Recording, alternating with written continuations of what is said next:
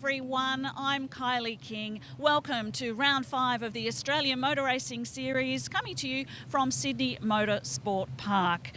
Plenty of action coming your way. We're actually going to crown a national champion as we welcome Saloon Car Nationals to the program. We'll also have TA2 Muscle Cars, Thunder Sports, Stock Cars, the ever-entertaining Legend Cars and Hyundai Excel. So plenty of action coming your way. But it's already heating up, especially in the TA2 Muscle Cars, with Josh Haynes taking out pole position ahead of race 1, and a little bit of controversy already. The series leader, Jet Johnson, coming unstuck early on in qualifying. Well, Jet, turn 1's always pretty dangerous here at Sydney Motorsport Park. Yeah, turn 1's always pretty, it's pretty full on going into there.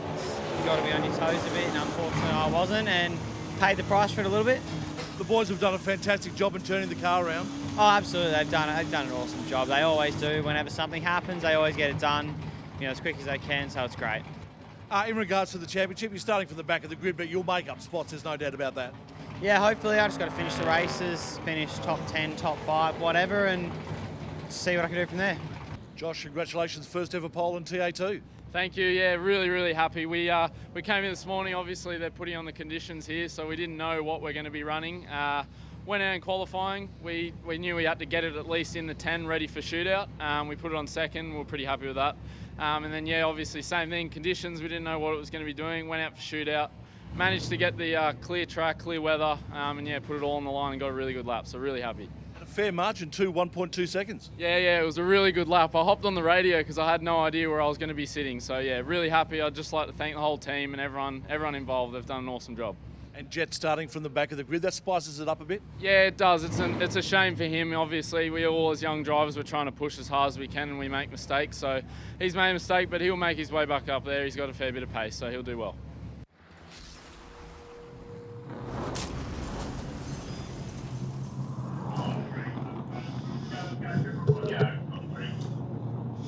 And g'day and welcome, thank you Kylie, to Sydney Motorsport Park for our second day of action here over this long weekend up in New South Wales. Of course, it is the AMRS round 5, the penultimate round of the year. We'll head down to Winton in a few weeks' time for the final round. Tony Shebeki with you in commentary. I'll be joined right throughout the day.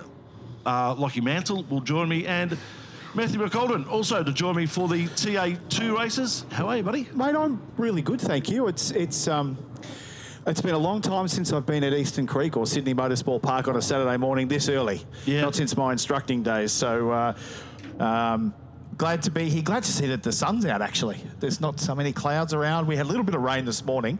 The odd sun showers were leaving the hotel this morning, but it certainly looks like a dry circuit out there, good for slicks, and I think the boys will probably be liking that after the inclement weather that we had yesterday. Yeah, exactly right. We did have some dodgy weather yesterday, and unfortunately for young Jet Johnson, a dodgy day for him in regards to what he was able to do to his championship total. He wasn't able to add to it, full stop.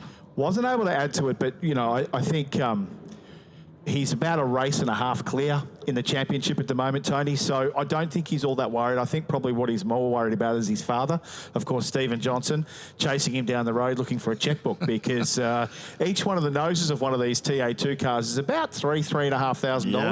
Yeah. And if we go back into about the last 3 or 4 races of Jet, he's unfortunately pulled a nose off every weekend. So wow. Having 2 being done in the space of only just a few hours is frustrating. But again, you've got to remember with Jet Johnson, he's still a young bloke learning his craft, and he'll learn a bunch of stuff. I mean, in the race yesterday, really that wasn't anyone's fault. That was an idler pulley that came off the front of the engine, which kills your power steering. Yep. He's a skilled and brave little bugger because he was bouncing down into turn 1 pretty well on the limiter, and you only have a little lift as you go through turn 1, and as he lifted and turned in and came back to the throttle, basically the idler belt and pulley broke, so that immediately took his power steering away, which if you've never had that in a car, you go from this lovely, light, beautiful steering to all of a sudden trying to drive a freight train. It just will not turn. So that was unfortunately what put pay to Jet's race 1 yesterday. It was a good win, though, for Josh Haynes yesterday afternoon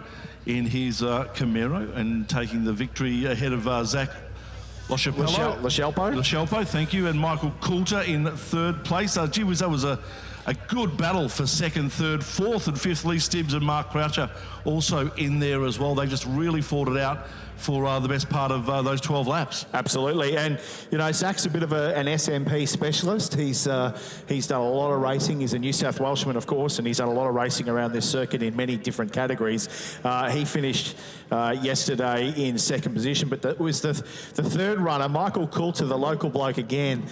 Such an up and about, jolly, happy sort of bloke. He and his father, Steve, are stalwarts of motorsport here in New South Wales, and he was pretty pumped, and he reckoned he would have had a real crack at Zach. There was in the final race yesterday, in the final laps of the race yesterday, just coming onto the main straight here, there was just a door was just a little bit open, and he thought he could have a crack down there. So very, very close between those two yesterday, but it's Josh Haynes who will lead us away today. And quite frankly, the young fella again. Just received, I believe it was Apprentice of the Year for his chosen Fantastic. His chosen workplace, which I think he's a plumber. He's Australia's fastest plumber. So he's been having a great year this year, battling away with young Jet Johnson, and it looks as though because of Jet's issues yesterday, Josh has got a pretty good run at the moment. I tell you what we're going to watch for in this race though, Shebex, because of the short qualifying for Jet and the short race one for Jet, he's got a ton of tyre up his sleeve. Of course, so those other guys who have been out there racing and qualifying using the same amount of tyres, they may be vulnerable to Jet, even though he's starting right around the back. It is possible to go from last to first at this racetrack. You can do it. Lots of passing opportunities as the cars are starting to make their way around on their parade lap. Lots of passing opportunities. Bravery is the name of the game here. Shebex? Well, Matt, I was going to talk to you about that. And in Jet's head, twice now he's gone off at turn one this weekend. How much does that play in his mind as he goes through the first couple of laps here? I would imagine that it's playing on his mind lap one. But the reality of being a successful race driver and learning is you have to learn that stuff really, really quickly. So obviously off the start, he's going to be cautious and careful because that's what you are off the start. If he's got some space and gap and room around him into turn one, lap one, I'm sure he'll put it down there and he'll be right to the limit. And if it all holds together, boom. It's like that whole Days of Thunder drive through the smoke thing. You just got to get down to turn one, do it once, and you're home and hose. That's fine. So again, that's the mark of a good race driver. Those guys have got to be able to learn from that very, very quickly. And I'm imagining he will. Steve will be on the blower to him, just telling him to get his head right, and then once he's done, he'll be off. Yeah, a couple of guys that are in a championship contention, Graham Cheney and Nicholas Bates. They finished 6th and 8th yesterday, so good efforts by them. They got a stack of points, as you said.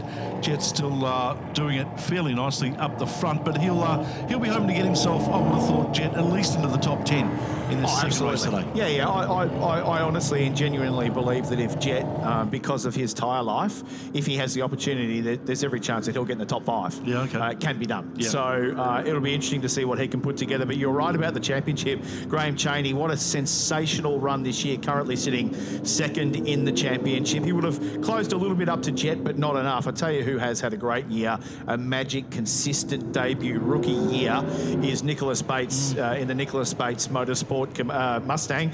He has been sensational because, again, the Bates family, we know them. They're a very famous motorsport name. Typically, we think about them in rally terms, but Nicholas, who's run a very successful brakes business for many, many years, really only now just jumping into a race car. This is the first time. These are the first cars that he has run in his debut season, as I say, currently sitting in third position of the championship. So our cars on their parade lap, they're about to get behind the safety car and get into their formation lap for our rolling start. Josh Haynes, you can see on screen there. Just going through, there's a process that you need to go through with these cars.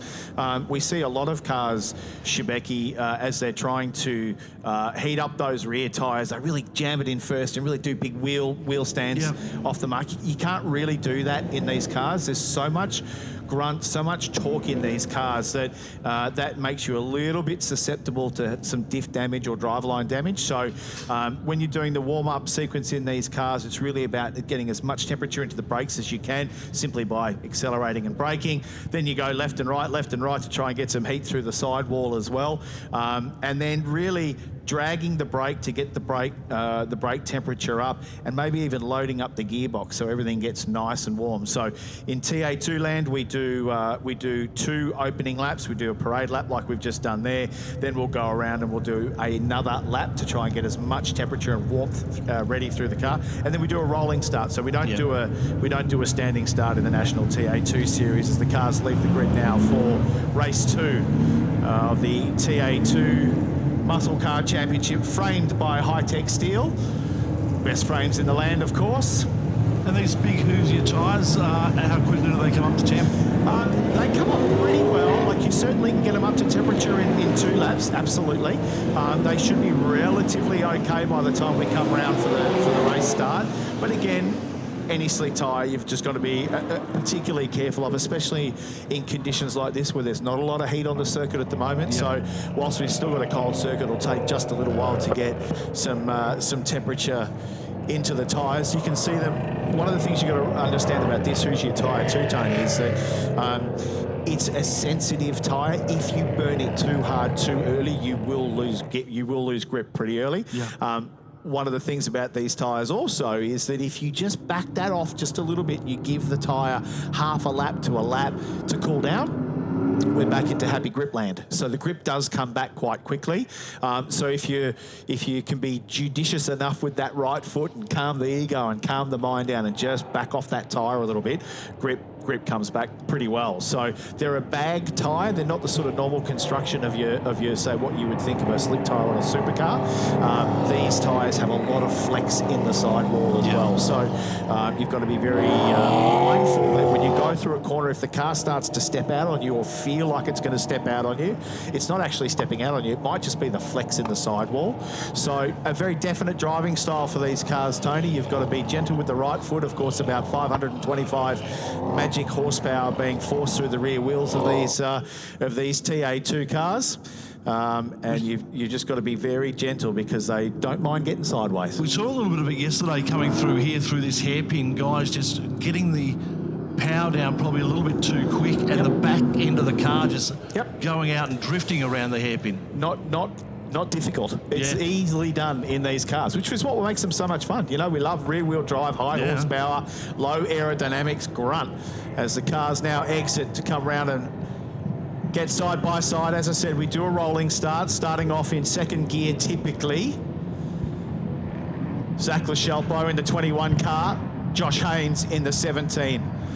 The Cabelco Mustang of Michael Coulter sitting there. Mark Crutcher in that beautiful yellow Mustang from Crutcher Developments, the unofficial mayor of Young, having an awesome run. He'll start out of 5th position. So safety car now ducks to the infield. Cars are lining up. Imperative, Tony, that you try and stay over the grid box. You're not allowed to move outside the grid box. So you've got to be very careful here. The guys will just be looking up at the lights, waiting for a green light to, for the red light to extinguish, sorry. And no overtaking to the control line. No overtaking to the control line. We saw John Hollinger get pinged for that yesterday. Car series down into turn 1. Josh Haynes in the middle in the green 17. Lachelpo to the outside, and Coulter continuing a strong run down into turn 2. It was a good start there by Haynes, as we saw yesterday as well, straight onto the power and getting into turn 1 first. Lachelpo right behind him. Out the outside, Sibbs looking at taking Coulter. Has he done it? Will he get the line? Coulter's on the wrong side of Cool here, but he may actually hold that together. What a move on the outside. But Stibbs continuing to pepper and look on the inside. The boys all now just starting to sort themselves out. It looks as though Chet Johnson's made up a couple of positions from the back of the grid. You can see him on screen there in the Napa Auto Parts Mustang. Graham Cheney's also made up a spot too from the start. He's up to 5th now. Absolutely. Down to the inside goes Johnson. Can he pull it up? Big lock up down the back there from Warren Wadley, the Queenslander. But look at the gap on lap 1 that Josh Haynes has picked up. Tony, unbelievable. He did this yesterday as well. Got it out to around about a second and a half, 2 in the first couple of laps. And this is where you've got to be careful. Now, it's okay for him to go and run like a jackrabbit, but if he's going to potentially burn off those tyres, the goodness in those Hoosiers, still a little bit of cool in the tyres as well, Tony. You saw him get very squirrely through the flip-flop there. But if you burn these tyres off too early, it will hurt him. He will have to come back. He will have to back off a little bit. As we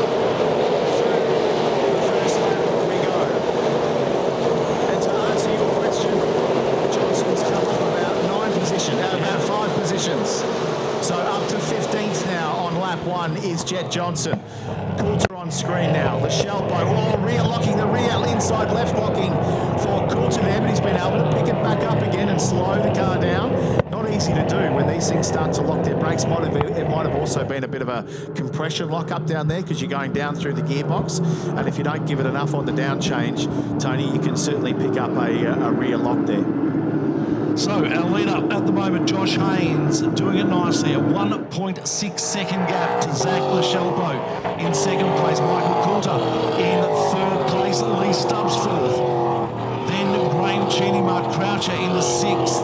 Nick Bates, seventh place of the 2 championship protagonists who are right up there with Jet Johnson currently in 5th and 7th. And Jet Johnson has made his way up to 14th place after this first lap. So he'll be waiting for the tyre temp to come up. The number 21 Temper Solutions car of New South Wales driver Zach Lachelpo on screen there. This is the moment in the race, Tony, where if you're not really battling for a position, you can just sit, wait, let the temperatures come up a little bit into the car so they don't get trapped and caught on those cold tyres on these early laps. 11 laps remaining of round 2 of the TA2 the second race of the TA2 Muscle Car Racing Series, thanks to Hi-Tec steel, Hi-Tec framing. Don't they sound sensational as you come down through the main straight here, the exhaust on the right-hand side, and it fairly blows your ears out coming down the main straight there. I've always said that if supercars ever fell over, you could just throw these as your main category in Australia and the public would be happy. Tony, you would not be wrong. And that seems to be a pretty, on social media, that seems to be a pretty strong opinion of a lot of people that perhaps Gen 3, the new supercar we have coming in 2023, should have been more like this. And if you listen to some of the experts, they actually do say that the new Gen 3 is a whole lot simpler than the current cars that supercars are running. And so perhaps they took a little bit of a book out of the TA2 Racing Series. I'm not totally sure that would be the case, but we'll say it is. We'll say it anyway. Yeah, so why not? 4-speed gearboxes, no driver aids, not a lot of aero, but a whole bucket of fun and a whole bucket of power and a whole bucket of value for your racing dollars as well. Yep, exactly. So Josh Haynes, you can see there, making his way back to complete his 3rd lap. Zach Lachelpo being pressured by Michael Coulter there, 2nd and 3rd up for grabs. Lee Stibbs 4th, Cheney 5th, Field coming through. And there's some good positional places. There he is, young Jet Johnson. Having a good run with Jackson here. There's a bit of a fight. So this is where he'll need to start to be careful because he's made his way up through the field.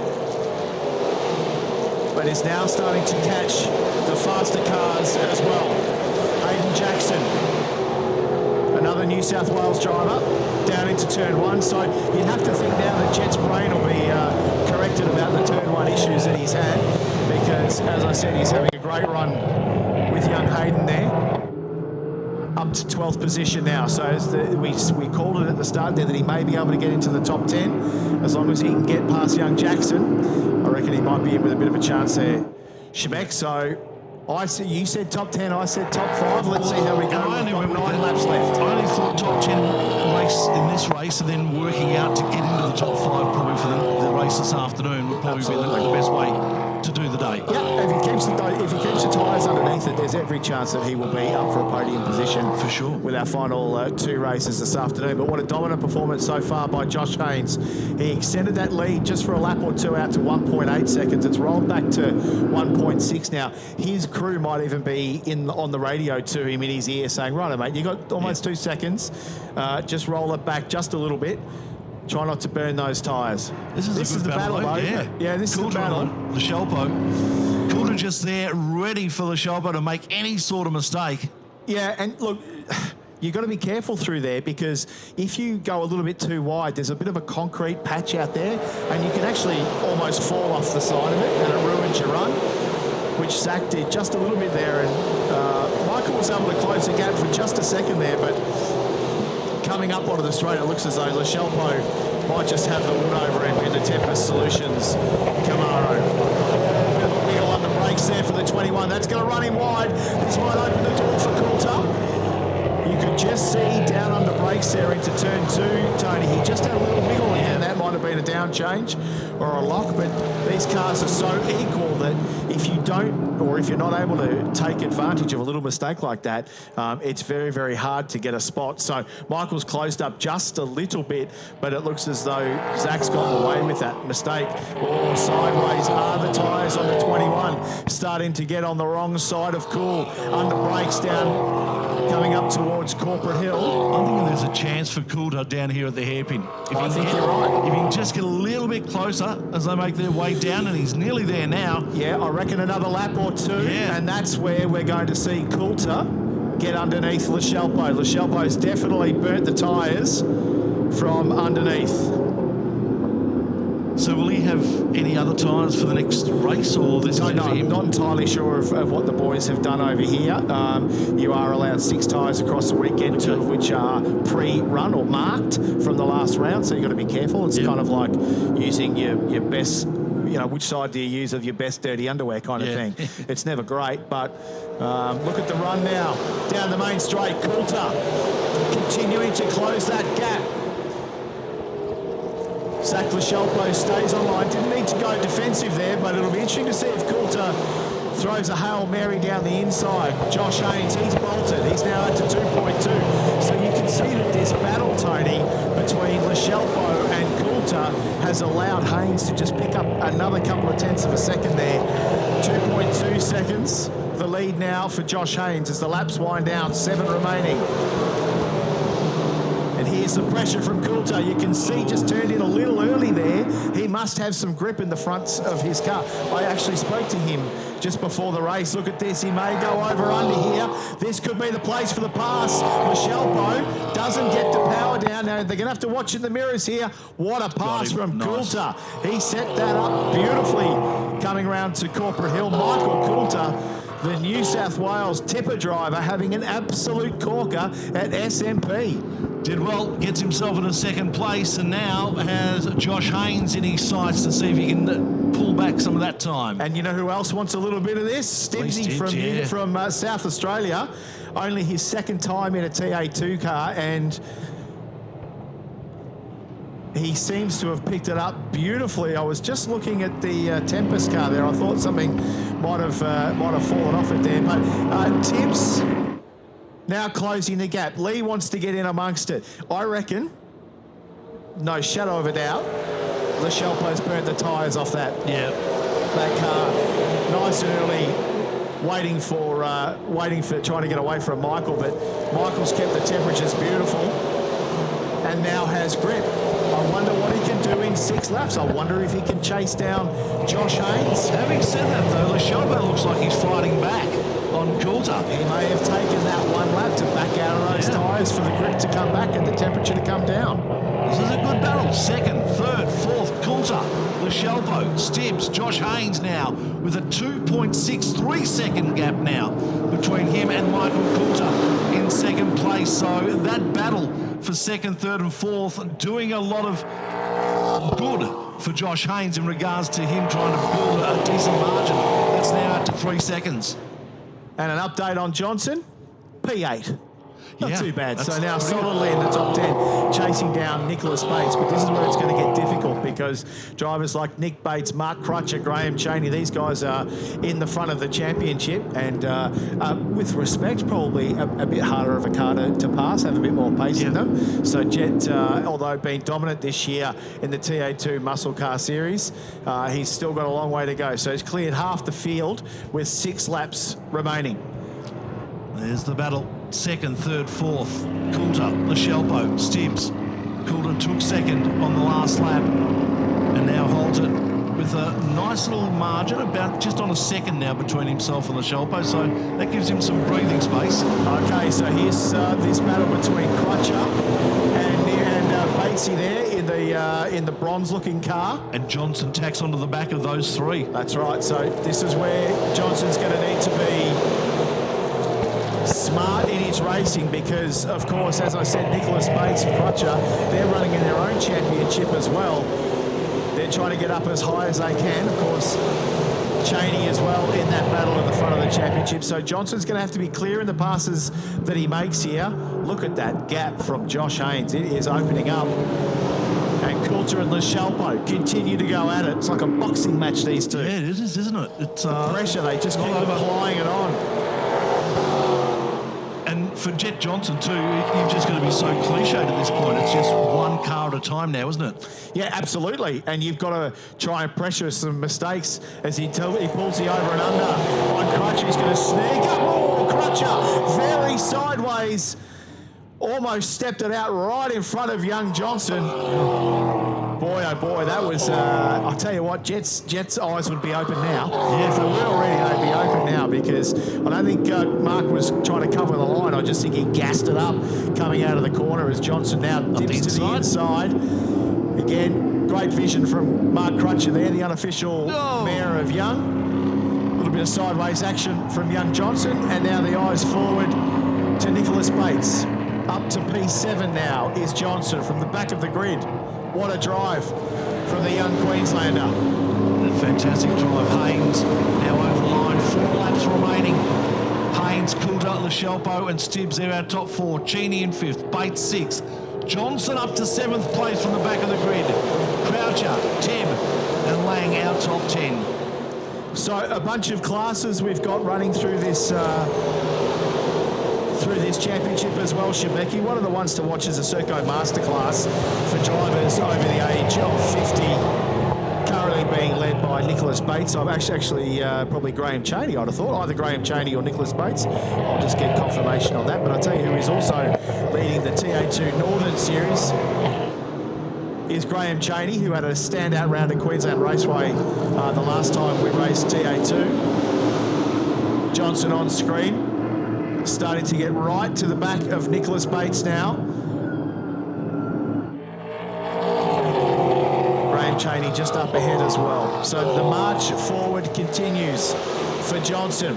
We speak about the learning development of these young drivers, and this is a perfect learning development phase for Jet Johnson, isn't it? He's had so much of the year up front, and where he's only had to worry about 1 or 2 cars. Now he's actually got to pass and pass and pass, and he's done it again. And he's done it easily on Bates. Bates just winding the wheel out to the left there a bit.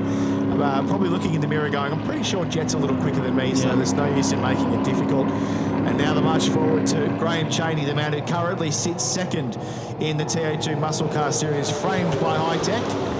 So he had a standout round at Queensland Raceway last time we were out with TA2. But it shows you the difference in pace between Jet Johnson and everyone else at the moment. Currently in 6th position. Now here you go. Here's do we answer the question? Down into turn 1, licks the stamp and send it, my friend. So and gets top 5. Top 5 now. Did I put any money on that, Shebek? No, or a card of beer or something? I didn't. Me. So top 5 for Jet Johnson now in the Napa Auto Parts Mustang. Of course, down in attendance, his usual crew, Ben Leeds. My old engineer, Matt, is also down here helping at the moment. And it looks as though the gap between Coulter and Lachelpo has widened to the effect that you would think that Lachelpo has flown the white flag on that particular battle. I'm not entirely sure Michael will be flying the white flag. He can see Haynes just ahead of him. And that gap has closed significantly. Even though Josh has only got 3 seconds on him at the moment, I can tell you, Michael, now as a race driver, when you go into a corner and you can't see them one lap, and then you go into the corner and all of a sudden I can see them, and now they're a little bit closer, it lights the fires. Yeah. It makes you laser focused and you want to get after them. So I reckon in the Cabelco Mustang right now is a pretty fired up Michael Coulter. His father, Steve Coulter, or Boxhead, as we know him and love him, in pit lane, a very accomplished truck racer, bit of NASCAR work as well, and Oz Trucks. What a great Aussie name that is, Boxhead. That's a great Aussie name, Boxhead. Yeah, he has a box head. And so Michael winding the laps down. Only 2 to go here in race 2 of the TA2 Muscle Car Series, framed by Hi-Tec. Johnson's passed Cheney as well, so up to 5th place now after Lee Stibbs, the young man from South Australia who he's lit this joint alive. I mean, he had his first round at Queensland Raceway and made it very close to the podium, and now he's having, he did make it to the podium actually, and now he's having another run here. First time at Queensland Raceway, and this kid is in a top 5 position once again. You'd have to be thinking next year for the Series Championship, if he could stitch it all together, he and perhaps Josh Haynes might be the favourites for next year's championship. I reckon that might be it for Jet Johnson, 57 seconds behind Lee Stibbs now, and that's going to be tough to make up in 2 laps. So I reckon our top 5 might be just about sorted. Haynes, a 3.5 second gap between himself and Michael Coulter. Coulter then has a 1.5 second gap between himself and the Shelpo. And then it just starts to fall away, another 2 or 3 seconds to Stibbs. Johnson then 7 seconds. And then the rest of the field from there. But this is the man that we've had our eyes on for most of the day, apart from Jet Johnson. But it is Josh Haynes. What a perfect drive from him again today in race number 2. He's absolutely brained him, hasn't he? It'll be interesting to see what his tyre strategy is, to see where his tyres are in the final race this afternoon. But for this one, he's absolutely shown them a clean set of heels. Currently in first position. Unfortunately, Brad Gardner couldn't get his car started in pit lane. So unfortunately, we've lost Brad Gardner. And you wouldn't believe it, Shemex, there's actually a 77-year-old Barry Kelleher from New South Wales driving in this particular championship. Fantastic. He's at the back and he's out there, 77 years of age and still driving race cars. That bloke is my hero. And he's not last, he's second last. Second last. Has got a pretty big history with Mick Rowell, who's currently sitting in 15th position as well, also new to circuit racing. So Mick and Barry, if they get close to each other, you've got to put a set of boxing gloves on both of them. All light-hearted, of course, as we watch Josh Haynes make his way around on the final lap here at Sydney Motorsport Park for the second race. And it's dry. It's been dry the whole way round, so thankful for that. Josh just coming up onto the back of Warren Wadley, who owns the car that Jet Johnson is currently driving, a gentleman from Queensland. Prefers not to fly, so drives everywhere he can around the country to enjoy his racing. So again, a wide breadth of age in drivers here, as Josh Haynes, one of the younger drivers at 19 years of age, the fastest plumber in the country, winds his way up onto the main straight for the final time. Eyes forward, and as a race driver, that's what you want to see, the checkered flag, and it waves for Josh Haynes. A sensational drive by Michael Coulter to pick up second. His father will be ecstatic. LaChalpo home from third from Lee Stibbs. Johnson crosses the line in 5th position. I should have put $50 on it. You should have, you didn't. I'm sure Lockie Mansell, who's sitting here in the commentary box, has got a spare 50 in his back pocket. We should have made the bet. And remember to Mark Crutcher home for 9th. Aaron Tebb 10th. Nick Lang, an improvement from the Queenslander up to the top 10. From Lindstrom, Jackson, John Hollinger, who was pinged yesterday for passing a few cars on the restart. And Anthony Tenkate, a stalwart of the TA2 Racing Series, crosses the line for 14th as well. So it was always going to be a relatively gentle affair, I reckon, this morning, Shebex, given that we've got 3 races today for the TA2 Muscle Car Series framed by Hi-Tec. You want to make sure that you don't tear anything up because there's not a huge amount of time between the next 2 races for the boys. So it's the following races I think we'll start to see where tyre life has come into play, tyre strategy. And of course, we with the laps counting down for the rest of the weekend, you want to try and get your hands on a dust collector and a trophy, and that's where the egos start to come out. We might get a little bit more action in race 3 and 4 this afternoon. Good on you, Matty. Thank you for your time this morning. We'll catch you again shortly for the next race of the day, the TA2 Muscle Car Series, framed by Hi-Tec. But there's our results on the screen. Josh Haynes taking the win ahead of Michael Coulter, Zach Lachelpo in 3rd place. Lee Stibbs, Jet Johnson, Graham Cheney, Nicholas Bates, Mark Croucher, Aaron Tebb and Nit Lang, our top 10 from that 2nd race of the weekend. Plenty more action to come here in the AMRS Round 5. We've got the Legend Cars up next.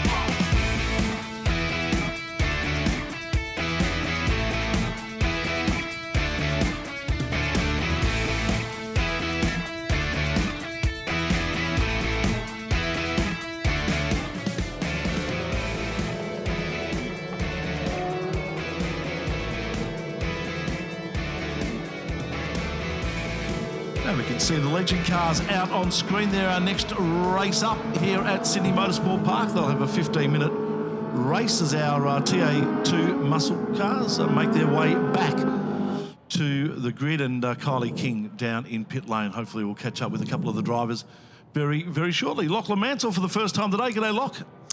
Good morning to you, Tony. Good morning, everybody. Great to be here at Sydney Motorsport Park. Beautiful weather conditions that we've got so far today. We had a bit of precipitation yesterday, which made the conditions quite tricky for the drivers in the various categories that we've got on the program this weekend. But nice weather conditions this morning. And just to get everybody out of bed, if you weren't already, after that TA2 race, we've got a reverse grid race for the Pocket Rocket Legend Cars coming your way this morning. So the top 10 positions from the finishing order of race 2 yesterday afternoon will be inverted. So that means we'll have some fast drivers coming through the field. All right, very shortly we're going to head down to Kylie King down in pit lane with our drivers from the TA2 series framed by Hi-Tec. Let's head down to Kylie now.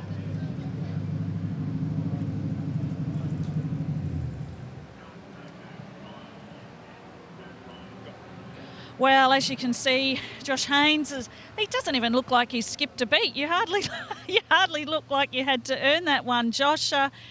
Well done. Nice way to start off, race 2 and just all smooth sailing, I would have thought. Yeah, thank you. Yeah, it was a really good race. The car and the team, they've done an awesome job this weekend to set up the car where it is. Obviously, my main one, I usually have a battle with Jet. He had a bit of a tough start to his weekend, so he made his way up through the pack, I'm guessing. But yeah, really good way to start and continue our good progress over the weekend. A really strong race, so. Terrific. Well done. We look forward to seeing you continue on as we catch up quickly with Michael Coulter. Geez, that was a mighty effort. You pulled a nice pass to get up to second place there. Yeah. Zach, unfortunately, he just ran a bit wide out of turn 5 and, I just capitalised on that position. So it's just always you've got to be in the right place at the right time. But, mate, the car this weekend is just absolutely phenomenal. It's a Jet. So credit to the boys, they're just always on time. Terrific. We'll get back to commentary.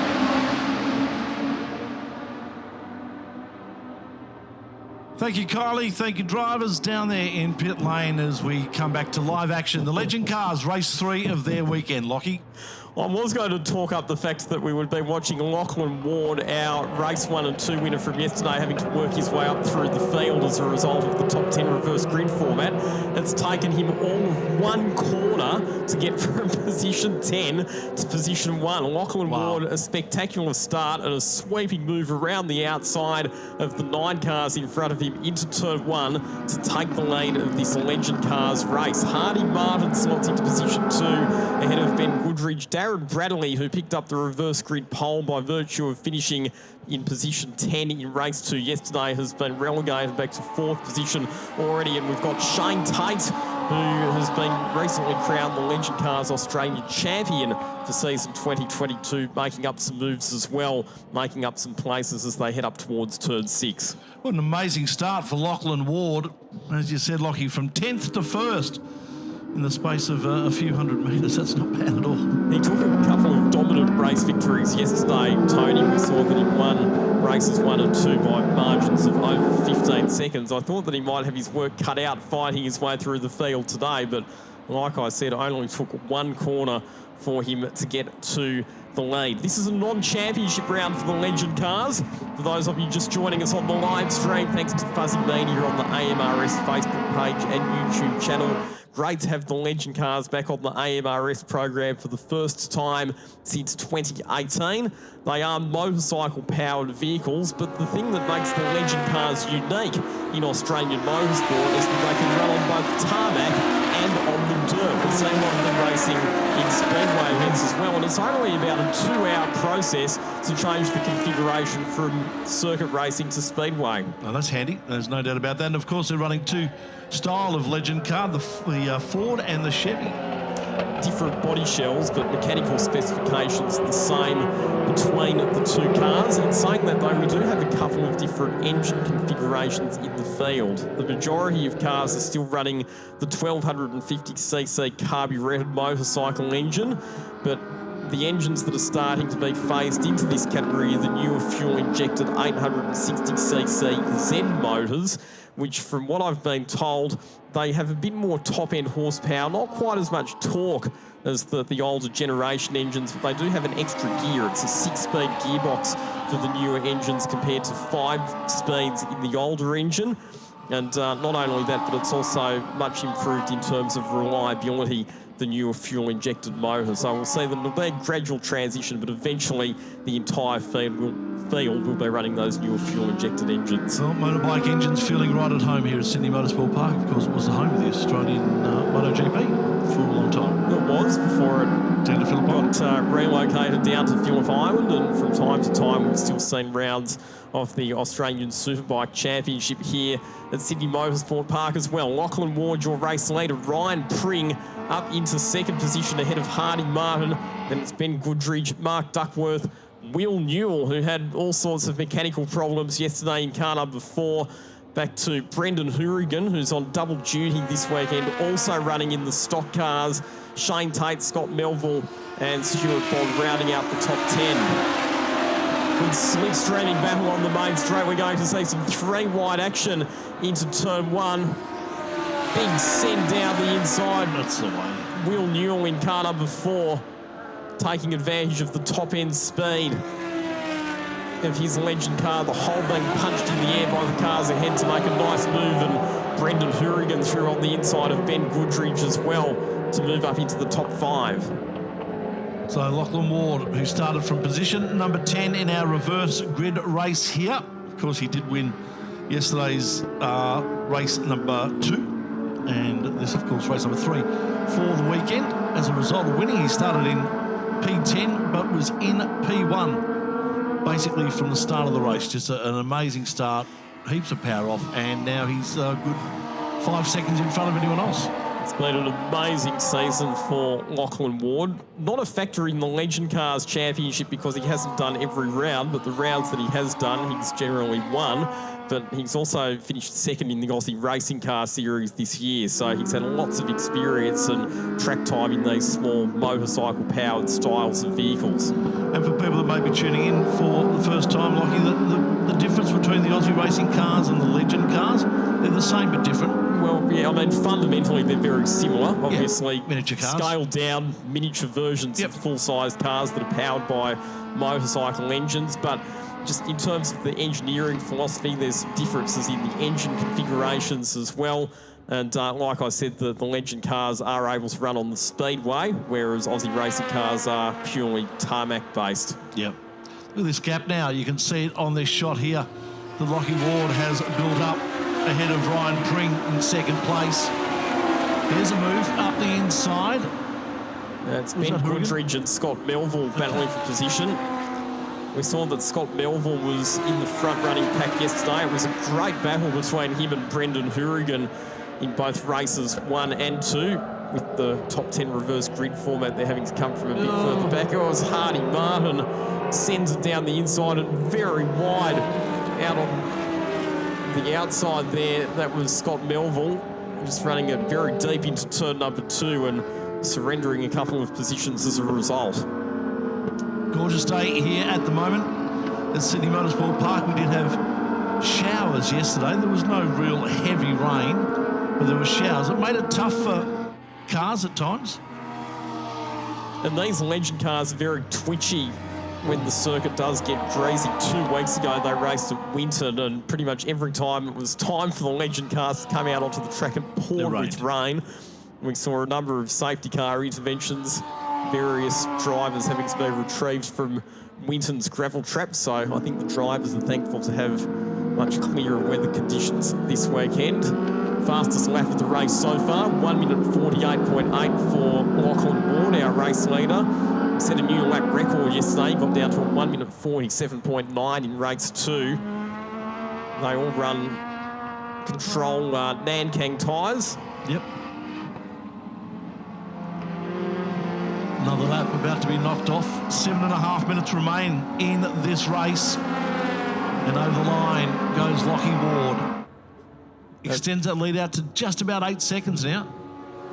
Will Mule now clearly up into second position and with some clear track to work with. And Brendan Hourigan down on the inside of Ryan Pring as they head into turn 1. Further back, there's some more good battles happening. That's Shane Tate coming under attack from Stuart Bond at the tail end of the top 10. Nathan Prado is just behind as well, as Scott Melville switches back to the inside of Hardy Martin. Hard under brakes into turn 2. Job done, nice pass. Scott Melville moves up to 6th position. And has Duckworth in front of him. Mark Duckworth from New South Wales. That's his next target. Hourigan also jumping up a spot as well, getting into 3rd place. Ping down to 4th now. And they're battling for position quite ferociously on the exit of turn 4. So Hourigan briefly got ahead, but Ryan Pring switched back to the inside and was able to recapture the spot from Brendan Hourigan. Both those cars running very similar liveries. Ryan Pring in car number 52, Brendan Hourigan behind the wheel of car number 51.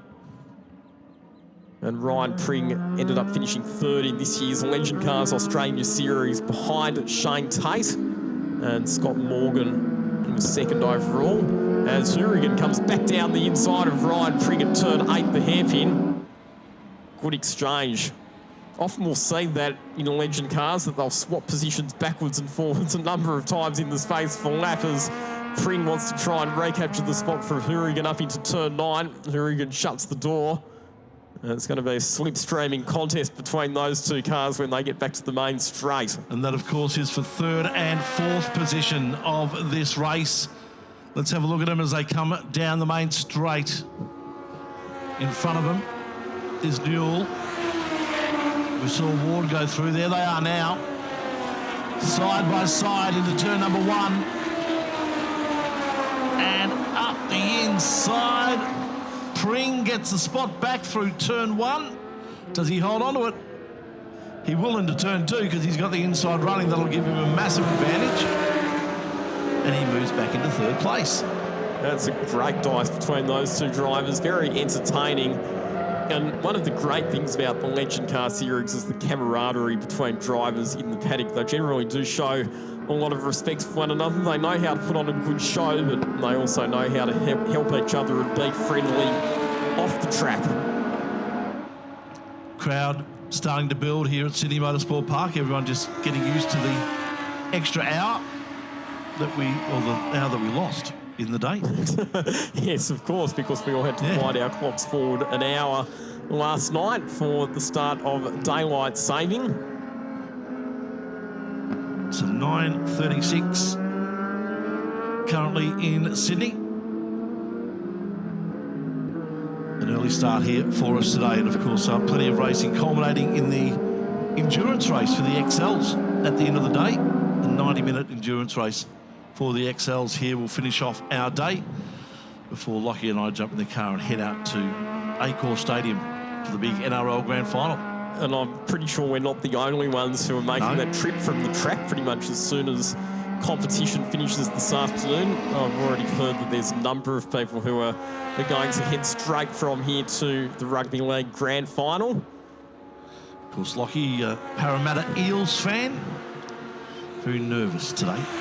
Very nervous, but encouraged by the fact that there's lots of blue and gold merchandise in the pit garages this weekend. So good to see that a lot of other people are supporting the mighty Eels, as well as Brendan Hourigan gets back down the inside of Ryan Pring, elevates the Lake George Hotel Bungendore car back up into third position. It'll be a braking contest into turn 2. Ryan Pring wants to hang tough on the outside, but ultimately gets run out of road.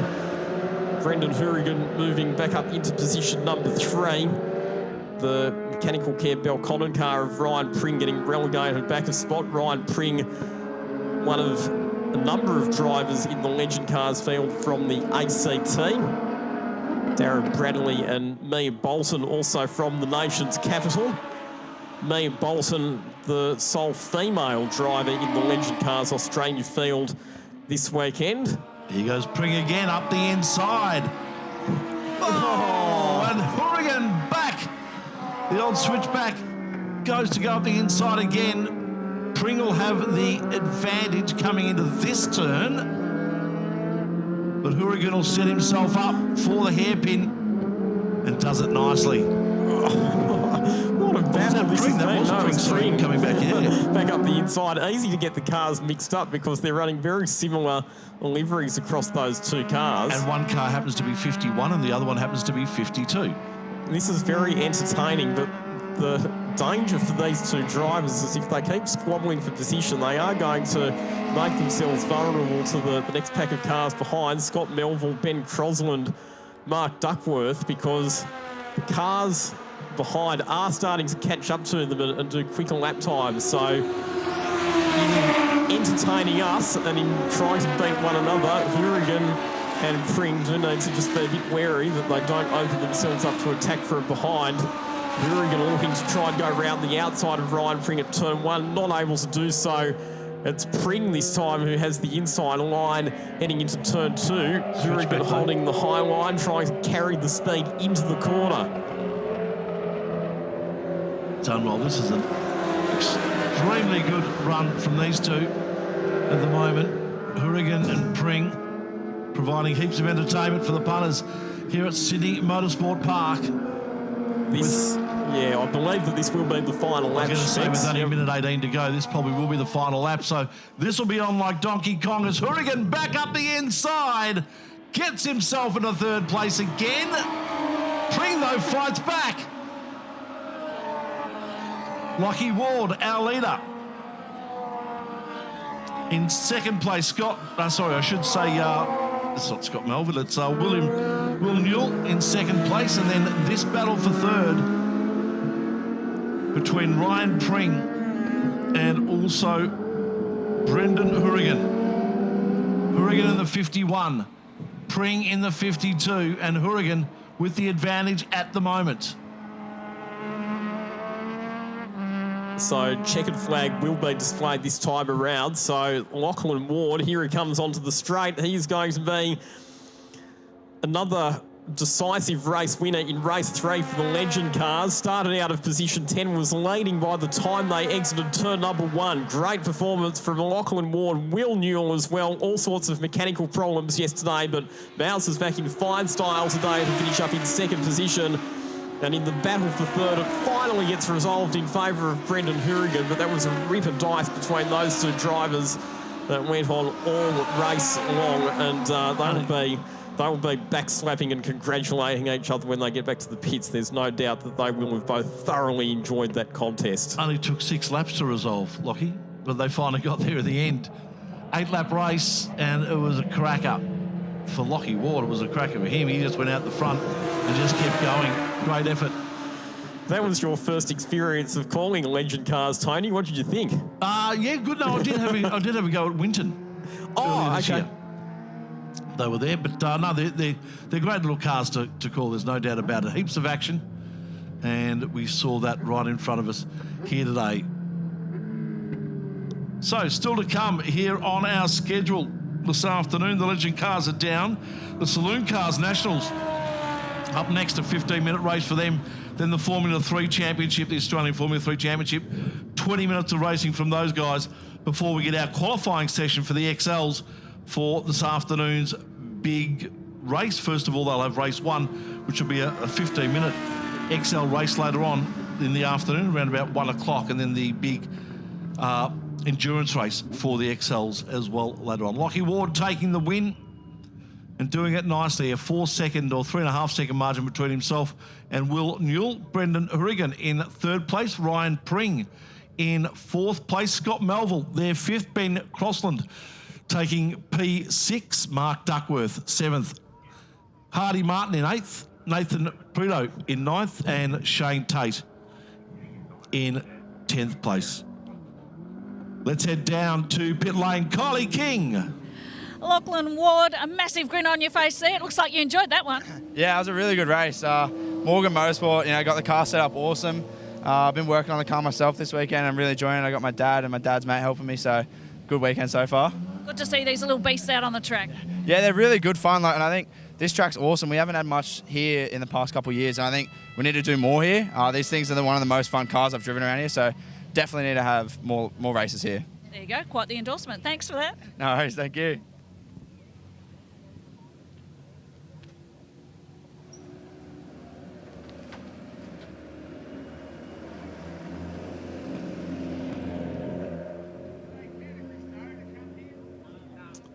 So it was Kylie with our winner, Lockie Ward. And a great, solid win for him. He'll start from P1 for our next race for the Legend cars, which comes up just before midday today. So up next on the program here at the AMRS, we've got the 3rd heat race of the weekend for the Australian Saloon Car Nationals. First running of the Saloon Car Nationals since 2019 when they ran up in Darwin. But this weekend we'll decide who will be the Australian Saloon Car champion for 2022. And saloon cars, it's a category that started back in the late 1990s for 6-cylinder Holdens and Fords. And they started with the older model VN and VP Commodores and the EA and the EB Falcons. And then in the mid-2000s, we saw that some of the newer model cars were allowed into the category, the VT, the VX and the VY Commodores, and also the AU Falcons. And it's generally the newer cars that we see running at the front of the field, but 2 different classes in the Saloon Car Nationals this weekend. We do have the outright class for the newer model cars, but we've also got the Pro-Am class, which is where we see the older VN, VP Commodores and EA and EB Falcons participating. I'll tell you what, we saw a great race yesterday afternoon, one of our final races of the day, and there was just some really top racing between Brendan Madden, Grant Johnson, Rick Gill. The top 5 actually in that race yesterday were just swapping places all the way through. They put on a show for us. There were a few sprinkles of rain which spiced up the action for us, but Grant Johnson had to start race 2 from pit lane. They discovered a problem with the fuel pump in the marshalling area just before the start of the race, which They believe it might have been something as simple as a blown relay or fuse, so it was a very quick fix, but that meant that he had to start from the pits. So he was stone motherless last on lap 1.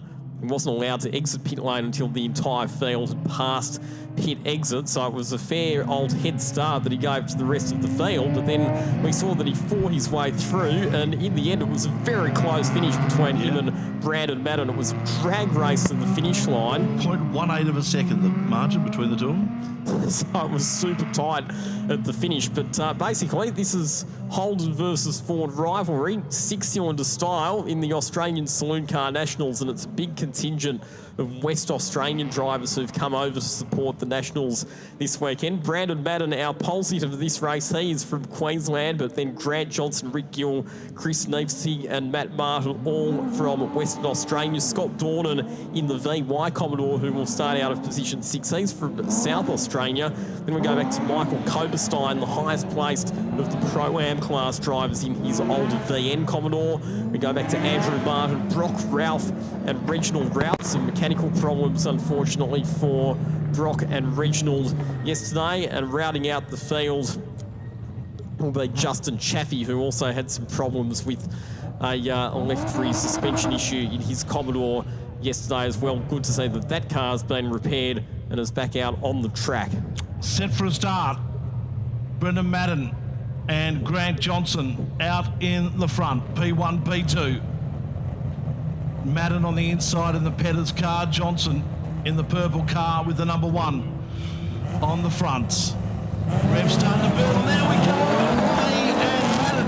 A great start for him on the inside. Also just behind them, Rick Gill got a good start, also in 3rd place, and could find himself up into 2nd maybe via the fact he's on the inside. Fight back from Johnson. Looking to go around the outside now of Madden, who holds on to the front spot through turn 1, into turn 2. Madden on the inside, Johnson on the outside. And a yellow flag and safety car. That's because Justin Chaffee's car has only made it about 50 metres from his grid box, so that car's stopped, and because of the fact that it's stationary on the main straight, the safety car has been called. So field will have to see what's out here, and we're hearing it's the left rear wheel. Well, that's pretty much a recurrence of the issue that they had yesterday. Yep. Oh, there we go. There it is. Look at it. Yeah. That's way too much toe out, Tony. You're not supposed to have 45 degrees of toe out on the left rear of a VN Commodore. Yeah, no, that's not good there for Chaffee. So a red flag has been called. Cars will come into pit lane as we await the removal of this car from the start-finish line. So that's a massive disappointment for Justin Chaffee. He's actually the organiser of the Australian Saloon Car Nationals, and he's the one who's orchestrated all of the West Australians to come over this weekend, but it's been a pretty troublesome event for him so far, and like I said, it's pretty much a reoccurrence of the issue that he had yesterday, so very, very disappointing for him. They'll tilt tray, lift that car up onto the tilt tray, get it out of harm's way, and because it's a red flag, I'd say it'll be a full restart for this race. Great to have your company. For those of you who've just joined us on the live stream here at the Australian Motor Racing Series, we are at Sydney Motorsport Park this weekend. This is round 5, the penultimate round of the Australian Motor Racing Series for 2022. We're currently watching the Australian Saloon Car Nationals Race 3. We'll have the Australian Formula 3 Championship Race 2 after this. Then we've got XL's Stock Cars Race 4 for the Saloon Car Nationals, TA2 Muscle Cars and Legend Cars before we get to the lunch break just after midday. Then we'll have an XL Sprint Race, the 4th and final race for the Australian Formula 3 Championship. Race 5 for the Saloon Car Nationals, which will be the feature race, which will decide who is our national champion. And then the final races of the weekend for the Legend Cars and the TA2 Muscle Cars before we conclude proceedings with the 90-minute endurance race for the XLs, which will kick off just before 3 o'clock this afternoon.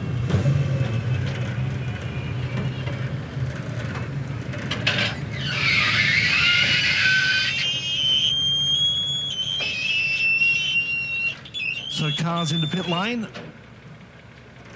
And that's where we'll start our restart lap from. As we await the removal. That's very weird that they've had 2 component failures in the left rear of that car in the space of a couple of days. Hopefully they've got the spare parts that they need to get it fixed and get it back onto the track for the next race. Hopefully they have. Big thank you to all of our volunteer officials here at Sydney Motorsport Park this weekend, our flag marshals, fire rescue and recovery crews, all of our volunteer officials up in race control as well. Nick Goring is the clerk of the course this weekend, and he officiates at many AASA events, both here at Sydney Motorsport Park and down at Wakefield Park, although sadly not a lot of action happening at Wakefield Park at the moment. No. Fingers crossed so that things may be resolved there in the future. Red flag still out, as you can see, and will be until we get the removal of this car, and then we can get the race back underway.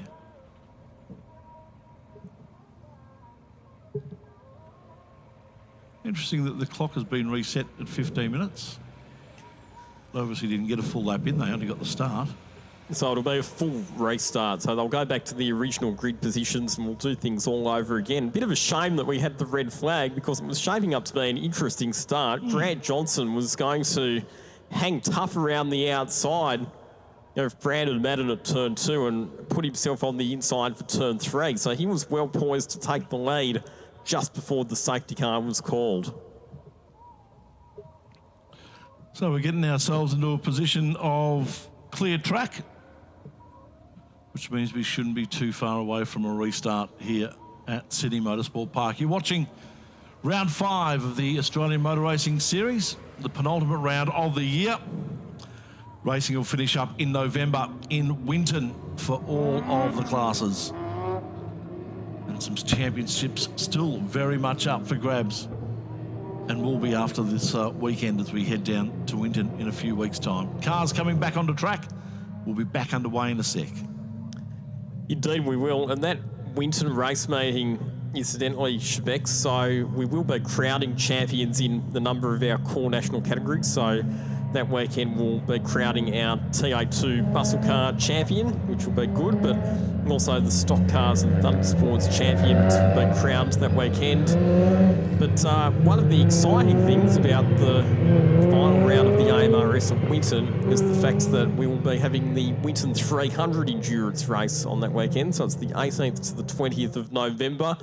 And that's been an iconic part of the history of Winton Motor Raceway back in the mid-80s through to the early 90s. It was around the Australian Production Car Championship, and we had drivers like Brad Jones and Alan Grice and Neil Crompton and even Peter and Phil Brock competing in it. Yeah. Then it finished up in the early 90s. It was resurrected in 2011.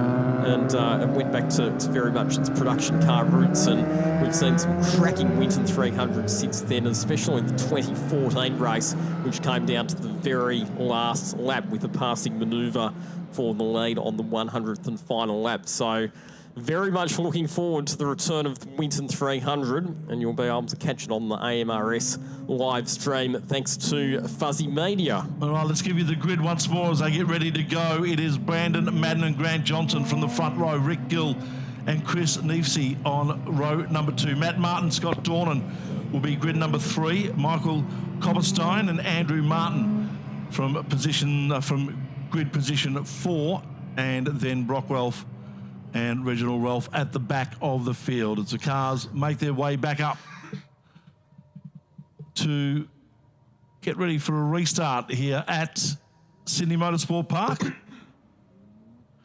Effectively only got through the first 2 turns before the red flag was out and waving. So full restart for the Saloon Car Nationals. 4-litre inline 6-cylinder engine powering the Fords, the 3.8-litre V6 motor powering the Holdens that you see on the grid. All of these cars run 5-speed manual gearboxes. Fords have got the live rear axle. The newer Holdens do have the independent rear suspension. Gives them strengths and weaknesses in different parts of the circuit, which I'll elaborate more on once we get the race underway. Race start time for the Saloon Cars. Red lights out, and away we go. And Keighley, stopped on the grid. It was a good start there for Madden. Neefsey finally gets away from the grid, but he'll be at the back now. Was in P number 4.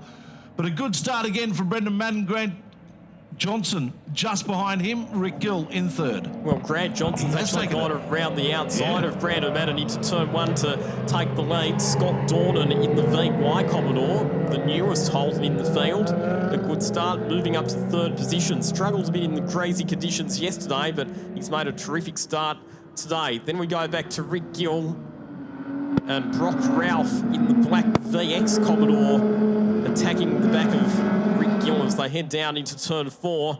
Gets up the inside, in fact, so they will swap positions. And off the road, that's Rick Gill running extremely wide at turn number 5. He's having all sorts of problems. He's also been given a 5-second penalty for, I would assume, jumping the start maybe for Rick Gill. So the news goes from bad to worse for him. So a couple of the fast forwards from yesterday not getting great starts today. Chris Neefsey stalling on the grid. Thankfully was not collected from behind by another car. They all managed to avoid him, but he's now got his work cut out, having dropped to the tail end of the field. So 15-minute race, this 3rd race of the weekend for the Australian Saloon Car Nationals. And Grant Johnson works his way from starting 2nd into the lead of this race. Brendan Madden going extremely wide through the final turn. But as they come towards the start-finish line for the first time in this race, Grant Johnson out in front. He's already a 2-time Australian Saloon Car champion at Grant Johnson. He'll have nothing more than to add a 3rd title to his tally this weekend. Is dropping wheels off the racetrack at turn 1. Brandon Madden, fastest corner on the racetrack. He had the right wheels completely in the grass on the exit of the corner, so he is throwing absolutely everything at it in the pedal suspension AU Falcon to try and keep up with our race leader Grant Johnson, the West Australian in the Adrenaline Performance machine. Not only is he a 2-time Saloon Car champion, he's also a 2-time V8 Ute Racing champion. Controlling this race nicely at the moment out the front. There's Scott Dornan in the 23, running 3rd at the moment.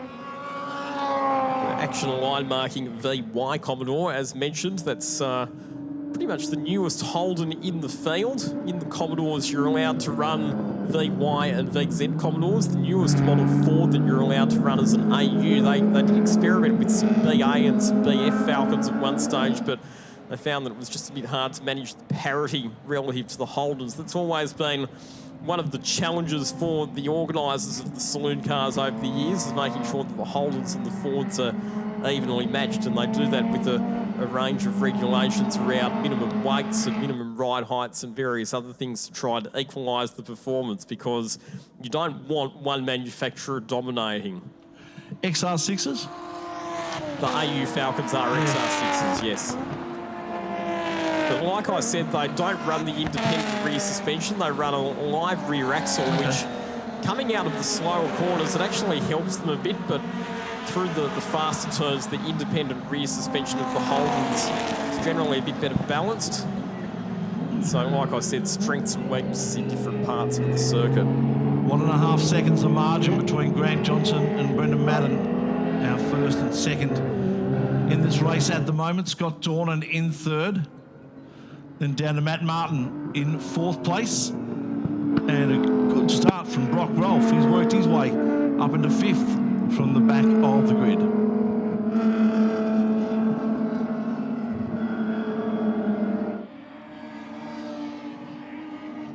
So there is Grant Johnson's teammate, Matt Martin, 2nd of the Adrenaline Performance Commodores. Currently sitting in position 4. In between another 2 holders, he's got Scott Dornan just ahead, Brock Ralph behind.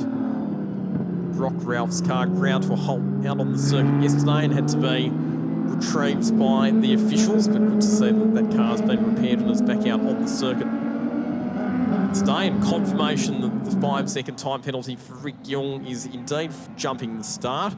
Easy to do here at Sydney Motorsport Park with the downhill slope on the main straight. It can be very easy to creep forward before the red lights are extinguished. Yep, so Rick Hill currently down to 8th place. And that 5-second penalty keeps him in 8th at the moment with a 6-second margin for himself. And Reginald Rolfe in 10th place. Cars crossing the line for the end of their 3rd lap. Under 10 minutes now, 9 minutes to go in this race. And Grant Johnson still our leader. Chris Neefsey starting to recover some of the time that he lost with that problematic start earlier on. He's moved back up to 6th position and starting to make up some ground on Brock Ralph. And oh no, that's, speaking of Brock Ralph, off the road at turn 2. Wow, he's gone a long way off the road there, and he's actually made contact with the tyre wall. Gee, was that... That's a massive off-track excursion. Yeah. I wonder if he's had a brake problem or something, because he's gone way off into the boondocks.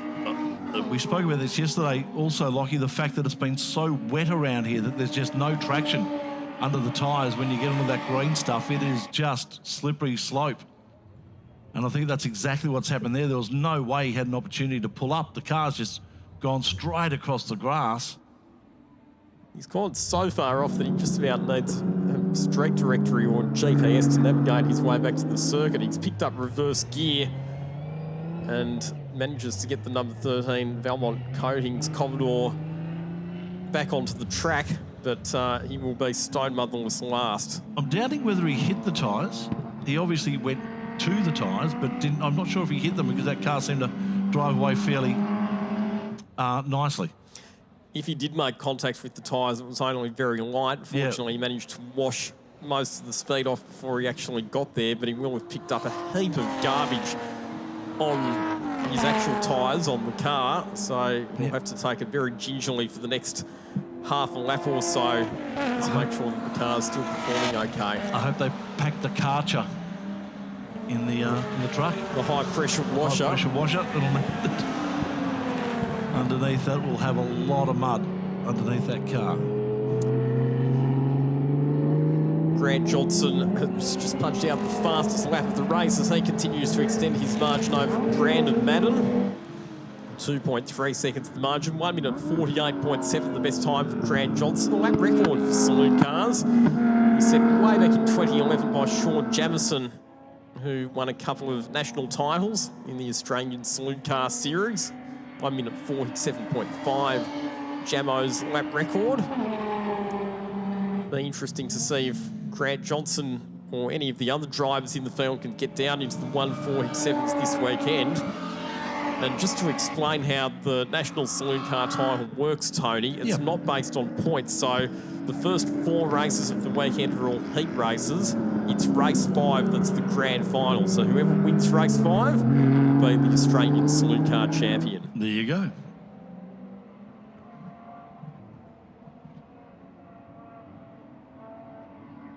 Grant Johnson, still our man, still leading this race ahead of that man right there, Brendan Madden in 2nd place. The margin now up to 2.7 seconds, and then a decent gap between Madden and Dornan in 3rd place. And Brock Ralph has brought the Valmont Coatings VX Commodore back into the pit, so clearly all is not well with that car. After that almighty off-track excursion at turn 2, and that car's gone into the garage, so there's some work for that team to get the issues resolved and get that car back on track for the 4th and final heat race a bit later on. Fastest lap once again for Grant Johnson, 1 minute 48.7 that time through. 2.6 seconds his margin to Brandon Madden, who punched out his personal best lap of the race at a 49.0. Brandon Madden's not too far away from Grant Johnson in terms of outright speed. And the margin between the Holden and the Ford at the front of the field is not huge. So that'll be encouraging for Brandon Madden, the fact that at least he's able to stay in touch with Grant Johnson. Spectacular career for Grant Johnson, driving cars. Of course, he was in the V8 Ute Series, has done 12 hours at Bathurst, was even in a Bathurst 1000, I think, co-driving with Nathan Preddy. And also with Kerry Wade as well, back in 2003 in the second of the Larkham Motorsport Falcons. So, yes, he has competed in the Bathurst 1000. He also won the Chance for Lifetime Talent Scout competition that was run by MoPro Australia and did a full season in what was then the Konica Series, what we would now describe as the Dunlop Super 2 Series in 2002. Even driven around Sepang as well, so been around for a while, Grant Johnson, and that experience showing right here at the moment as we go back through the field a little bit. Chris Neefsey currently in 5th place in his AU Ford Falcon. Lap times have actually been pretty good. He's pretty much the 3rd fastest driver on the track at the moment, apart from Johnson and Madden. So he's back up to 5th position after falling right to the tail of the field with that stall on the grid at the start of the race. He's been pretty quick all weekend, Chris Neefsey, so the other driver who I reckon will be podium calculations, although as I say that he goes very deep at turn 2, runs wide right out to the concrete extension on the outside of the circuit. That wasn't pretty at all, was it? Back in trim though, as he heads off. Holds on to 5th place. Rick Gill just behind him in 6th. He's also working his way back up through the field after an incident earlier on. Rick Gill, though, has that 5-second time penalty hanging over his head for the false start. In terms of the Pro-Am class, Michael Koberstein is the best place of the drivers in the old model cars at the moment, currently sitting in 7th position outright, ahead of Andrew Martin and Reginald Ralph.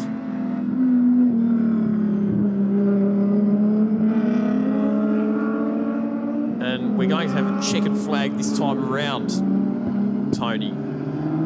This will be it for the guys. Being told by our good mate Gary O'Brien from Auto Action that one of the Ralphs was stuck in 5th gear. It doesn't matter though for Grant Johnson. He's all gears at the moment as he takes the win ahead of Brendan Madden in 2nd place. Big gap to Scott Dornan, who hits the line now to take 3rd. Ahead of Matt Martin in 4th place. Chris Neefsey, Rick Gill, positions 5 and 6. Rick Gill with the 5-second penalty will keep him in 6th place as he has a 7-8 second margin between himself and also Michael Koberstein in his VN Commodore coming home in 7th place. And winning the Pro-Am class as well, Michael Koberstein. Andrew Martin at 2nd in the Pro-Am class ahead of Reginald Ralph. And if Brock Ralph's car was stuck in 5th gear, I think that goes some way towards explaining why he fired it off down at turn 2, because if he was trying to change down gears to slow the car down, then he wouldn't have had anywhere near the engine braking that he would have expected. So that could be part of the reason why that happened, but that'll be a job for the crew down there to get resolved. Hopefully they'll get that gearbox fixed up in time for the 4th of our Saloon Car heat races a bit later on. So swapping of places up the front. Yesterday's final heats saw Madden finish ahead of Johnson. This one saw Grant Johnson finish ahead of Brandon Madden. A good battle up the front. Our cars making their way back to pit lane. Very shortly we'll head down there. Kylie King will have a couple of our drivers to have a chat to. Grant Johnson now making his way into that 1st position Coming up next, it'll be the Australian Formula 3 Championship with Noah Sands to start off pole position. We can see our top 3 cars making their way behind their positional numbers. Grant Johnson finishing in position number 1 ahead of Brandon Madden and Scott Dornan out there in 3rd place. Stepping out of the car, Grant Johnson. And let's head down to Kylie King in pit lane, and she's got the winner of our Saloon National Heat. Just taking his helmet and gloves off, Grant Johnson. And now is just about ready to have a chat to Kylie.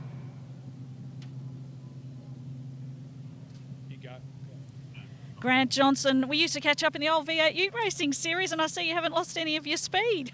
No, not really, just got older. Yeah, so our good start to the day. We got 2 more for the rest of the day, and really it's for today it's all about the last race for the national championship, so that's what it's all about. Yeah, so what is the mindset in these particular heat races? Just keep it straight, try not to tear anything up, and make sure you've got a good race car for race 3 today. Yeah, I can see you've got your serious face on, so you're not going to celebrate too early, I can tell. No, definitely not. But you know, it's great event, great track. The weather's perfect today, so yeah, hopefully have some good races towards the end. Terrific, well done, and good luck in the one that matters, of course. Yeah, thank you. Thanks, Kylie. Good on you, Grant Johnson, and hopefully Brandon Madden might not be too far away. Brandon, I know this is not the be-all and end-all, but how's it feeling out there in that one ahead of the all-important race a little later on? Oh, you're right. No, it's good. Obviously, different track conditions from yesterday, so I've got to try and manage that a bit more. Now the sun's out, the tyres have come up a bit more than yesterday, so managing the tyres is going to be a big one, and then just find that extra split second here and there to catch Grant will be the next bit, yeah. Yeah, he's a pretty handy steerer. Yeah, apparently he's been doing it for a while, so knowledge outweighs talent, so we'll see how that goes for the last race and go from there. Terrific, Brandon. Thanks so much. And I think Scott's tending to his tyres. I don't know if we've got a little bit more time to catch up with our 3rd place getter. How's that one? You look all tired and full of life after that one. Yeah, I am a bit buggered there. Had a good run there off the start. So after that, it was just about preserving the tyres. The tyres started to go away from this, just trying to hold on. So it was a good ride. Try and hang on for the next one. Seems to be the theme. Exactly right. Exactly. Thank you. Terrific. Best of luck in the next one. Thank you. Good on you, Kylie. Thank you for that. Catching up with our top 3 from that race of the Saloon Car Nationals. Grant Johnson, Brandon Madden and Scott Dornan. Lockie, Formula 3's out on track.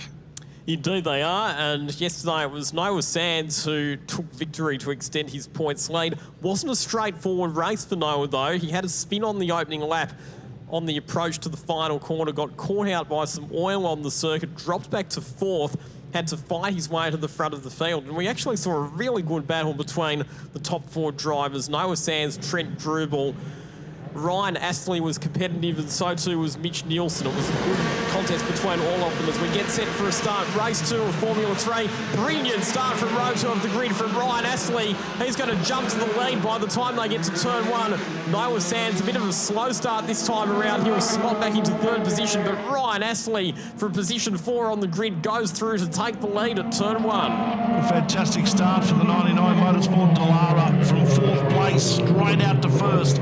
Oh, Noah Sands around the outside from 3rd to 1st at turn 2. So Ryan Astley went from 4th to 1st at turn 1, and then Noah Sands just sent it under brakes at turn 2 and gets the number 17 car back to the front. Wanted to be at the front, there's no doubt about that, Noah Sands, and that's exactly where he's at the moment. So it's Sands from Astley, Trent Grubel up there in 3rd place. Ethan Brown in the Tim Macro Racing Dallara getting a pretty decent start as well.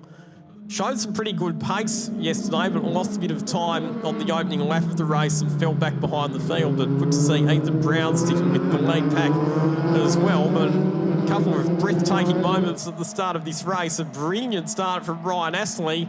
and then a breathtaking braking manoeuvre for Noah Sands going around the outside of not just one but two cars at turn 2 to move back into the lead of the motor race. Good battle between Astley and Grubel at the moment for second place as the first lap completed and Noah Sands holds the lead. Here comes Trent Grubel to the outside of Ryan Astley at turn 1. Astley on the defensive. You are flat out through a Formula 3 car through the fastest corner on the racetrack. Astley manages to hold on, but Grubel in the Miguel chassis, railing him in under brakes at turn 2. Mitch Nielsen not far behind. It's a good contest for second position in the early laps of this race. No doubt. Grubel looking on the inside. Couldn't get it done, so goes back into formation. Next chance he'll get will probably be through the hairpin. As Astley second, Grubel third, Nielsen in the blue car fourth. Nice and tight as they make their way back down Corporate Hill. Noah Sands through the hairpin. And no opportunity again there for Grubel. Will he be close enough to get a drag down the main straight and maybe take second at turn 1? Astley covers him off through the final 2 turns of the lap. And Grubel is right behind him, so this will be a run. Grubel comes to the outside. Astley on the inside. Grubel get half a length in front. Will it be enough? I don't think so. Astley, oh, gee whiz. Great driving by Trent Grubel to stay on the outside and hold it and take second place. That was brave, wasn't it? Super committed move from Trent Grubel all the way around the outside of Ryan Astley's move up into second position. He started the season in the Delara F3 12 as we see a move for third place now. Down the inside, Mitch Nielsen, side by side, hold station on the outside and relegates Ryan Astley back to position 4. Astley now under some pressure from Ethan Brown, who wants to challenge at turn 6. They'll go side by side into Corporate Hill. The overtaking manoeuvres in the first few laps of this Formula 3 race have been extraordinary. Grubel locks it up heading into the hairpin and Brown successfully completes the move on Astley. Well, he's dropped 3 places. So he jumped 3 places in the space of 100 metres, and now he's lost 3 places in the space of a lap. Oh, you have to feel, don't you, for Ryan Astley? He got as high as first with that glider start, but he's now been relegated back to position 5. Noah Sands, your race leader, on targets, punch out the fastest lap, and just to add insult to injury, Ryan Astley's gone off the track altogether up at the final corner, turn number 11, and fallen right to the tail end of the field. What a shame after such a good start and such a strong opening stanza of this race. Noah Sands, 1 minute 25.9, fastest lap of the race so far. Got down to a 25.3 in race 1 yesterday. He continues to march towards this Australian Formula 3 crown. Trent Grubel in that Miguel chassis, which was also being run by the Gilmore Racing Team, sitting in second position. Like I said, Trent Grubel started the season with Tim Macro Racing, driving the Delara F3 12, the newest car in the field. In one round 2 at Taylor Bend, he was the championship leader at that point, but then disaster struck at Winton when he had a catastrophic engine failure in qualifying, which sidelined him for that weekend, meant that he got 0 points. They still haven't been able to source replacement components for the engine, and that's why we're seeing him driving the Miguel. That's a car that he's had to lease from the Gilmore Racing Team to keep his championship on track. And you'd have to think that Trent Grubel would be frustrated with basically losing his shot at the championship as a result of those mechanical problems. But to his credit, he's got a really positive attitude. He said, when I caught up with him on Friday, he said, you know what, Lockie? So driving the Miguel, which is a completely different chassis and has completely different aerodynamics, I'm actually learning more than what I was learning in the newer car. So even though maybe it's not quite as competitive, it feels that for his development as a driver, that's actually helping him. So good to see that Trent Grubel's maintaining a positive attitude in the face of adversity. Yeah, exactly. Noah Sands remains our leader. Trent Grubel, as they may say it. We'll just call him Grubel. Grubel, yes. Yes, it's a name that must be pronounced with a strong German accent. Yes, correct. Currently in second place, Mitch Nielsen in third. Then down to Ethan Brown in fourth place. Ben Taylor currently running fifth. And then Roman Crummins in sixth place. Unfortunately, at the back of the field, Rick Astley. Who, never going to give you up. Well, let's hope he never gives it up. As he I think you mean Ryan Astley. So did I say Rick Astley? Oh, Astley. Lord. Yes. I knew that was going to happen. Tried to make sure it didn't, but we have a broken down car. And that would be Ben Taylor. Yeah. Oh, dear. He's had a really, really unfortunate run of luck in the last couple of events. He had a crash at Winton in qualifying, which put him out of that weekend and landed him in hospital. Then some mechanical dramas at Queensland Raceway, which put him out of contention. And now it looks like further mechanical issues here at Sydney Motorsport Park. So that car stopped on the circuit at turn 4. And it'll be interesting to see if, yes, just as I was about to say, it'll be interesting to see what the officials decide to do. They have decided that that car in that position necessitates a safety car. Well, I think they gave it every opportunity to try and get going under its own steam. Unfortunately, though, that hasn't been the case, as it just lays there at turn 4. So it'll await a removal. Safety car comes out, and one would think maybe a lap or two under safety car. 9 laps remaining in this race. That might be curtailed just a fraction. Fastest time of the race so far, Noah Sands, 1:25.14. Just goes to show you how good that lap of Nick Foster's was back in 2013, a 1:22.62. Fast lap in that McGale.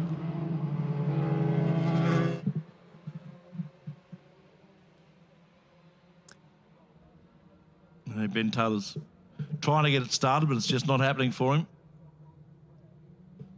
No, that's disappointing for him. So the safety car's out on the circuit, and at this point, the drivers will be needing to do everything that they can to maintain temperature in their control hand-cooked tyres.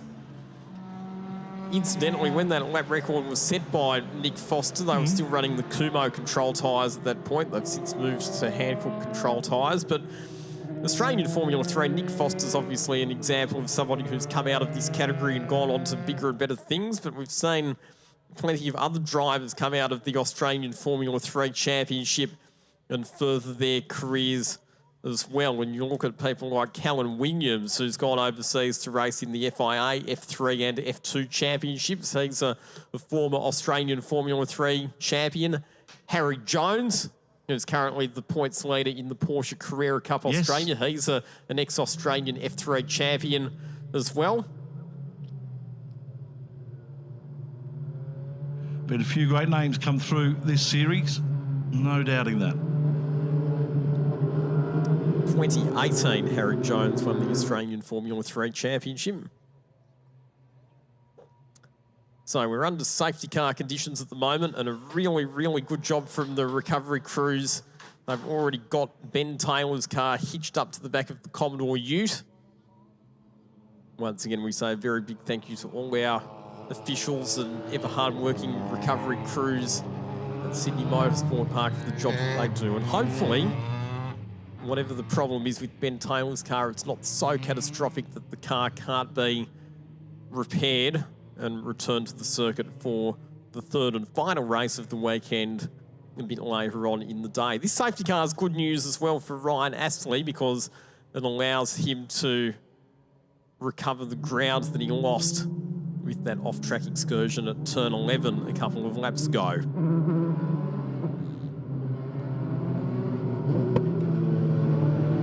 And the Australian Formula 3 Championship will be concluding down at Phillip Island as part of the Island Magic race meeting a bit later on in the season. That'll be a circuit that'll be well suited to these high downforce wings and slicks open wheelers.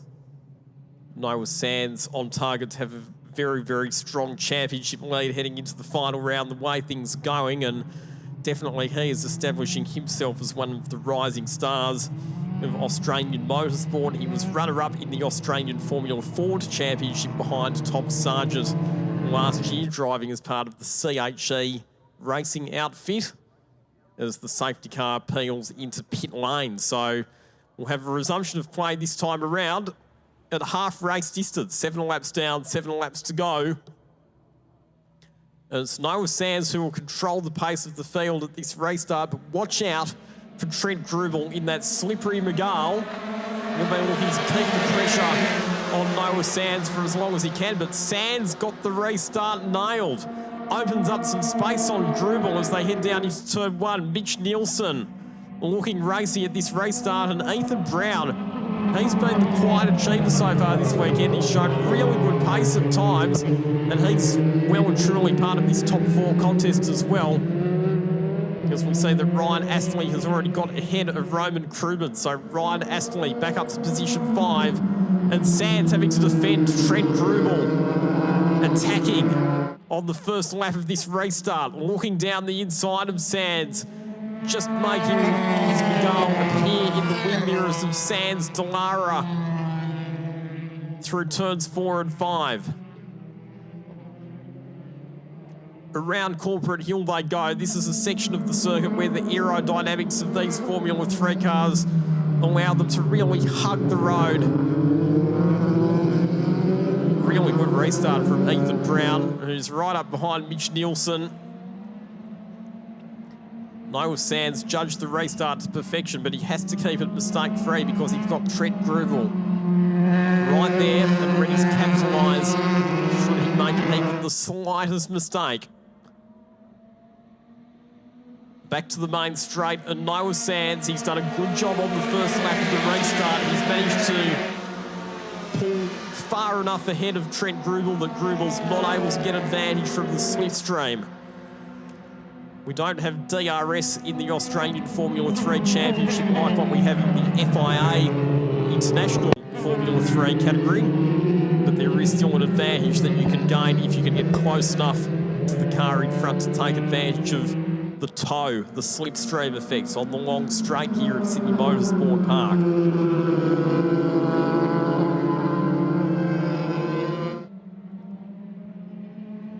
The timing screen starting to light up in purple as these drivers push on. Like I mentioned, the Hankook tyres, they get stronger as the race progresses. There's not a lot of tyre degradation, and as the fuel loads in these cars burn down, they will get lighter and they will get faster. So we'll see some scorching lap times as the race progresses.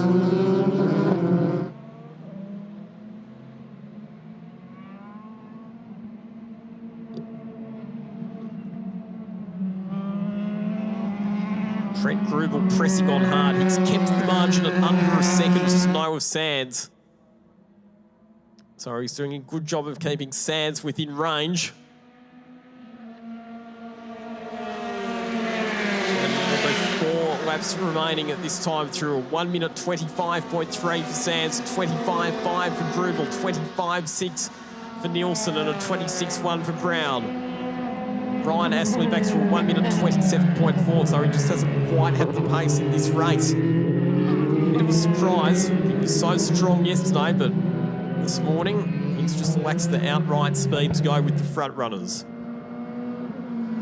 Roman Krubin's sitting in position number 6 at the moment in his Hi-Tec Motorsport Delara.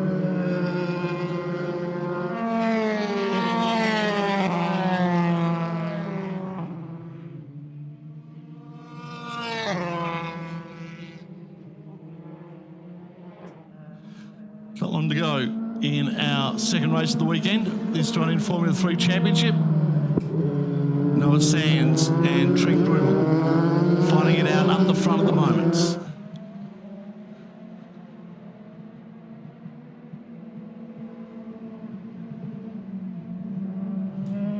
of the reasons that this is such a strong junior development category, Tony, is because everything in these cars happens so fast, whether it's accelerating, braking, turning. It's a category that really sharpens up your reflexes as a driver.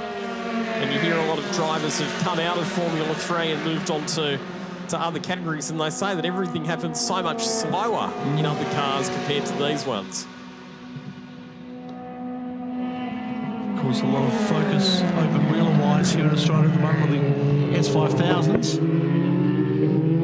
But definitely still a place on Australian motor racing circuits for this category, the Formula 3 Championship. Indeed there is, and in terms of aerodynamics and in terms of corner speeds, you'll find that the F3 cars still can carry a bit more mid-corner speed compared to an S5000. The S5000s still have a bit more straight line performance because they're running those very large capacity V8 engines compared to the four-cylinder engines in these cars, but the S5000s are also significantly heavier. Through the hairpin, and it's still Sands from Grubel. Mitch Nielsen there in shot, and the blue car goes wide. Gets himself back on track. And any ground that he had made up on Grubel may have just been lost on that one move of the hairpin. As they come towards the line, only a couple of laps remaining.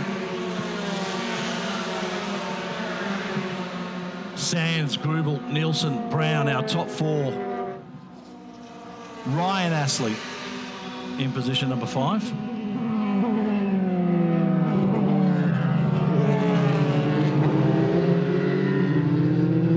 And then Roman Crummins crosses the line in P6 at the moment. Unfortunately, we lost Ben Taylor a few minutes ago. His car stuck out at turn number 4, unable to restart. And as a result, we had a safety car period for a couple of laps, but back under racing conditions now with just 2 laps remaining.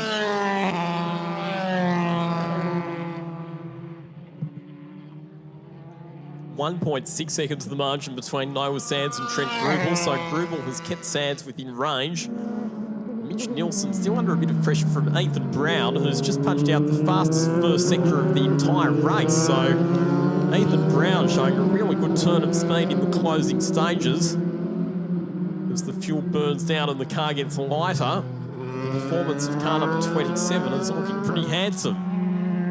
Tim Macro will be pretty happy with that from his young charge. He has to put his racing career on hold, though, Ethan Brown, at the end of this season. His family's based in Singapore. He is a Singapore citizen, so he has to do 2 years compulsory military service. Ah, there you go. Final lap of the race for the Australian Formula 3 Championship. Race number 2, there'll be another one a little bit later on this afternoon. That's set down for a start at around about 1:30 or thereabouts. Qualifying for the Hyundai XLs coming up next here on track. As Noah Sands continues to make his way out in front, a 2.5 second gap now between himself and Trent Grubel. So he's just turned it up a fraction, has Noah Sands on this final lap. And doing it nicely through the hairpin. Grubel, Nielsen has now just extended the margin between himself and 4th place Ethan Brown. And on the final bend, bringing it home for a win in race 2 here of the Australian Formula 3 Championship at Sydney Motorsport Park. Noah Sands, who takes the victory ahead of Trent Grubel, Mitch Nielsen and Ethan Brown crossing the line there in 4th.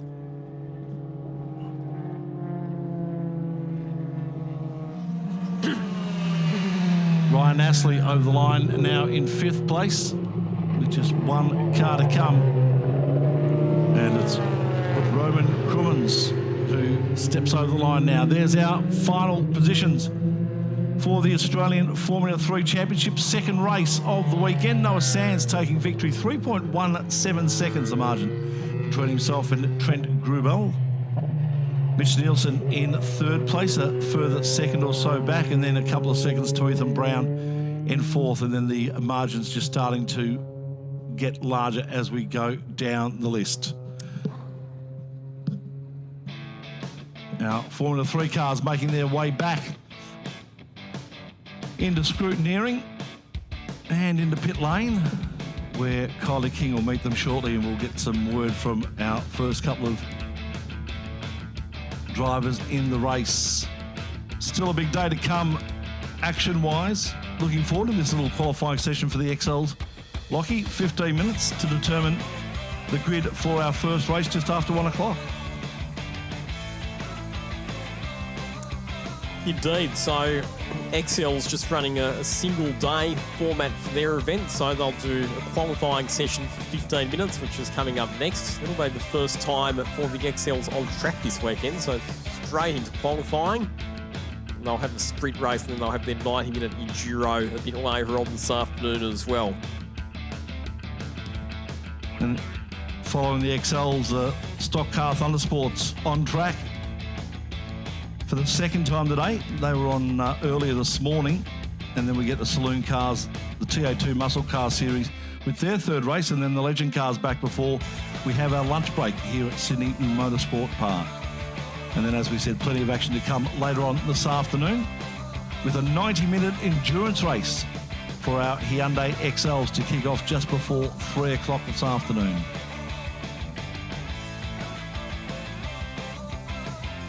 Beautiful day here, Lockie, compared to yesterday. I just wonder whether we are in for a change possibly this afternoon, or can we expect this to remain? I think the forecast is for it to stay fine for the rest of the afternoon, which is good news.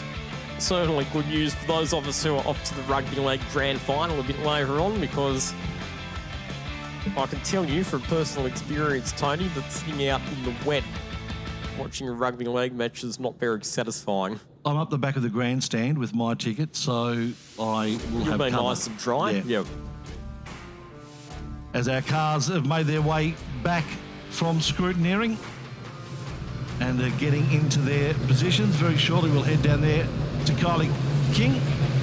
She'll have a chat to our winner, Noah Sands, and hopefully also Trent Grubel and Mitch Nielsen as well, who finished in second and third. You can see Noah just getting himself out of the car. Not an easy job. Very tight fit in these Formula 3s. Definitely a car I wouldn't be able to fit into. You almost don't so much as sit in them as you almost semi-lie down in them. Your legs are stretched right out in front of you to where the pedals are. So you are very snug in the cockpit. And okay, helmet off for Noah Sands. And we'll get Kylie in there to have a chat to our winner of the second race of the Formula 3 Championship now. Noah Sands, congratulations. Hectic first few laps to get started, though. Yeah, I got a decent jump, but the other guys got a better jump on the cleaner side of the road. So I had to make the pass down at turn 2, but yeah, we got it done. And then the safety car came out. So yeah, all in all, it was a good race. Well done, congratulations. I'll catch up with our second place getter, Trent Grubel. Trent, you had Noah in your sights, you just couldn't quite get him in the end. Yeah, no, I just want to give a big shout out to Gilmore's Racing. You know, what we're doing with this model of car, 10 years older in development, so not the current speed, and just to have it in P2, like, they're doing an outstanding job. And yeah, I couldn't be happier. You know, Noah went deep on the outside, and I tried my best to catch him, but yeah, unfortunately we're just a little bit limited with the car, but still wrapped with our position. Well done, and I think we've got time to squeeze in another quick interview if we can. He's still got to get his helmet off and his gear, of course, with Mitchell Nielsen. And Mitchell, nothing like a frantic first few laps in these Formula 3 cars to get the adrenaline racing. What was it like from your perspective? Yeah, it was a tough one.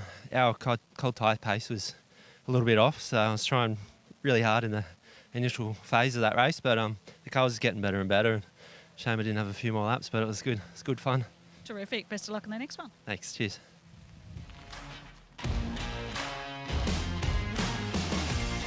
Thank you, Kylie. Great work down there in pit lane with our top three from the Formula 3 Championship, second race of the weekend. Noah Sands, Trent Grubel and Mitch Nielsen finishing 1, 2 and 3. Time to get the Hyundai XLs out onto the track. 13 XLs here this weekend. Normally would have much bigger fields in our XL categories, but unfortunately I think there's a Nationals race coming up next week, is it, Locke? It's actually this weekend up at Saloon Park, the XL Nationals. And we're going to check out some highlights from TA2 race that was held a bit earlier on.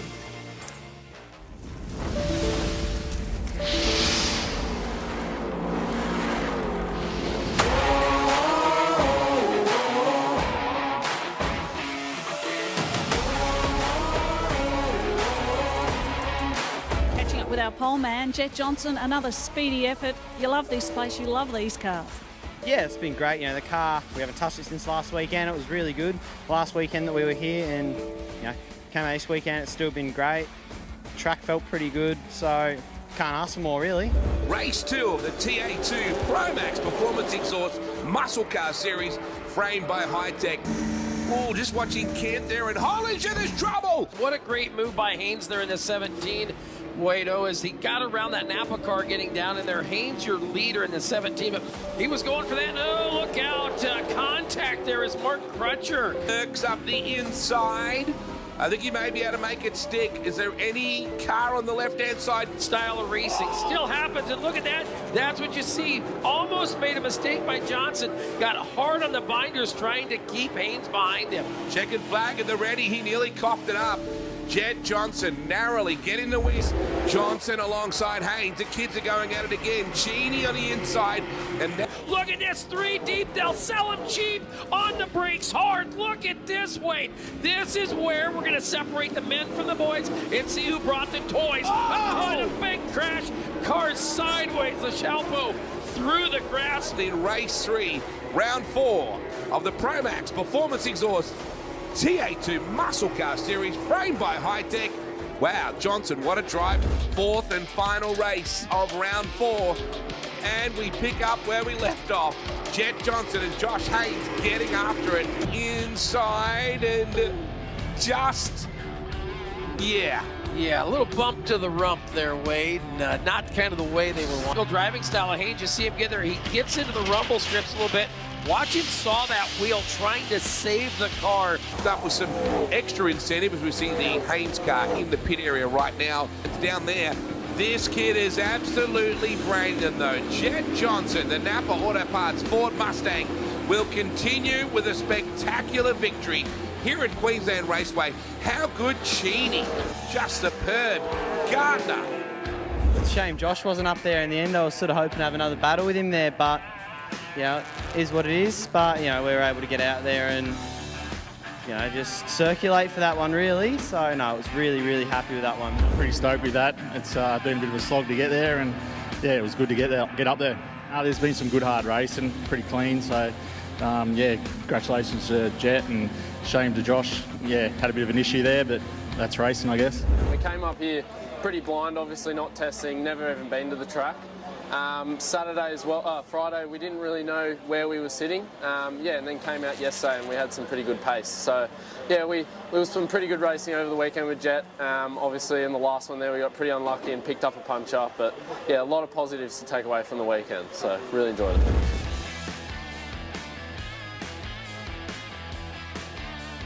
Yeah, thank you very much. Yeah, the whole team gave me a great car to get in a car that you've never driven before and be able to do that on 2 podiums on debut. It's pretty unreal. So credit goes to Lee and Mike and my mum and dad, James Benford, Scotty Tiller and the whole team and everyone back home watching. Cheers, guys.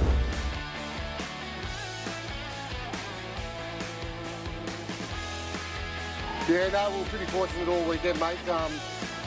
Conditions were perfect. Everyone was racing hard, really hard. There wasn't much between the top 10, half a second, I think. So, look, we tried a few things and it worked for us. It was great. We were really strong on the brakes.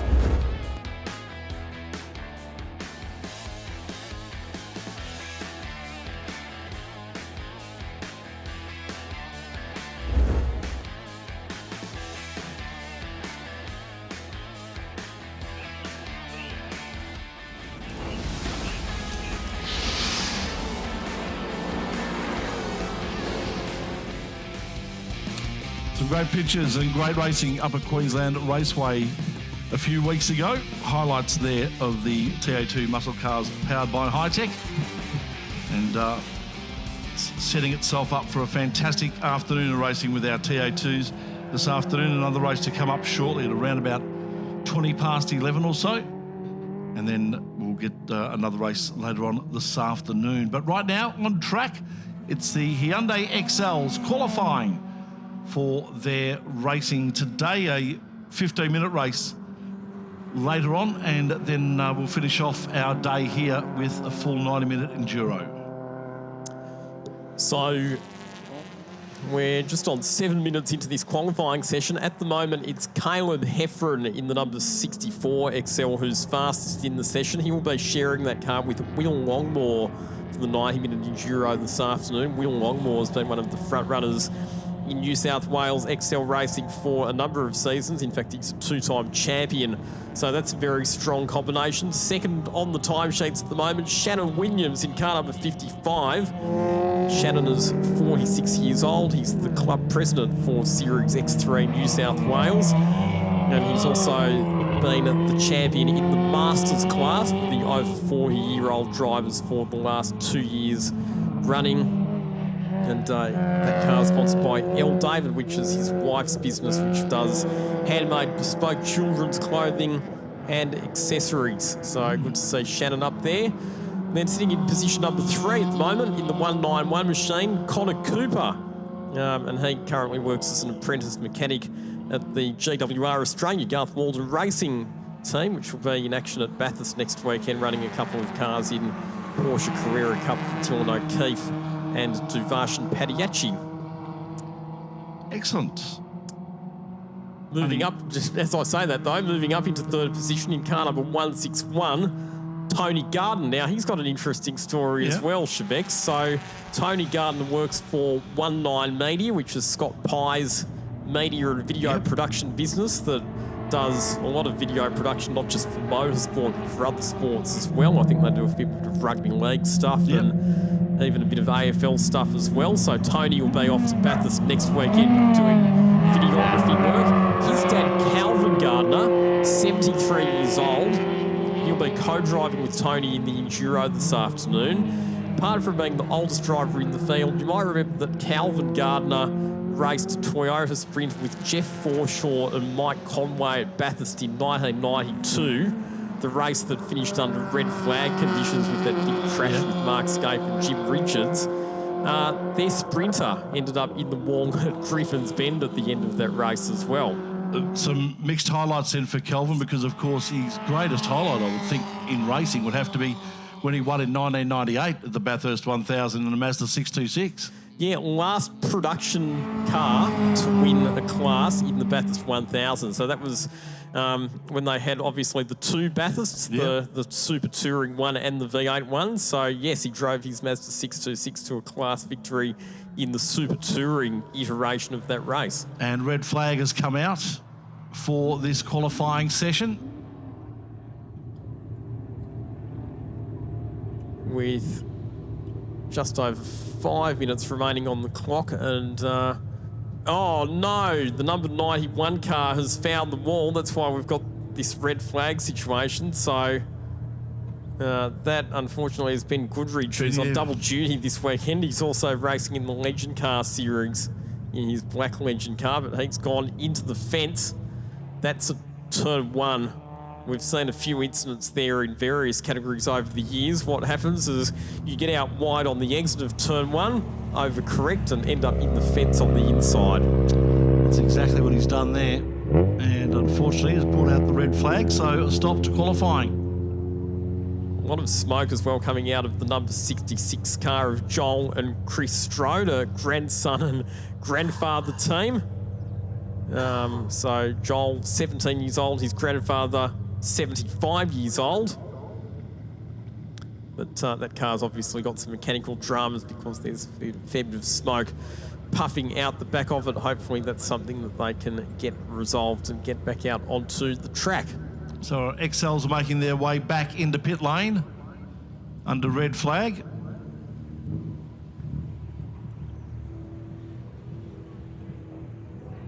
as we see Ben Goodridge. Yep. So coming out of the car, he looks fine. Yeah, he's okay. Same can't be said for his car, I'm afraid. So a bit of work to be done by his crew to see if they can get that out for our race 1 just after lunch this afternoon. That car's actually owned by Lachlan Ward as well. He's leased it to run in the XL Enduro this weekend. So these XLs are pretty tough though, and one of the advantages of this category, Chevex, is that there's an abundance of spare parts. Yeah. So if you're going to have a crash in any sort of car, an XL is probably not a bad one. There was even a bigger abundance of spare parts during the Australian Rally Championship years ago when they used to hire the Toyota Corollas from the Hertzes and the Avises and take them out to the track, and if they needed any spare parts, they were all fully insured. So if you needed a starter motor or something, you just take it off the hire car and put it on your rally car. I'm sure the hire car companies would have been really impressed about that. I don't think it happens anymore, Lockie. I wonder why not. I think we've even had cases of people getting parts out of Ford Falcons in car parks. The racetracks. Toyota 86s these days are the other cars that tend to be what's the word, stripped, I suppose, or gutted for spare parts. Cannibalised. Yes. I've got a feeling that this session could possibly be over. It looked like they were sending the cars from pit lane back out to the garages. Yeah, I mean, obviously we do have a bit of time certainty around how we run today's proceedings to make sure that we get all of the events on the schedule in during the allotted time. So it could be that race control has made the decision to declare the session at this point. With Caleb Heffron, our fastest car, a 157.29. The boy from Cootamundra, 17-year-old. Been racing karts since he was 7 years old, so knows a bit about racing at his young age. And it looks like he may start from pole position for our first race this afternoon.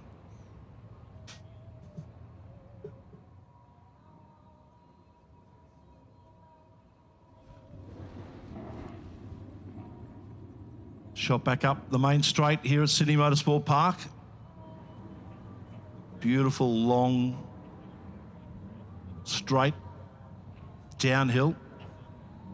One of the fastest turns at motor racing here at Sydney Motorsport Park, as cars generally go full tilt through turn 1.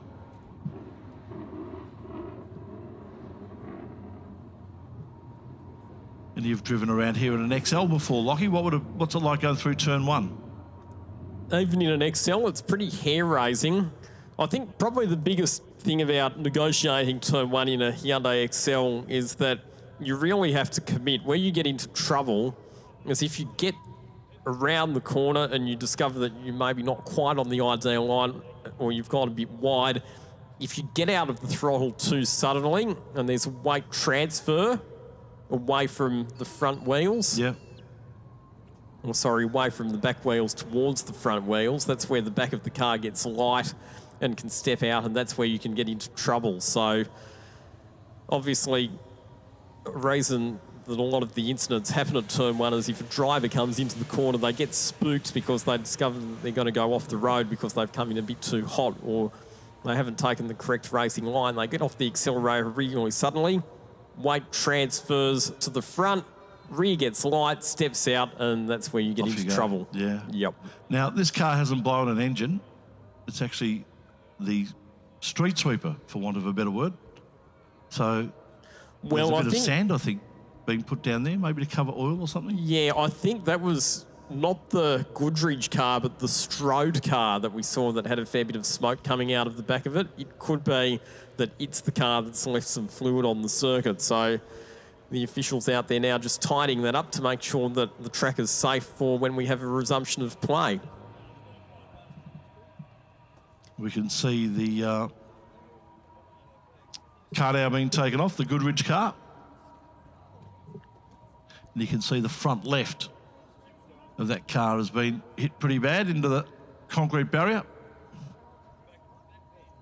So there'll be a bit of damage, one would think, underneath suspension wise and all that sort of stuff. So a bit of work to do for that crew to try and get this car back out for this afternoon's racing. I know you said they're sturdy, Lockie, but that's copped a big hit. Yeah, I think the key thing there will be if it's damaged the radiator or any of the engine components. It could be that it's not too bad.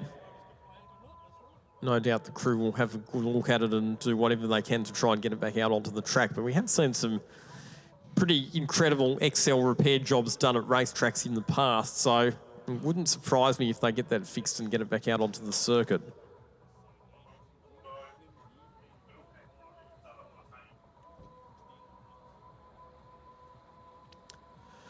So while we have this slight delay in proceedings, let's find out a bit more about one of our TA2 competitors, Josh Haynes.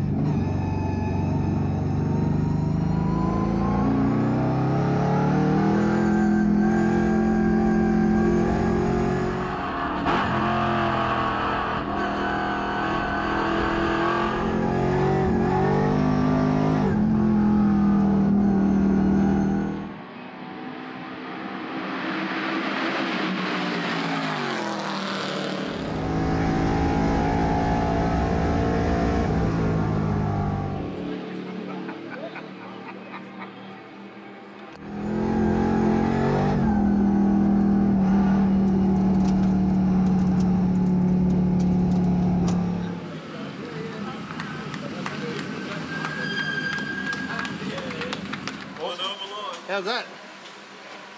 You can talk. You can bit rough on the ripple strips. Big clap for Alfie!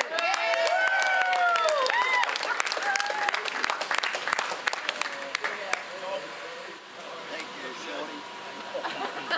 How was that? How good? Oh, so good.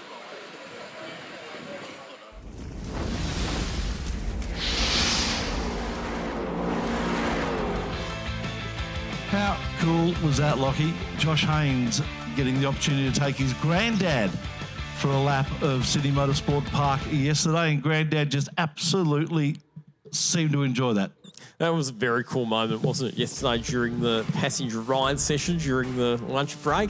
It's really good that they do have that two-seater TA2 ride car that they can take people for hot laps in. I get the feeling that granddad might have been a racer himself. He actually started looking like he wanted to steer the thing through turns 1 and 2. He had the opposite lock going as Josh was getting a bit sideways. So anyway, that was good. It was a great moment, and great that Dewey Jones and the TA2 social media crew were there to capture that moment. So we're currently in a bit of a break here at the Sydney Motorsport Park AMRS round, just doing some track clean-up work. We've just completed qualifying for the Series X3 New South Wales, the Hyundai XL Series cars, which will be on track for a 90-minute endurance race this afternoon. Up next on the program, we've got race number 4 of the weekend for the stock cars and Thunder Sports category. It's actually their final race of the weekend. Then we'll have race 4 for the Saloon Car Nationals. And race 3 for TA2 and race 4 for the Legend cars, which will take us up to the lunch break, which kicks off just after midday. Oh, some very nice looking clouds making their way over the track. Well, separated with a bit of blue sky. Actually looks like the sky from The Simpsons in the background there. control tower here at Sydney Motorsport Park, overlooking all the action. Yet pretty good view from most places here at Sydney Motorsport Park. Top of the pits, fantastic viewing of the majority of the track. Up in our commentary spot here at the back of the grandstand, also the same. And definitely get great spots up there in the control tower in the middle of the main straight. As our camera pans back up the main straight of Sydney Motorsport Park, we see that cleaning ute still doing its work, just getting rid of some oil, some fluid maybe that's on the track at the moment. And once we get that done and dusted, we'll get back under racing with our 4 categories before lunch: the Stock Car and Thunder Sports, the Saloon Car Nationals, 15-minute races for those guys, a 12-lap race for the TA2 Muscle Car Series, powered by Hi-Tec, or framed by Hi-Tec, I should say. And, of course, our Legend cars back on track before lunch.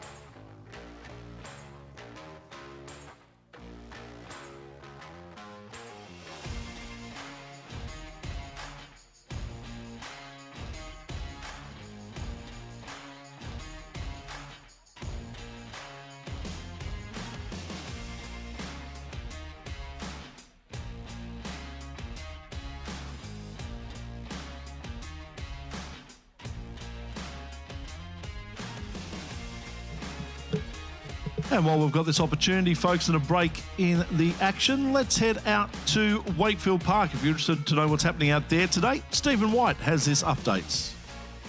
Yeah, obviously the update with Wakefield at the moment is we're still in a bit of a state of flux. Currently at the moment, the track is closed. We're certainly working with, from the Brunel Auto Club's perspective, we're working with the relevant government departments, etc., that we need to, but you know, things don't move quick, unfortunately, and we're exercising all options as we can to go forward. We've got some great support in amongst all of our competitors and supporters of Wakefield Park, and the Brunel Auto Club is obviously committed to continuing through the pathways that we need to. But yes, it's a long road, and unfortunately we've still got some time ahead of us.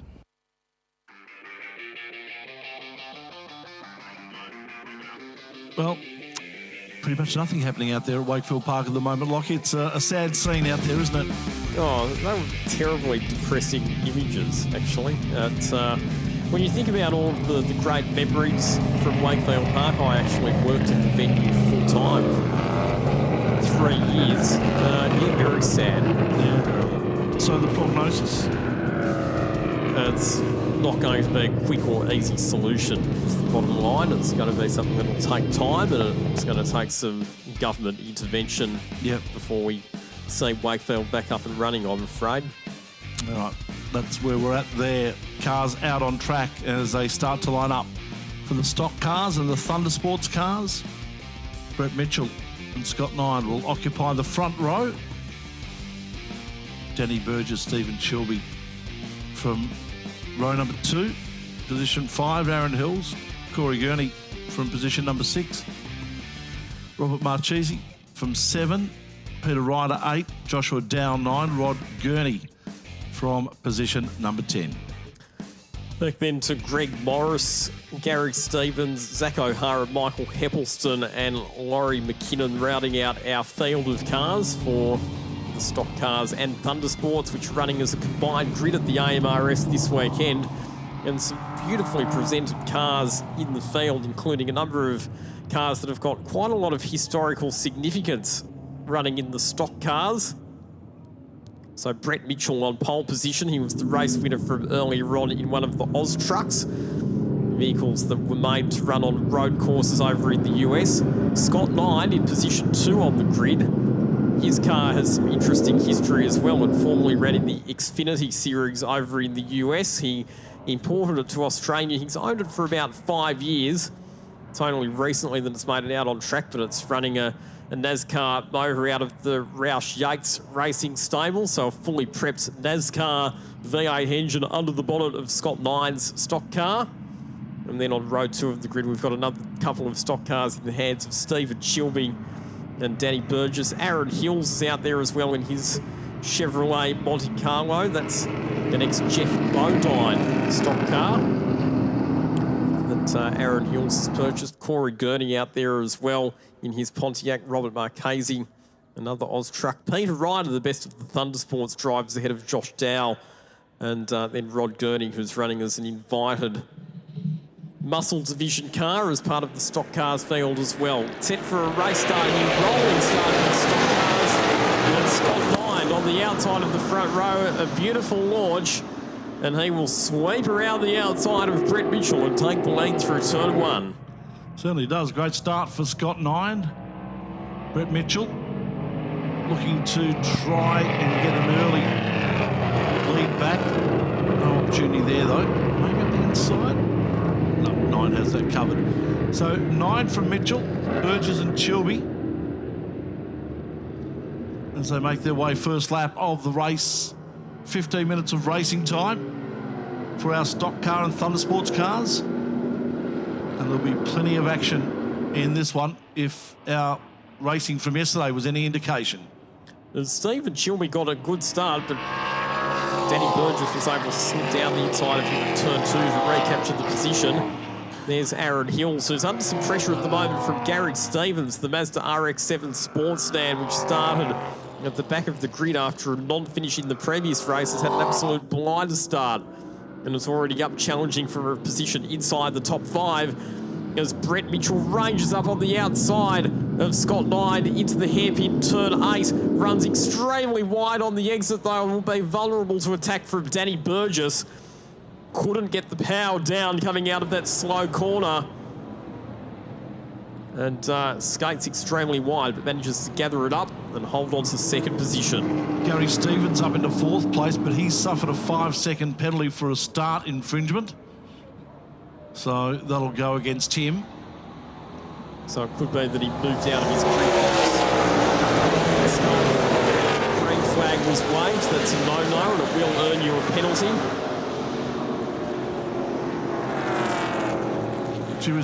Mitchell lost a lot of ground with that wide manoeuvre in the Oz truck just moments ago. Up the inside, a nice move by Gary Stevens to pick up another spot on Danny Burgess. The little Mazda RX-7 getting past the Silverado.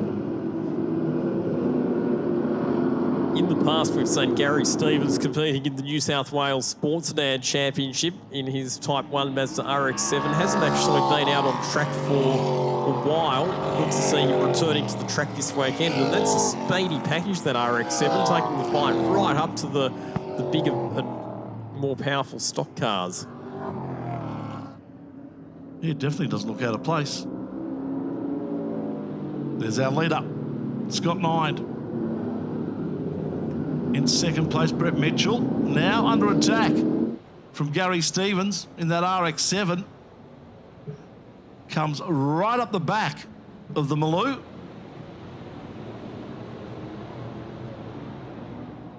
And might fancy his chances.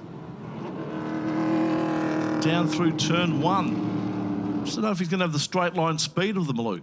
Well, this will be an interesting comparison, won't it? The V8 powered Oz truck up against the Mazda RX-7. He's thereabouts. He's got the speed all right. Straight up the inside goes Gary Stevens and moves himself into 2nd place. There's no doubt that the power to weight ratio of that Mazda RX-7 is impressive to say the least. Should clarify that it is a V8 engine in that RX-7 as well. It is a sports stand. You are allowed to run large capacity motors, and it's certainly got the legs in a straight line, no doubt about that. So for Gary Stevens, every second important for him with that 5-second penalty from the Stars infringement. So even though he's currently second at the moment, that 5-second penalty puts him back to 5th or thereabouts in the standings. That will change. What he needs to try and do is extend a 5-second advantage over those cars. Yep. He's 4.1 seconds behind our race leader, Scott Nine, who is well known for water skiing down in Victoria. Well, driving boats in water skiing, Scott Nine very much a great boat driver, held the record in the Southern 80, which is raced up in Echuca each year, I think back around about 10 years or so ago, for the fastest boat towing water skiers down through the Murray River. It's a great event. Gee whiz, they get big crowds at the Southern 80. But this weekend, he's decided that he'd rather be on dry land, Scott Nine, and doing a great job behind the wheel of his 2009 stock car at the moment. Fastest lap of the race for Scott Nine that time around, 1 minute 40.1. His lead over Gary Stevens is 4.3 seconds. Hence the reason why he drove so well in the wet yesterday. Well, that would explain it. He's used to being on water, isn't he? I actually had a chat to Scott Nine yesterday, and he mentioned that the car that he's driving, he's owned it for about 5 years, but it's only recently that he's been able to get it out on the racetrack. Full credit must be given to Zach O'Hara, the category manager for the Stock Cars Australia Series, for getting a lot of these historic stock cars back out onto racetracks. Unfortunately, Zach's car's not out on the circuit for this particular race, but he owns the ex-Kim Jane Repco-sponsored car in which Kim Jane won the NASCAR championship back in the mid-1990s. It was subsequently sold to Rusty French and was painted up in the Black Sky Sands colours. And we saw Rusty driving it at a number of stock car events in the early to mid-2000s. And now it's owned by Zach O'Hara, who's restored it in that original Kim Jane Repco livery, and it'll be making an appearance at Mount Panorama at the Repco Bathurst 1000 next weekend. We got the chance to see yesterday. It's a good-looking car. So if you're heading up to Bathurst, make sure you check it out. Can you believe it's only 1 week till the 2022 edition of the Great Race? That's Crazy, come up quick, hasn't it? Yeah, it certainly has. And I should thank Ford as well. They've given me the Ford Mustang for the week to drive up to Bathurst and bring back to Sydney. How good's that? Yeah, I know, I'm wrapped. Very nice car. 5-litre V8. Here we go. This is a challenge on for second position. So Danny Burgess is putting some pressure on Brett Mitchell. Sorry, it's actually the contest for third position between a couple of Oz truck drivers. Brett Mitchell was the winner of the race earlier on, but he hasn't had the pace as a challenge at the front of the field, and in fact he's a bit vulnerable to falling outside of the top 3 in this race. Good news for Gary Stevens is that he's starting to get that gap going that we were talking about. 3.5 seconds between himself and Brett Mitchell at the moment. And with 7 minutes to go, one might think they probably will get out over 5 seconds, which will allow Gary Stevens to hold on to that second position. Still a lot of water to go under the bridge before then. And there he is in the RX-7. Oh, Brett Mitchell very sideways coming out of Corporate Hill. That gives Danny Burgess a sniff on the inside. Two drivers with very different backgrounds, Brett Mitchell and Danny Burgess. Danny Burgess, we've seen, has stepped up from the Hyundai XL series into the stock cars. Huge difference in the performance and the horsepower between those two race cars. And Stephen Chilby, who's out there in an Oz truck this weekend. He previously raced in the Legend cars before progressing to the stock cars. Fastest lap once again, Scott Nine, and his lead now out to 10.4 seconds over Gary Stevens.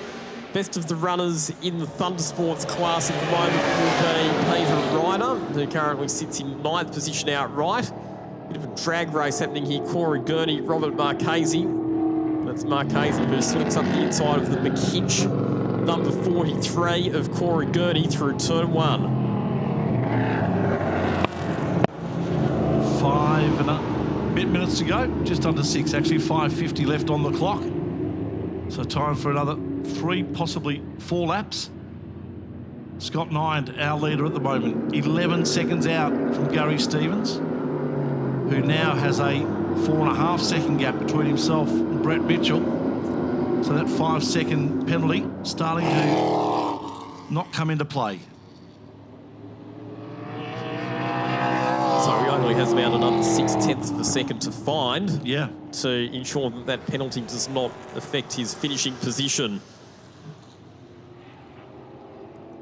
Here's Aaron Hills under pressure from Robert Marchese, who's been on a bit of a charge in recent laps. And Marchese up the inside of Hills around Corporate Hill. And that is Marchese up into position 6.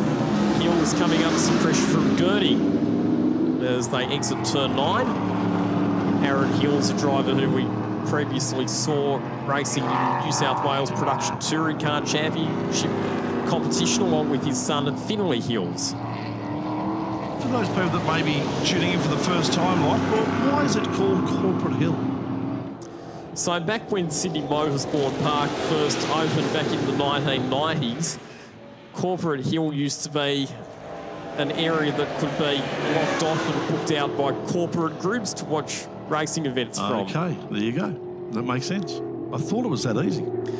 But I have to say that it's not something that's happened for a while. Yeah. So Corporate Hill is not Corporate Hill anymore? No, in fact, I don't even know that we see general admission punters wandering up there anymore. As a kid, I can remember standing on Corporate Hill at a number of supercars events here at Sydney Motorsport Park, including the final round of the 2003 championship, which finished in the hail when Marcus Ambrose won his first championship. We had a bird's eye view of the controversial incident that happened between Mark Scaife and Russell Ingall on the exit of the hairpin. And then we got absolutely saturated because there was a big hailstorm at the end of their race. Wow. So if there was an opportunity for the ARDC to rename Corporate Hill, you'd name it after a driver or something, wouldn't you, maybe? Find something there. We could call it Cameron Hill. Yeah, we could, but we won't. That was the first thing that came to my mind. Oh, lucky. Scotty Nine, there he is on camera, heading through turn 1. 3 minutes to go, so possibly 1, maybe 2 laps for the stock cars and Thunder Sports. And Scott Nine just doing it all his own way at the moment. 14-second margin between himself and Gary Stevens. In second place, Brett Mitchell, then 4.6 seconds behind Stevens. And in fourth place, Danny Burgess, who is in a little bit of a tussle with Brett Mitchell for third and fourth. But Mitchell just comfortable margin just at the moment. Warm day here at Sydney Motorsport Park. Wind just blowing, but definitely blue sky with a bit of cloud. But that temperature definitely building up close to the 20-degree mark here at SMP. We just saw Scott Nine putting a lap on Gregory Morris, so he's slotted into his spare car, Greg Morris. He was previously entered in the Rainbow Warrior liveried stock car. Oh, no, problems for Peter Ryder. What a shame. They were having some fuel pump or fuel system issues with that car yesterday. It turned out to just be a clogged fuel filter, and Peter was very happy with how the car had been running after that, but unfortunately some mechanical problems have crept in, and the Nissan Silvia V8 has ground to a halt at turn 1. Well, that could bring out the safety car. We only have just over a minute remaining on the clock, so I think this will be the last lap anyway, so I doubt that they'll call a safety car at this late stage. Double yellows you can see being waved there at turn 1.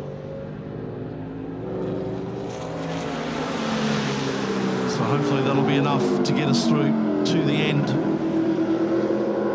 As we get back on with the leader, Scott Mind, in that number 16 Ford Mustang. Looking the goods, and is the goods here this weekend.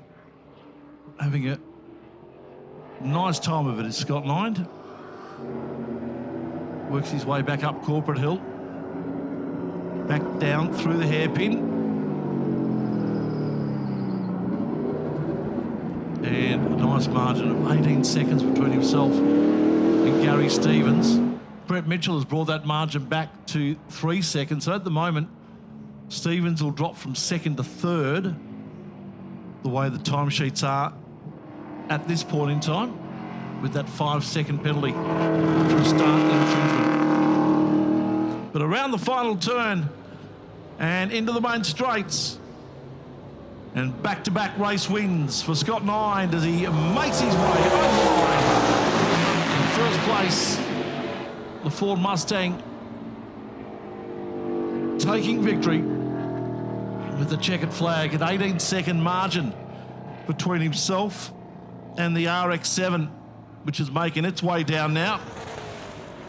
The Gary Stevens. Just behind him, Brett Mitchell in third place. That margin of 4 seconds between second and third. So Gary Stevens will drop to third with his 5-second penalty. Brett Mitchell will jump up to second. Indeed, so he didn't quite get the 5 seconds over Brett Mitchell that he needed. Gary Stevens lost a bit of time in the last couple of laps, so turns out that 5-second penalty is going to cost him a position. But once again, a big thank you, particularly to Zach O'Hara, for all of his efforts in getting a good field of stock cars together for this race meeting, along with Thunder Sports. And they will be back on the program for the final round of the AMRS at Winton Motor Raceway in November. All right, time to head down to pit lane where Kylie has a couple of veteran races in TA2. Barry Keller, 77-year-old racer down there with Kylie, racing after a hip replacement. Michael Rowell also down there as well. Old Speedway adversaries. Let's head down to KK now for a chat. Well, rivalry comes in all ages, shapes, styles and experience, and you lads have got quite the history. Barry, talk us through it. Well, I've known Mick since racing in the 80s in sedans, and then later we raced at sprint cars, and then, well, lo and behold, again, TA2, so we keep on bumping into each other. But today, all I could smell was aftershave. I was behind him for 4 laps, and he checked out, and good luck to him. Now, Mick, I believe you've come to blows on the track, quite a famous incident. I don't know about that. There are memories there, yeah. And your Speedway boys too. Yeah, that's right, yeah. We've spent, both of us have spent quite a bit of time in the Speedway, yeah.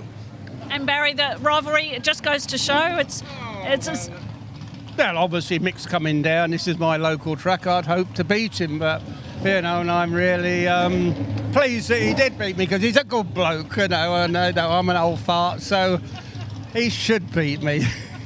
These TA2 muscle cars, what do they like to drive you boys? Because you can see the grins on your faces when you get out of the car. They're a lot of fun. It's just probably teaching an old dog new tricks. It's a bit of a different deal, but yeah, no, we're having a great time. And for you, Barry? Well, they're hard to drive like that. So Mick was the same as me. We got a surprise at how hard and how bad we were when we first turned up.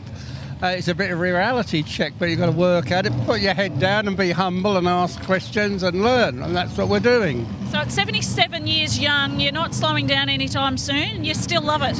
Well, fun enough, when I used to race Mick in about 1985, I was probably at my peak at 40, and every year I've slowed down a little bit, unfortunately.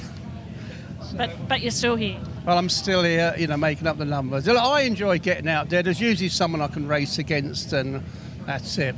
As long as you've got someone else the same speed as you somewhere, it's fun. It's great. Good on you, boys. Have fun out there. Thank you very much. Thank you very much. And thank you for talking to me, Mr. Rowell, in public. Good on you, Kylie. Thank you for that. A fantastic chat to a couple of the good old boys in our TA2 category in our Muscle Car Series, framed by Hi-Tec.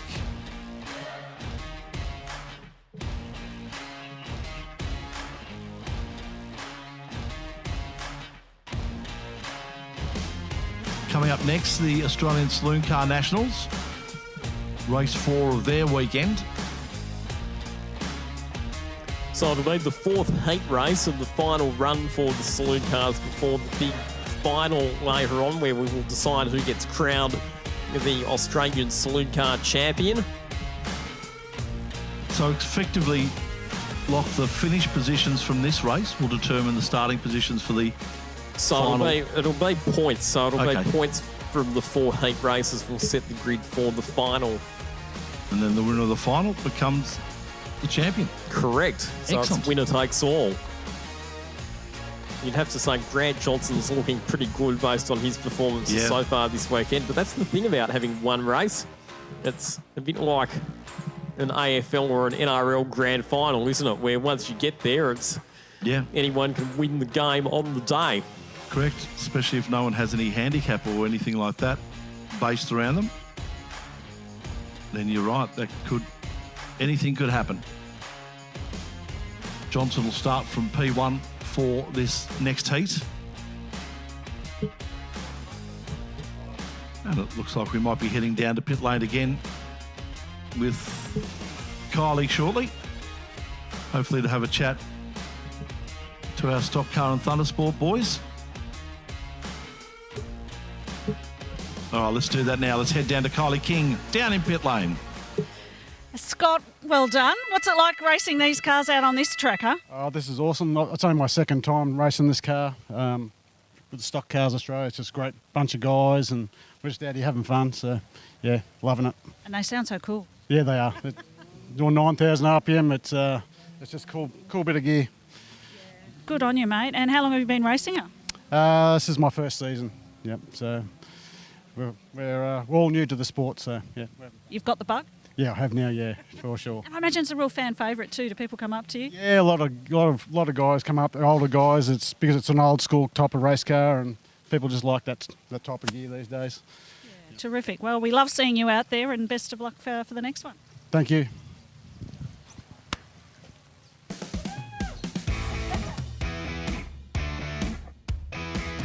Good work, Kylie. Thank you for that. As we await now the saloon cars as they are making their way down through turns 3 and 4 now, so not too far away for a start for our saloon cars here at Sydney Motorsport Park. So Grant Johnson on pole position for this race ahead of Brandon Madden, Scott Dornan and Matt Martin on the second row of the grid, the two West Australian, Scott Dornan's from South Australia, Matt Martin from Western Australia, Chris Neefsey, who stalled on the grid in the previous race out of 5th position, and then it's Rick Gill out of 6th. He got penalised 5 seconds for a jump start in the previous race. Michael Koberstein out of 7th position, Andrew Martin out of 8th, Regional Ralph out of 9th position. Good to see that Justin Chatton's car is back out on the track. He will start next out of grid position number 10. Brock Ralph, though, who had a gearbox problem in the previous race, he will not take part in this one. His Commodore is still down in the garage. Hopefully they'll get the gearbox in his car repaired or replaced in time for the final. But the car got stuck in 5th gear earlier on, which is obviously not helpful here at Sydney Motorsport Park to only have top gear available. Not helpful at all, and it wasn't for him, as unfortunately sent him off the track.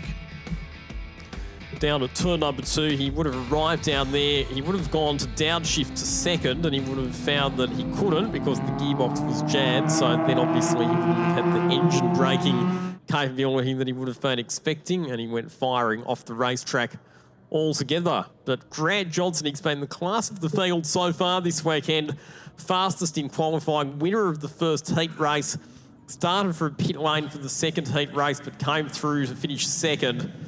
and then a fairly comfortable race win in the third heat race. So this is the fourth and final heat race, so the last appearance for the Saloon Cars, last opportunity for the drivers and the teams to get their head around the track to make any set-up, fine-tuning adjustments that they want to make, all in readiness for the finale later on this afternoon. But it is the reigning national champion, Grant Johnson, in the #1 VT Commodore, who is the man to beat. Brandon Madden, P2, right next to him. Scott Dornan, Matt Martin on the second row. That's where our leader, I would think, from at turn 1 will be, one of those four. As the revs get up, 5-second board goes out, and we are just about ready to kick this one off. Heat number 4 of the Australian Saloon Car Nationals, and a great start on the outside from Brandon Madden. Grant Johnson got away slowly, gets speed now, and gets the inside run up to turn 1, and retakes that first position. Madden stays on the outside. Brave move into turn 2. He'll try and get the job done from there. Will it work for him? No, he might actually lose a spot. And Scott Dornan comes up the inside to take second. It'll be interesting to see what happens as they negotiate their way through turn 3. They'll have to sort it out, and Madden has just managed to stay in front. Scott Dornan poking his nose down the inside into turn 4. Matt Martin maintaining a watching brief in position 4, and Chris Neepsey getting in on the action as well. It was a very good initial jump from Brandon Madden at the start, but then the acceleration phase of the launch procedure went Grant Johnson's way as they accelerated up through the gears. The Commodore pulled ahead, and so it's Grant Johnson who finds himself out in front once again. 3.5-second margin in the first race for Grant Johnson. Doesn't have that at the moment, but we'll be working on it, I'm sure. Johnson, Madden, Dornan, Martin.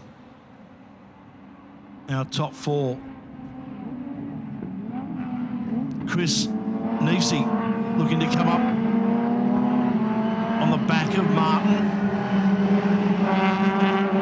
He'll take an opportunity if it presents itself. Back into the home straight.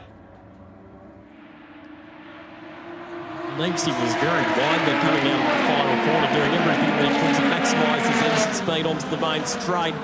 And he's right up behind Matt Martin as they head into turn 1, pulls to the outside. He'll try and go the long way round, and he's going to pull it off as well. Great move from Chris Neepsey, and Brandon Madden, we saw it in the previous race, and we see it again, dropping wheels off the road at turn 1 as Martin comes back down the inside of Neepsey into turn 2, and will recapture that position under brakes. So it looks like it was a great move from Neepsey, but he had it taken away from him when they got to turn 2. Here he comes again down the inside at turn 4. Martin shuts the door firmly. Very firmly. There was no room there in the end at all for Neepsey to try and find a way through. Just dropped off Martin now a little bit, and that's given Rick Gill the opportunity to look at the possibility of maybe passing Chris Neepsey. As we see our leaders there, Johnson, Madden, Dornan, then Martin. Neepsey's just dropped off him a little bit, Rick Gill. Corberstein as well, just off the back of Gill. So a good battle here for 3rd through to 7th. Has the potential to change a couple of times in the next 11.5 minutes. Michael Coberstein in the West Coast Cylinder Heads VN Commodore doing a really good job. That's the older model car that he's up running with the drivers in the newer generation cars. So he's well and truly out in front in the Pro-Am class for the older model saloon cars at the moment. Good to see Justin Chaffee back out on the circuit as well. We saw the failure in the left rear of his Commodore at the start of the previous race, which caused a red flag interruption while his car was removed from the main straight. They've obviously got the car fixed and back out there, but understandably Justin Chaffee is driving a bit conservatively at the moment because that's twice this weekend that he's had failures in the left rear of that car. Nisi looking to try and get away past Matt Martin. This has been a good build-up for the last couple of laps between these two. Rick Gill right there as well.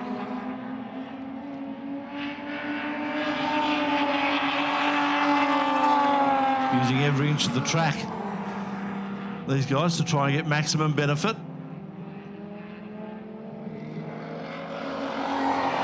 Grant Johnson, though, remains in the lead. 1.5 second margin between him and Brandon Madden.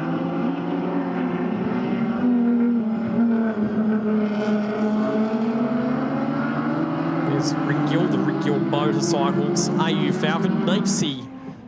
Very sideways on the exit of turn 8.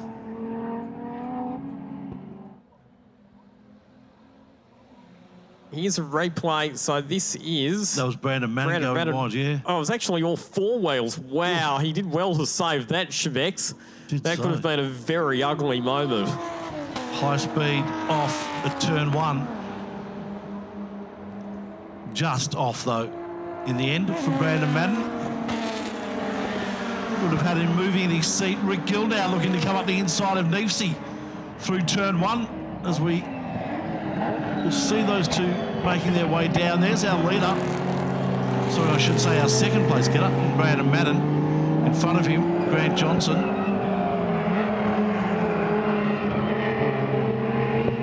And indeed, Rick Gill has made the move through on Chris Neefsey. So a couple of laps ago, we saw that Neefsey was up challenging Matt Martin for 4th position, but he's now been relegated back to 6th by Rick Gill,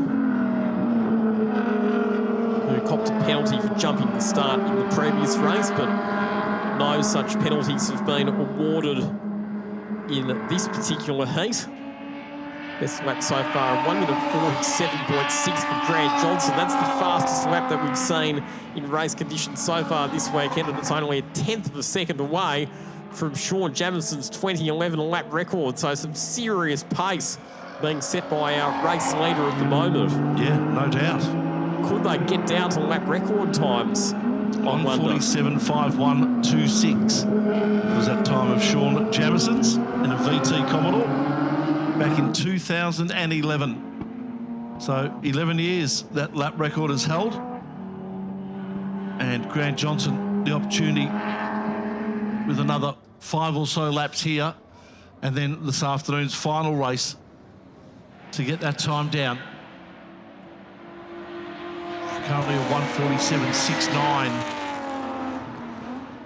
So 0.2 of a second he needs to find. Does our leader, Grant Johnson. Scott Dornan, Matt Martin right behind him. Continuing the good battle for 3rd.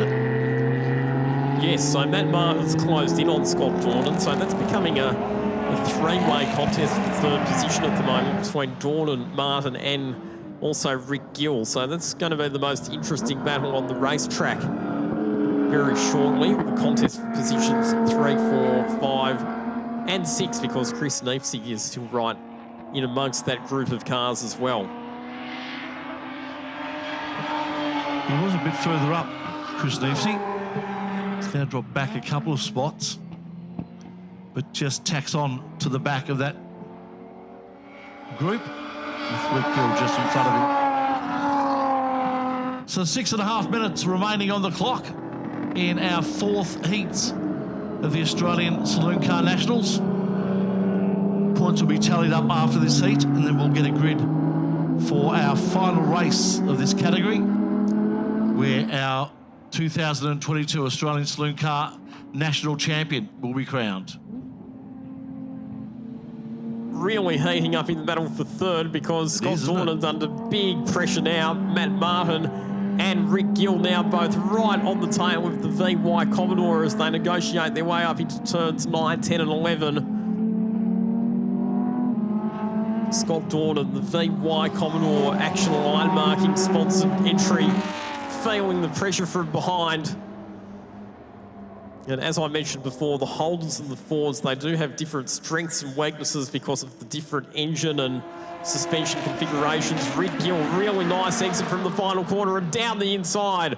Makes the move through on Matt Martin into turn 1. That is Rick Gill up to position 4. Great move by Rick Gill. Left it as late as he could to just touch the brake to set up for that turn into turn 1. And the door has been left open for Chris Neefsey, who capitalises and goes down the inside of Matt Martin into turn 2. So Matt Martin loses 2 spots in the space of 2 corners. He's been bundled back to position 6. Well, that's great for Chris Neefsey, who had dropped a couple of spots in a lap. And one thought that maybe tyres might have been down on him or something, but now works his way back up a position as he passes Matt Martin, and now will set his sights on grabbing Rick Gill and moving himself up into 4th place.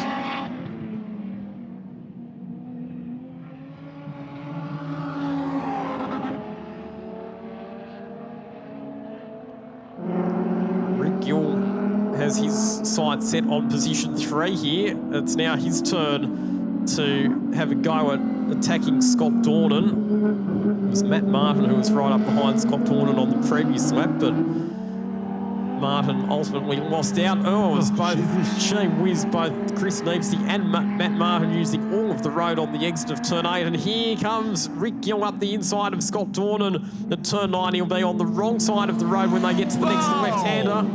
Chris Neefsey drifting his way through that turn, and as a result, Matt Martin gets himself back up into 5th place. Here comes Rick Gill once again. He's getting really good exits from the last corner, and that Falcon is clearly very strong in a straight line. Down the inside, this is the move for 3rd position on Scott Dornan, and Chris Neefsey's back ahead of Matt Martin as well. Good job, nice pass. Can Scott Dornan fight back at turn 2? Here he comes.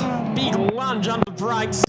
Can he get the number 23 Commodore stopped? Indeed he can. Good work. Nice job to recapture that position from Rick Gill straight away. Well, they haven't started the riding on the trophies for this podium just yet, because it could end anyway.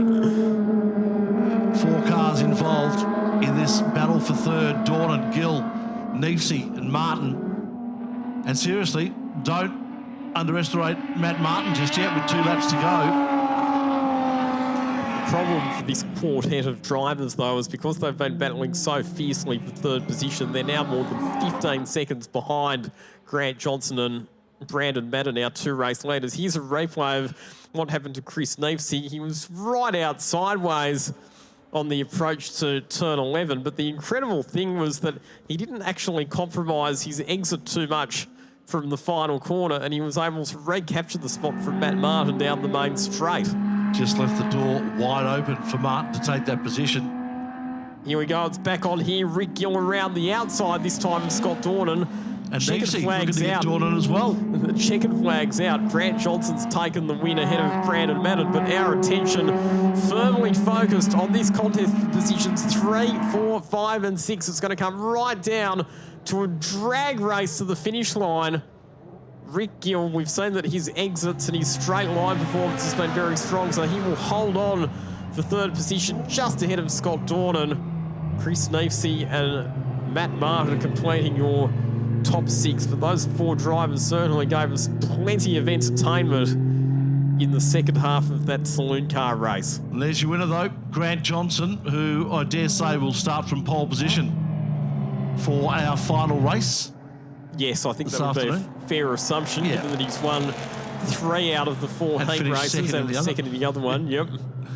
So, confirmation of our placings for heat number 4 for the Australian Saloon Car Nationals. Grant Johnson, nearly a 5-second margin between him and Brandon Madden in 2nd place. Rick Gill 3rd. Look at that. 0.5 of a second between Gill and Dornan. And then 0.3 of a second between Dornan and Neefsey. And then just under a second between Neefsey and Martin. A fantastic battle for third place for those final laps between those 4 drivers. Cobenstein, Martin, Reginald Ralph and Justin Chaffee, our top 10 here for the Australian Saloon Car Nationals.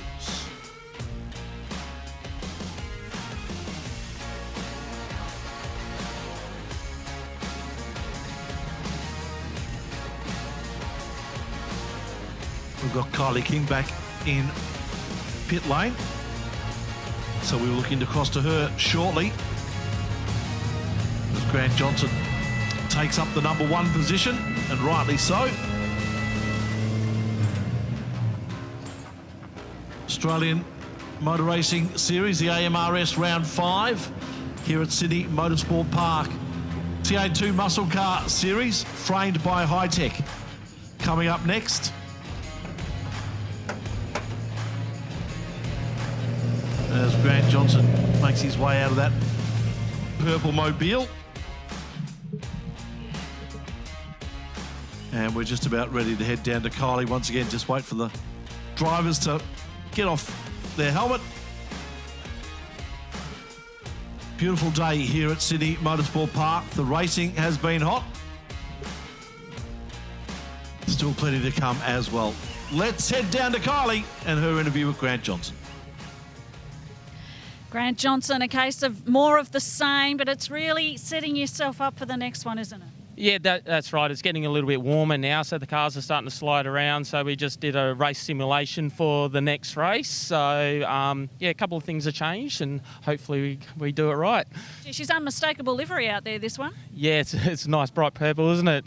So I'd go for Frio Dockers as well. So it's a good kind of purple haze. So no, hopefully the next one's where it counts. So hopefully we can keep the Fords behind us, but they're getting faster. And the WA contingent, hello to those tuning in, listening to us there. There's a whole stack of you in this category. Yeah, there is, and it's great to represent your own state and to come across here. And it's just a pity that some of the local guys and the guys that live a little bit closer didn't get up here. But hopefully next year we can get more numbers. And but look, we've got some really good drivers here, fast cars, and yeah, to win it you have to be here. It's got all the ingredients. Good on you, Grant Johnson. Best of luck in the final, the one that matters, the race 5, as he says. That's what it's been all about, and he'll be starting from pole position for that one. And, of course, Brandon, we meet again. Congratulations. How did that run feel? What was the strategy behind that one? We chucked some new tyres on for that race and 2 new front right and a front rear left. Just try and get more grip with the sun. It was good at the start, went off the track, turn 1. That sort of cost me a bit of time, but... So the next race is the final race, and that's all that matters, really. So you keep telling me. Best of luck for that one. Thanks for the chat. Thank you.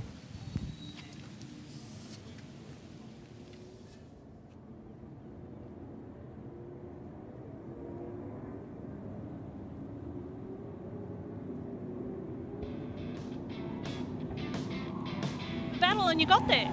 Yeah, I settled at the start. Stay in line.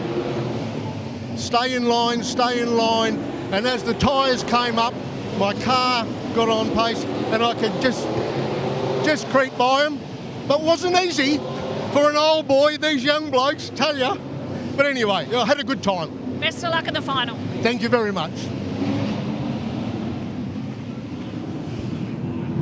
Good on you, Kylie. Thank you for that. Welcome back. We are live pictures and formation lap, warm-up lap, for the TA2 Muscle Car Series, Race 3, framed by Hi-Tec.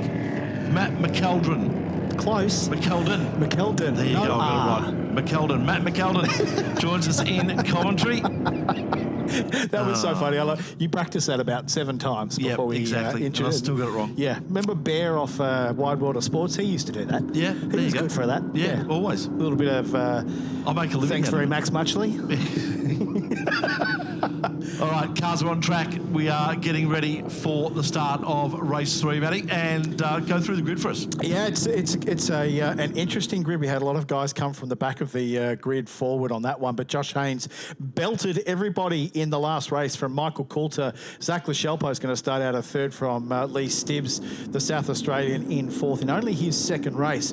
Graham Cheney out of fifth position with Mark Crutcher in sixth. Two guys to watch because they're battling out the championship, the front of the championship as well. Throw in a little bit of Nick Bates there in P7. He's in the Masters Championship, the Serco Masters Championship, being battled with Mark Crutcher. So we'll see how those two guys go. Out of eighth, Nick Lang, Lindstrom in ninth, and Aaron Tebb in 10th. One to watch here, Shebeki, is going to be right off the back of the grid, Brad Gartner, because Brad Gartner did not start the last race, and so his tyre life is going to be very, very strong. All right, we'll keep an eye out for him. Round-wise, points-wise, Jet Johnson is the man that we've been watching because obviously he didn't finish race 1 and had that qualifying issue. 48 points for him so far in the round, and Cheney and Bates are the ones that are sort of the closest to him in the championship. Cheney with only an extra 46 points, so not a lot of damage. No, not a lot of damage. No, not a lot of damage. Jet's got a bit of pace up his sleeve. He's got a bit of space, so he's okay as we roll down the straight. Nose to tail here. They'll all be in second gear, ready to go. They'll wait for the red light to come off, and then Josh Haynes and Michael Coulter, both New South Wales drivers, will get to the start. Lights are out. Fantastic start from Lachelpo. Look at Johnson down the inside as well, getting very busy into turn 1, but sweeping around the outside goes Josh Haynes. Coulter kept a little wide as well. Lachelpo down the inside. He did cook his tyres, but the aggressive move from Johnson down into the hairpin as well. Look at Stibbs. Everyone gets through. There's a turnaround. That's Aaron Tebb. Oh my goodness, that's the nose to tail you never want to see. That is Paul Hadley, Mick Rowell, I think, by the look of it. Anthony Tenkate right underneath of the 81 car. Boy, oh boy, that will cause a safety car. There is no doubt about that. That is a flag, actually. Red flag indeed. So this race is going to be stopped. Boy, I hope we get the replay on that because that is a big accident. I don't think we've seen a TA2 car on top of another TA2 car anywhere around the racing that we've done. That was purely and simply, I'd imagine, a nose-to-tail accident. But to see a car sitting on top of Anthony Tenkate there. That's nose to tail at the back. That's nose to tail. Nose to nose at the front. Look at that. Boy, oh boy. That is the 81 car sitting right on the top. Jackson. Boy, oh boy. I can see movement in the cars from everyone. So Hayden Jackson looks like he just got, as Steve Johnson would say, Liberace'd right through the back of the car and has gone completely clean, and Tenkate's gone completely clean underneath it. So I'd say what may have happened, and hopefully we do get a replay of it soon, but it would seem that the 81 has gone into the car that was in front of it. It's not there now, it's driven off.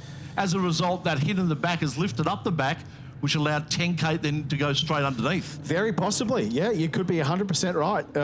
You know, these cars are very, very low to the ground. They have quite a low nose on them. So to have an accident like that is a very possible thing. We just haven't seen it before. Medical volunteers all on site currently. It's going to take a little bit to get that Hayden Jackson car down off the top of Tenkate, I imagine. He will hate this. Tenkate is a man who takes pride in everything he does, both his Queensland Trans Am Mustang, a beautiful 69 Mustang, and now his TA2 car, the Tenkate hire car. All right, I think we've got a replay of this now. Let's have a look at it and see what exactly happened. So look to the left if we can. Looked like there was a bit of side-to-side contact, someone there. Boy, Warren Wadley very lucky in the 9 car to escape that as well. So Gallagher, Robinson, Wadley, Hadley, Rowell, Tenkate. Boy, oh boy. Hayden Jackson, that is a big one. That's basically taken out a third of the field there, but all the drivers look to be out and helmets off. waxing lyrical to each other. Usually in something like that, we all look at each other and go, what happened? Yeah, well, let's see what happened again as we look at it in slow-mo this time, and it might give us a bit more of an indication as to what happened at the back. Look to the left of screen as the car's just come sweeping down into turn 2. You can just see, if we go to a replay in a second, just watch to the left of the screen and you can see a little bit of argy-bargy going on in the background with some side-to-side contact. And like every other race car, when you go side-to-side or wheel-to-wheel contact, it can lift someone. Of course, they're hard to steer when they're in the air, so you've got to be fairly careful about that kind of stuff. Okay, here we go. So so you can see Teb getting spun around there or spinning around there. Look at that. Nose to tail, 10 Kate straight underneath. So he's hit in an immovable force. Yep, that's exactly what's happened. So it is literally, and this is what happens, right? As you come down into turn 2 there, sometimes you're compromised in vision from the front. You just see the guy, you just want to get through turn 2 nice and clearly. We're just going to go nose to nail, not going to make any risks. All of a sudden, like on the freeway, someone stops in front of you. If you're really close, which you're going to be in a race car, you just go straight into the back of each other. So, look, I suppose from a positive point of view, we're not seeing any cars into the wall. You know, chassis won't be massively damaged here. Quite a bit of bodywork, no doubt, but all the drivers are out of their cars and talking to each other, which is a fantastic thing to see. But look at that. That's going to make for some, as Anthony 10K scratches the back of his head and says, how does that happen? Yeah. How did that happen? Wow. So Hayden Jackson's the one in the air on top of Anthony 10K 69 green TA2 Mustang. Wonder if there was a photographer down there for that. That is a big hit. Shot. Oh, look at this. Mark Crutcher parked on the side of the track. He was in the running for the Serco Masters Award, forlornly getting out of his car. He's had such a fantastic year. He was like 4th in the series standings as we speak. So that's going to hurt him, unfortunately. Prolific driver, Mark Crutcher, races in the Trans Am Championship, TA2, Nissan Pulsars, supports a bunch of young blokes as well. He's from the young area, and his team, Stewie, or Stewmacker as we call him, Matt, Ben Leeds, Paul Forgy, they'll all be down there wondering what has happened to the number 4 Crutcher Developments Mustang of Mark Crutcher. What has happened? It looks like it's just stopped under its own steam. It doesn't look like there's any damage. Yeah, no, it doesn't look like there's damage. You never know. He could have perhaps done a gearbox or an axle or something like that. But for whatever reason, the number 4 is not happy and she's not going anywhere. There's no urgency there from the medical staff. I wonder if he got hit or he's motioning like looks like there may have been some kind of contact somewhere. But he's the unofficial mayor of Young and one of the funniest and most genuinely loving blokes you'll ever meet. So anytime you've got Mark Crutcher in or around a pit garage, you're guaranteed a good time. He's just a sensational bloke. So very disappointing to see that car sitting on the side of the road. The ambulance has made its way back to pit lane here. The unofficial mayor of Young in New South Wales. Well, we have the official mayor of Albury here in Kylie King. She had a great chat before to Barry Keller and Michael Rowell. Gee whiz, I'll tell you what, Barry racing again after a hip replacement, 77 years of age, amazing stuff. Mate, I'm 49 years of age, can hardly remember my own name most days. So for the fact that he's getting out there, and like these cars aren't super difficult to drive, but they're hot and they're physical. These things are not a little high go-kart, you know? So for him to be jumping back in at 77 years of age with a huge background in speedway, so not only is he making a transition from speedway to circuit racing at 77 years of age, throwing a hip replacement, he's still having a crack. I mean, you know, he is the sort of bloke who's my hero. Yeah, that's who you want to be when you're 77. Most 77-year-olds are perhaps driving the mobility scooter down to the supermarket, let alone a 525 horsepower TA2 car. Well, I'm 55 years of age, and I can hardly remember your name at times as well. Especially the surname. You got the first name right, just the surname. So we're seeing some cars being pushed back into garages. This might be over. I wonder if we've in fact called this race, given the fact, of course, we have to be time conscious here at Sydney Motorsport Park. Yeah, I reckon you might be right. I reckon this one might be over as cars start to get pushed back into their garages, which is a real shame. Yeah, that is a shame. We've got one race left this afternoon as the Mark Crutcher mobile gets towed back. It'd be interesting. I'll get the skinny on what happened to poor old Mark's car there in these 3 races. Never want to see this kind of damage. Look at that, boy, oh boy. Probably went up there fairly smoothly, but it's dragging the thing down off the back of the 10K car there that is causing all the damage. Bonnets, rear bars, wings. Boy, that's hard to see. So the 10K car's copped it pretty hard there, as has the 15 of Mick Rao. I'm thinking those 3 are going to struggle to get back out for our next race. They'll try their best. The bodywork, if there's no structural damage to the front, that you should be able to get a front bar onto it and a boot as well, a bonnet and a boot as well. It's only if there's big structural issues with the bars in the rear or the fuel cell, say on Jackson's car there, Hayden Jackson's car. So if that's got fuel cell damage or any of that sort of stuff, that will be hard to fix. But as we've seen with the Johnson family this weekend, you can change the front bars relatively easily, although not inexpensively. They're about $3,500 a pop. So we've got a little bit of time between this race and the next one. So declared a no race officially, we've been told. That 3rd race of the TA2 Muscle Car Series, framed by Hi-Tec, as the Matt Croucher car comes back into pit lane as well. I tell you what, it'll be interesting to watch in that 3rd race is Brad Gartner, because he's got to get to P4 to try and beat Jet Johnson for the Hypercoils Hard Charger Award for the most amount of passes in a race. All right, we're going to head down for an interview. Kylie King in pit lane, and I believe she's got Paul Hadley down there with her.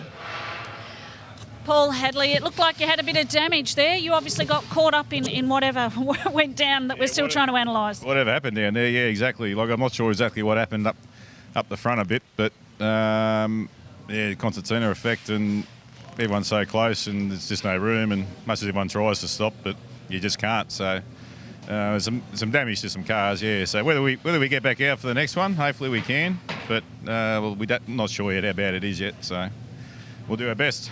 It looked like it was an unfortunate part of the track too for that to have happened on. Yeah. Everyone's going into turn 2. It's hard. Everyone's hunting, as hard as they can, and once you get someone up in front that, has a slide or turns around, and then it's just, it's just a bit of hang on and fingers crossed, Well, fingers crossed that you can get back out there and get her fixed. Thanks, Paul. No worries, thanks.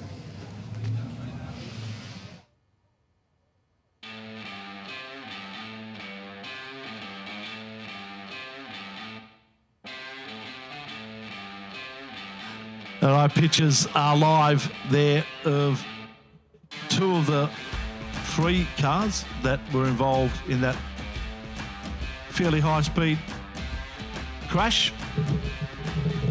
The 69 car remaining there of Anthony Tenkate. Tenkate, yep. All the way from Queensland, stalwart of the series. He's been part of the TA2 racing series almost from the beginning, so he's a good man, Anthony Tenkate. Actually, you speak about Speedway guys. Michael Rowell, of course, old Speedway man as well. Yeah, absolutely. These cars are, in some way, shape or form, if you change a couple of things on them, quite easily be a Speedway car. Yeah. So there has been a certain attraction from the Speedway fraternity. Some of those who may be wishing to jump across to some circuit racing. These are relatively easy cars to engineer, Shebex, and can over-engineer them. If you try and get too scientific with them, you just engineer them to a halt. Yeah. So relatively simple in those terms. And so, yes, we've seen a few dirt track cowboys come across and have a crack in TA2, but all welcome to race in this series. If you've just joined us, welcome to our live streaming of the Australian Motor Racing Series Round 5 from Sydney Motorsport Park. TA2 action, unfortunately, in the first lap. This is how it happened. Let's have a look at a replay of what caused the stoppage and the declaration of a no race. So if you look to the left of the screen here, Jet Johnson gets across really aggressively, and then that green car in the background. So Let's just watch what happens here. There's a squeeze There's there. a touch there. Oh, boy. So that was a touch and with Couches, so that could have been the problem that he had. It could have broken the steering arm or something. absolutely, yeah. That's exactly what could have happened. Could have broken steering. So just a little bit uncontrolled down into the braking zone. I'm not entirely sure which car that was.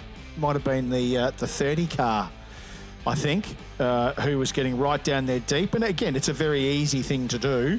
Everyone's stopping in front of you and you think, oh, well, you beauty, I'll have a crack down the outside or down the inside. But if you don't get it stopped, that's the sort of thing that can happen, unfortunately. So. Just wondering if the boys back in the truck could roll that replay for us again, because I also reckon that someone may have dropped a whole lot of fluid on the outside line of that running into turn 2.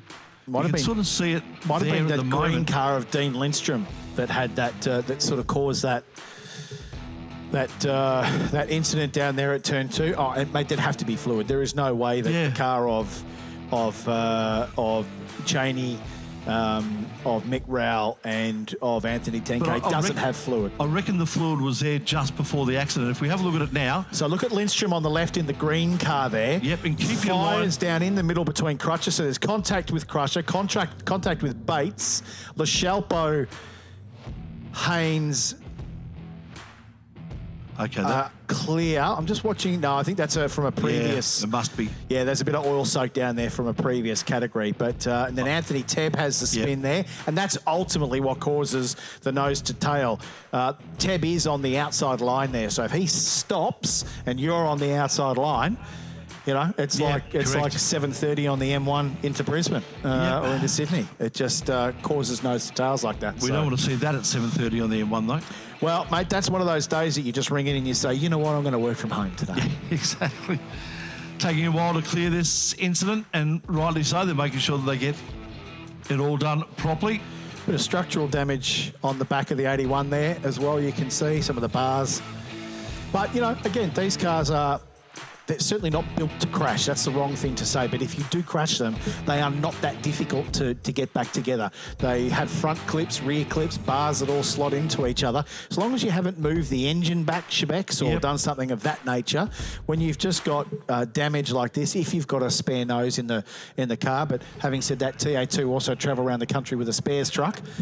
If there's a spare in there, you can get it, put it on, hopefully got some stickers, and away you go. How easy. Brad Gardner is down in pit lane with Kylie King for a bit of a chat. Kyle's? That's not mine either. Oh, Brad Gartner, we were looking forward to watching you in that one. Talk us through where you started and what you got to. Yeah, after qualifying, we've had car troubles since. The car didn't start this morning, so we just had to start from the back in that race, and we started passing cars in turn 1, and we ended up getting 10 spots. We're up to 10th by turn 2. Lucky to avoid all the stuff, obviously, and no, we got pretty lucky, but I think it's a no race, so we'll be back at the back of the pack again, unfortunately. Well, it'll make for great watching for us, just taking it all in, because you obviously got the pace. Yeah, no, the car's really fast. Can't thank the boys enough. So we got the pace. As long as we don't get caught up in that sort of stuff, I think we'll be fine. All right, well, do it all over again, and best of luck. That's it. Thank you very much. Thanks, guys. Thank you, Kylie. Kylie King down there with Brad Gardner, of course, had an issue in race number 1 yesterday. He's found himself back on track here. Did not start, though. Oh, no one started in that race. It was a well, he didn't race. start the last one. He had an issue after qualifying, as he explained there, and couldn't get the car just wouldn't fire. There's nothing more frustrating when you're sitting in there and pushing the starter button and she's just turning over. There's nothing more frustrating for a racing driver. So we see the cars of Rowell and Jackson being towed back. Very, very sad to see both of those cars beautifully turned out on the back of trucks, and folks just getting a selfie down there with the cars. The 15 is really well presented. It's a good-looking car. So just watch to the left here. So the green car in the middle of the field there is the one that fires down the inside. Jet Johnson gets a little squirrely in 4th, cuts across. I think that might be Tebb and Nick Bates come together by the look of it. That sent Teb into the spin, and through comes the green car, just off shot. Tibbs runs through the middle there. There's Jet, there's Cheney, Crutcher, and that's where Teb goes around. Bates has sustained some damage on the front of his car, and look at this, just Liberace straight into the back. Wadley does well to escape that as well. So, 5 cars all being towed back to the pits after that accident. So, very sad to see that. Sad to see the race declared a non-event on that one, as we see 10K's car on the other side of the circuit being dragged up to the flat patch. So they're going to try and pull that apart, see if they can get it set up, see what damage is up there as well. Unless his trailer's up there, and that's exactly where he wants to go. Just put it in the trailer and start the journey back home to Queensland, maybe for 10K. Had a big accident a couple of years ago in the TA2 Muscle Car Series, framed by Hi-Tec up at Morgan Park. Broke a number of ribs. So he's a staunch competitor, is Anthony 10K. Mick Rowe's car, Pacific Oil car, getting dragged back into pit lane. All right, Matt, we might leave it there. Thank you for your time, and we'll look forward to you joining us for our final race later on this afternoon.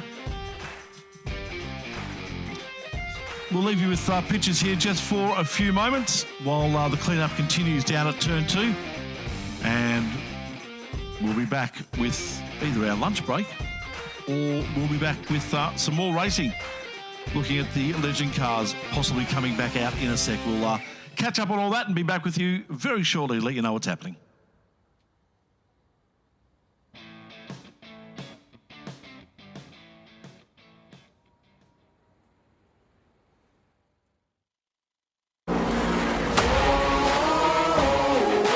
The rapid growth of the TA2 muscle car category over the last few seasons has seen the series develop regionally, with a northern, southern and now western series in addition to the 6-round national competition. A 2-round TA2 King of the West title recently in Western Australia saw back-to-back race weekends at Wanneroo Raceway, Perth and the Collie Motorplex, about 200 k's south of the WA capital. East Coast competitors Peter Robinson, Mark Crutcher and Rob Leonard made the long haul across the Nullarbor to join the locals, with Rob and Jill Leonard's Access line marking equipment taking up naming rights for the 2-round title. Look, it's the best category in Australia, and Pete throws everything in it. It's a not-for-profit operation for him, so any support we can give Pete and Mo, we're glad to do. Locals joining the TA2 field included well-known sprint car star Jason Pride, father and son dairy farmers Brock and Brad Bowley, experienced international racer Brett Nile, Clint Rayner, Ron Moller, Greg Freeman and Camaro driver Glenn Melling. Fantastic that they could get over here and support us, and I think put on a pretty good show for the limited number of cars we ended up with, but it's pretty good. Yeah, it's good normally. Yeah, we obviously a big change to the sprint car, but it's, Collie's it's a good track, and if it dries up and we can get on the slicks, we'll be keen to show everyone else done. In qualifying and on a wet track, Clint Rayner in the superb orange Camaro won the pole shot 0.3 of a second faster than Brett Nile, with Peter Robinson third in the Dodge Challenger. Off the race start, however, Rayner's glory was short-lived after coming together with Brock Bowley early in the race, causing a safety car. At the restart, Brett Nile bolted early, copping a 5-second post-race penalty. Jason Pride, the only front-runner to stay on wets, made the move on Nile for the lead into turn 1. However, as the track dried out, he faded later in the race, but was in a great 3-way dice with Brad Bowley taking the win in the Camaro after Nile's penalty was applied. Race 2, and Brock Bowley scored the win from the back of the grid to pass Brett Nile and Jason Pride, with Peter Robinson and Clint Rayner rounding out the top 5. But in the final race, Jason Pride took the win from Brett Nile and Peter Robinson after Brock Bowley didn't finish. Just coming down the main straight, tried to select third and it wasn't there, unfortunately. So, yeah, a bit of an up and down day. Like you said, we got the win in race 2, but yeah, race 1 and race 3 didn't go our way. So we'll lick our wounds. We're back at Collie. We'll see how we go. So, after 3 races at Wanneroo, round 1 of the Access line marking equipment TA2 King of the West bout went to Pride from Brett Nile and Brad Bowley. Yeah, we're happy. We think we got pretty unlucky with the safety car in the first two. We probably should have won them if things went our way, but that's racing. So yeah, we made it count for the last time, and we're pretty stoked. Overall, I guess I'm pretty happier. You know, I was a bit disappointed with the first race. Finished the line first, but I got a penalty unfortunately. So I was a little bit disappointed with that, and managed to get the car tuned up over the weekend. We had a reasonably good start, but we had a bit of team trouble with it. Rock crashing out, a few dramas, but yeah, no, it's great to have a bloody all the TA2s here in WA. It's great. Round 2 of the TA2 King of the West title moved to Collie Motorplex, built around an old coal mine west of Bunbury. 2 new names joined the field this weekend. Mark Watkins in the ex-Nathan Hearn Dodge Challenger, now owned by Peter George, the TA2 category representative in Perth, and Mark Cates, taking delivery of former TA2 champ Russell Wright's Mustang only days before. Totally different kettle of fish. Different, very different. It's the power, the handling, the noise. It's a race car. Oh, look, there's no doubt. It's been a very educational day. I'm having a fat time. Qualifying was wet again. Access line marking equipment's Rob Leonard had a spin at turn 1, with Brett Nile taking pole by 1/10 of a second from Jason Pride and Brock Bowley. Race 1, a Dodge Challenger driver, Peter Robinson, rolled the dice and was the only one who gambled with slicks on a drying track, while Mark Crutcher made it up to second before spinning. Perth's Ron Moller was another victim of the wet track, spinning twice, while Peter Robinson closed on Jason Pride for third before Pride spun on the final corner. Nile went on to win from a fast finishing Robinson and Ron Moller's Camaro in third. Race 2 was another 12-lapper. And after a strong result in the first, Peter Robinson and Jason Pride came together at turn 1 off the start, with Pride into the back of the Dodge in the greasy conditions, while Moller, Crutcher and Brock Bowley all ran hard nose to tail, with Bowley getting by Crutcher for third on lap 5. Mark Watkins was up to P5 from the rear of the grid, while Moller made the move stick on Nile for the lead at the final corner to take the win from Nile, Bowley and Crutcher. Late afternoon and down to the final race, and the Access line marking equipment King of the West title was a 4-way stoush between Nile, Pride, Robinson and Crutcher. TA2 Muscle Car founder Peter Robinson was on a charge in the Dodge, moving from 7th to 4th on the greasy track and closing on Mark Crutcher's Mustang, while Mark Watkins was also having a strong run in the former Nathan Hearn Dodge. While Brock Bowley, Ron Moller and Mark Crutcher claimed the top 3 spots in the final race, in the overall King of the West point score, combining both the Wanneroo and Collie events, Camaro driver Brett Nile claimed the title by 6 points from Jason Pride and Peter Robinson. Yeah, absolutely. Stoked to get the first today. Bit of consistency, a bit of issues over the last 2 weekends, but put it all together over 2 races. Yeah, we're pretty happy to end up with second overall. We definitely wanted to be in the top 3 when we heard about this series coming here, so it was good to do it, and yeah, had a ball, so yeah, we're keen to get back into it next year. Weather to contend with, off and on rain showers today. We didn't know whether to go out on dries or wets, but everybody here gave it a good hard crack, and there was very little car contact, practically nothing, and the guys over here are very, very hard to beat, very, very hard. Given the expansion of the TA2 Muscle Car Series into Western Australia, plans are already underway for the Access line marking equipment TA2 King of the West rematch next year. For more information, check out the TA2 website.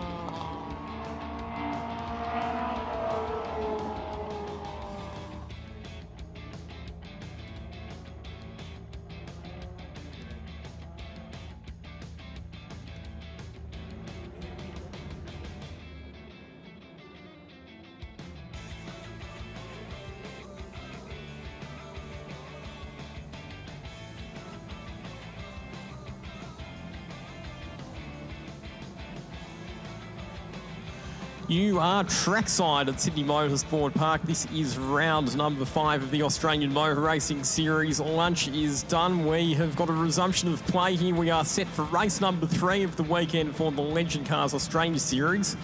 Sorry, make that race number 4. We've already had races 1, 2 and 3, and it's Lachlan Ward on pole for this one, ahead of Will Newell, back to Brendan Hourigan and Ryan Pring. Scott Melville, Ben Crosland, Mark Duckworth, back to Hardy Martin, Nathan Prado and Shane Tate rounding out the top 10 on the grid. Ben Goodridge next, ahead of Scott Morgan, back to Stuart Bond and Darren Bradley. Mia Bolton, Matthew Bond, Dean Johnson, Nick Taylor and Josh Hourigan rounding out our starters for this race. We've seen plenty of entertainment in the Legend Cars, but one common factor, and that has been the dominance of Lachlan Ward, and he will start this race for a pole position. We are in the hands of the starters, set for a race start, and it's Lachlan Ward who's already out to a handy lead. Will Newell moving up to second position in the number 4 car, but behind him it's 3 wide in the battle for position 3, and coming through the middle, Ben Crosland looks to make it up inside the top 3. He'll have to tuck in behind Brendan Hourigan on the run down into turn number 2. Scott Melville up there as well. We're going to go 4 wide a bit further back in the pack as Mia Bolton tries to go down the inside of both Darren Bradley and Stuart Bond at turn 2. Thankfully, they all sort themselves out. A fair bit of work has gone on over at turn 2 since the lunch break with that incident in the TA2 race before. The officials doing a good job to make sure the circuit is nice and safe and clear for the resumption of play here at Sydney Motorsport Park. But it's Lachlan Ward out in front, as he has been all weekend. Good to see Will Newell chasing him hard. Will Newell didn't start either of yesterday's races due to mechanical problems, but they've got the number 4 car going along pretty nicely at the moment, and he sits in position 2. Ryan Prig third, then it's, we'll go back to Scott Melville in position, no, it's actually Ben Crosland in that bright blue car who sits in position 4 at the moment. He's just not come up on our timing system at the moment, but he got a very nice start indeed. Did Ben Crosland, who was adapting to Legend Car Racing. He's come out of the Hyundai XL Racing Series. He's done a bit of racing in production cars as well, competing in the Bathurst 6 Hour alongside his brother Hayden Crosland earlier in the year. And this is about the most competitive performance that we've seen from young Ben Crosland so far in a Legend car. Currently up inside the top 4, behind Ryan Pring, ahead of Scott Melville. Scott Melville and Brendan Hourigan resuming their battle from earlier on. We've seen some great battles between Scott Melville and Brendan Hourigan right throughout the weekend. A couple of tremendous dices between those 2 cars. We saw that Brendan Hourigan and Ryan Pring had a great battle in the previous race as well. And speaking of that battle, there is Brendan Hourigan down the inside of Scott Melville at turn 2. And he moves up into position 5. And Brendan's brother Josh Hourigan did not start this race. We saw the number 2 car of Josh Hourigan coming into the pits with problems in the previous race, and unfortunately he has not been able to get back out onto the track for this one. So we're into the afternoon stanza of our AMRS program. So this is Legend Cars Race 4. We'll have a sprint race for the XLs after this. And then we'll have our 3rd and final race for the Australian Formula 3 Championship. We'll have our feature finale race for the Australian Saloon Car Nationals, the 5th race for the Legend Cars, the 4th race for the TA2 Muscle Car Series, and then to round out the program, we'll have the 90-minute Enduro for the Hyundai XLs at the end of the afternoon. That is the curtain raiser, I suppose you could say, to the NRL Grand Final tonight. Certainly will be, Lockie, something you're looking very forward to as a Parramatta fan. Hopefully your team does extremely well tonight. Big local derby, I suppose you can call it, Parramatta versus Penrith. Thoroughly looking forward to it. I'll tell you what, there's already a bit of animosity going on in the pits because Craig Woods, who was racing in the Hyundai XL Enduro a bit later on, he's a massive Penrith Panthers fan. Yep. He's literally going to get out of his XL at the end of the Enduro and head straight to the stadium for the grand final. And it turns out that he's sitting in a similar area of the stadium to me, so that could be interesting. I'm presuming you're not sitting anywhere near me. great off the back of the stands.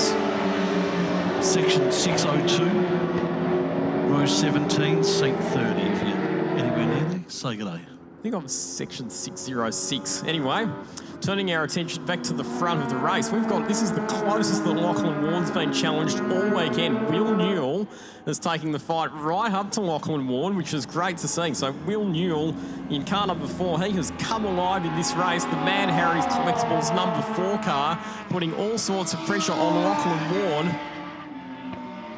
And not only has Newell set a fastest lap of a 1:47.67, but that happens to be the fastest lap ever by one of these cars here at the racetrack. Indeed, new lap record for the Legend cars and eclipses the record that Lachlan Ward achieved yesterday, which was 1 minute 47.9. So Will Newell has got some serious pace going at the moment. This is a good battle as well. Oh, it is, isn't it?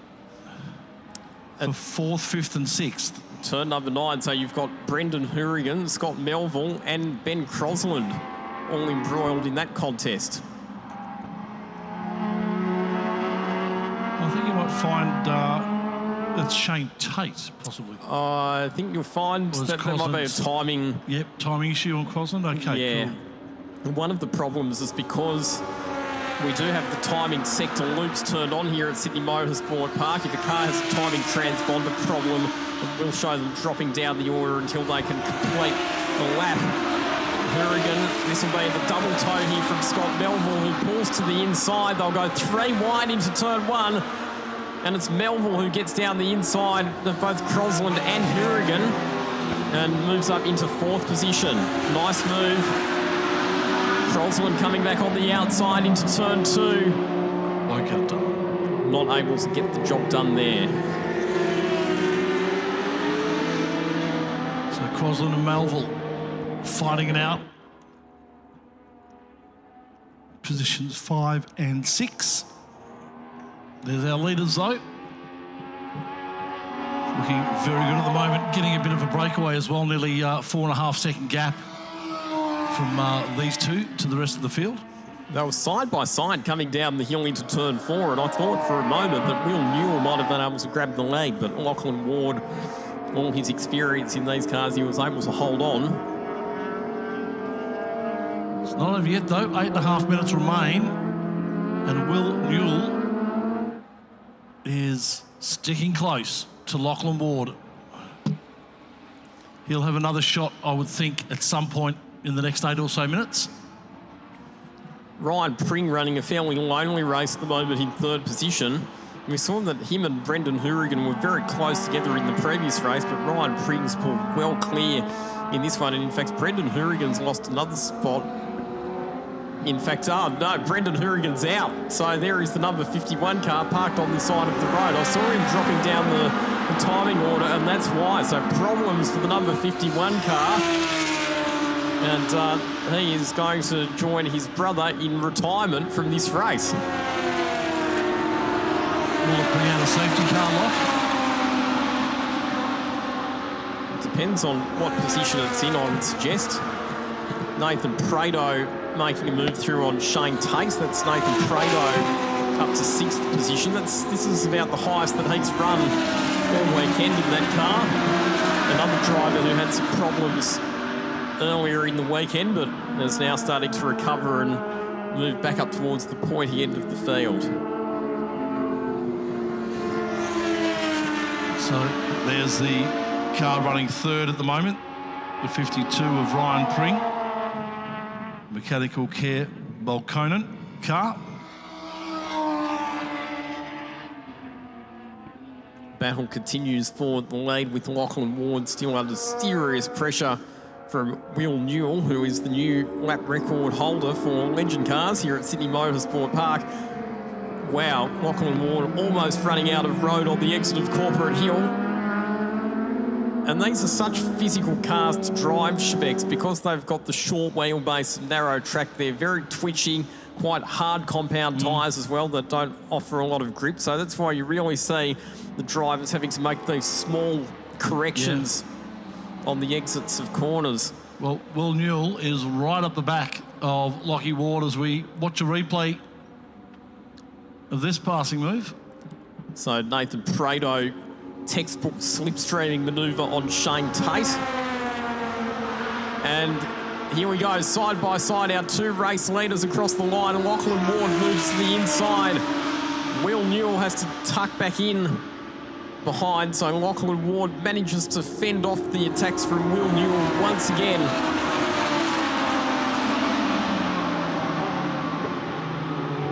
Down to turn number 2, both of them in super deep under brakes. Maximising every last bit of performance from their legend cars.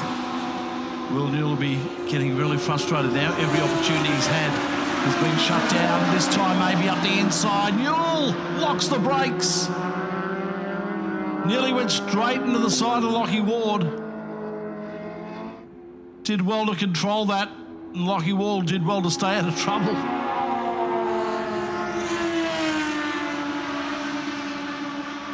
He won't die wondering, Will Newell. He's giving it every opportunity he can to see if he can get past Lachie Ward. And Lachie Ward just seems to have an answer to every move. Another lock-up from Newell.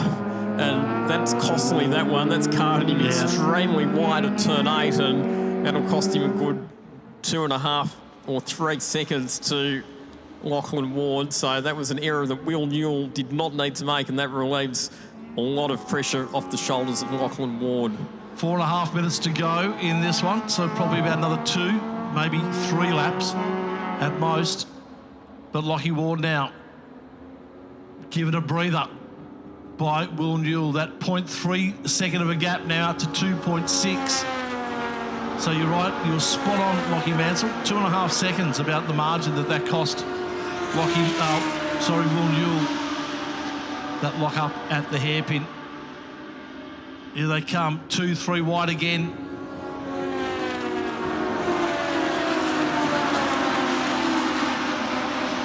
This has been a really terrific battle. Ben Crosland, and now it's Nathan Prado who gets down the inside of him into turn 1. Shane Tate still very much part of that contest as well. Scott Melville's just pulled ahead of this group. Crosland back down the inside of Prado into turn 2, and it's Prado who rolls wide down there and loses spots to not only Ben Crosland but also to Shane Tate and to Scott Morgan. I think he might have got out onto some of that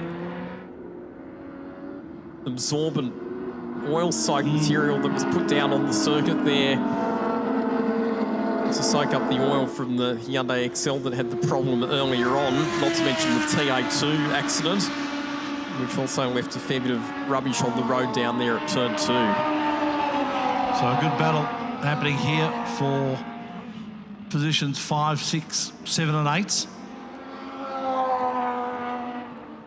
Up the front though, Lachie Ward getting it all his own way as we watch. That's Crosland up the inside.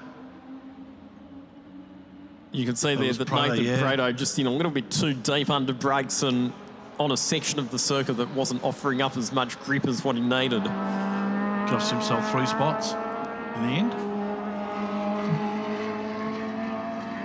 Back to live action. And this battle, Tate Morgan. Crosland in front of those two, and Prado just at the back. 2 minutes to go. So there'll be one more lap after this one. And Lachie Ward remains the leader. Scott Morgan down the inside of Ben Crosland at turn 1. So this has been a vigorous battle between these cars. And again, Ben Crosland's going to try and take that position back at turn 2. Scott Morgan, though, wait to it, turns in, hits the apex. Here comes Crosland up on the outside at turn 3, but he'll be awkwardly positioned when they get to the right-hander at the top of the hill.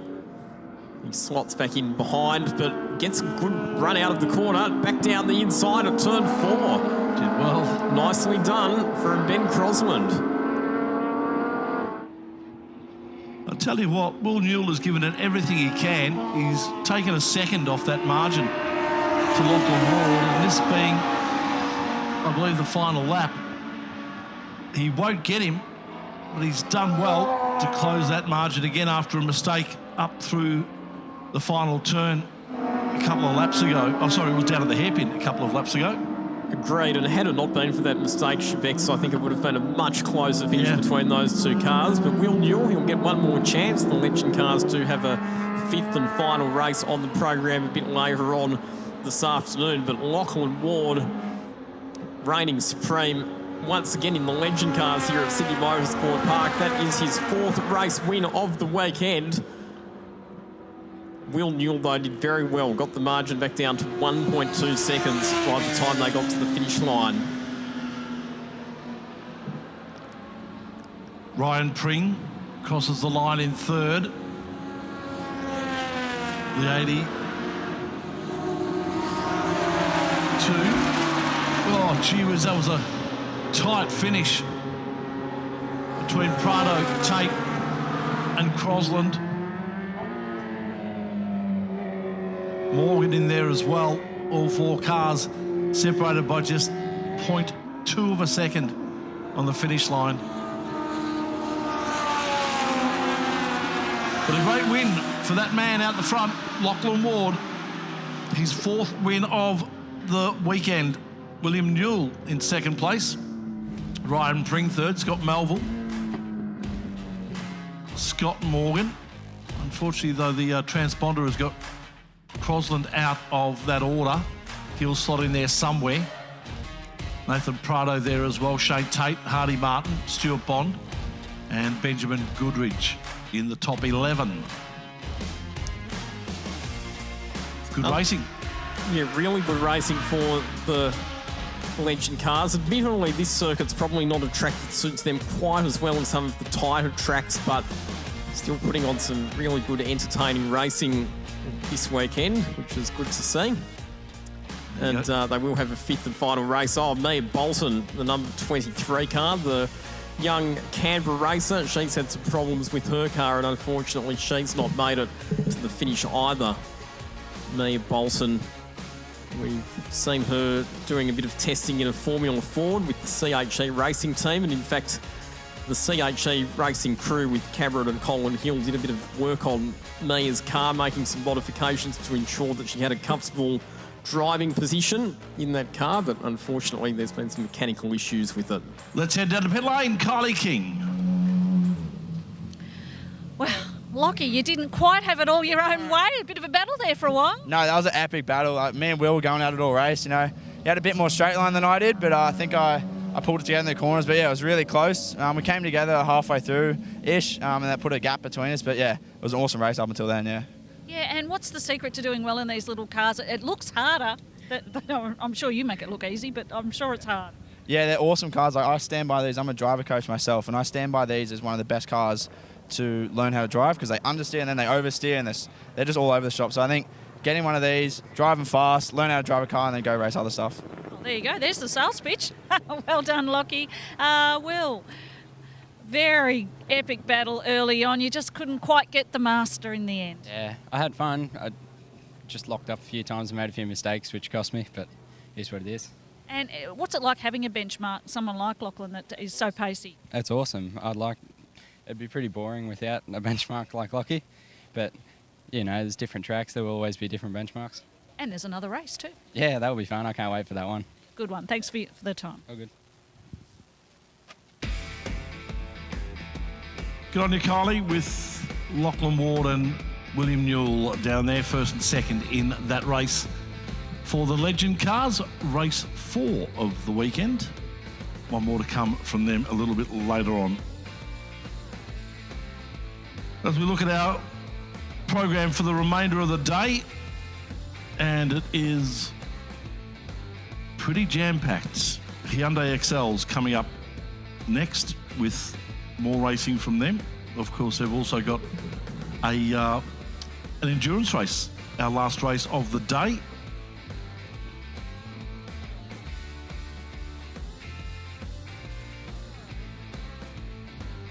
So plenty of action still to come here at Sydney Motorsport Park, round 5 of the Australian Motor Racing Series.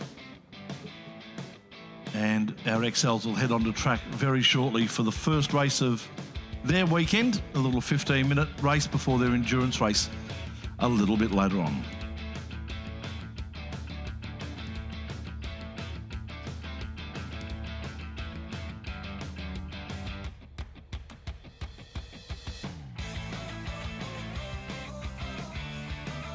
Following the XLs, the Australia Formula 3 Championship, their final race of the weekend. Saloon Car Nationals, their final race. So we'll have a national champion crowned after that race. The Legend Cars are back, TA2 Muscle Car Series, and then the XLs to finish off with their 90-minute endurance race at the end of that. That's our racing to come here at Sydney Motorsport Park. And you can see the XLs on screen getting up to the grid for their first race of the weekend.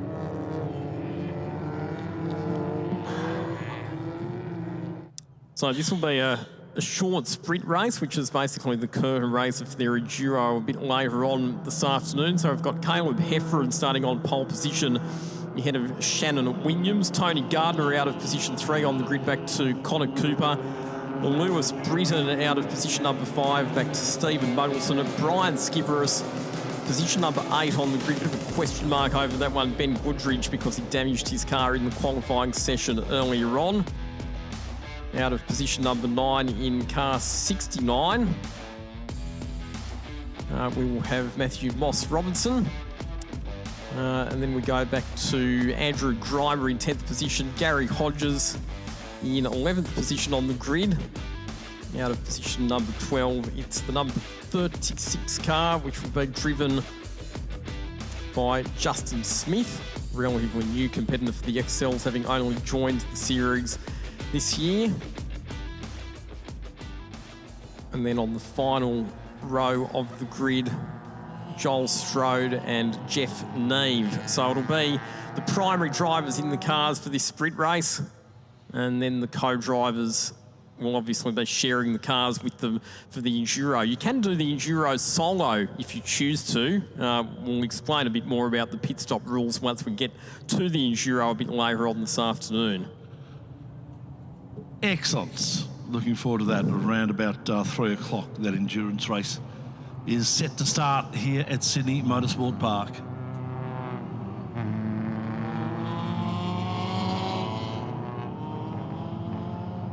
A few cars missing out of this field as they've headed up to Morgan Park for the Nationals for the XLs this weekend. But a good field has remained back in Sydney to take on this weekend's racing. Cars making their way up to the grid. Standing start for the Hyundais.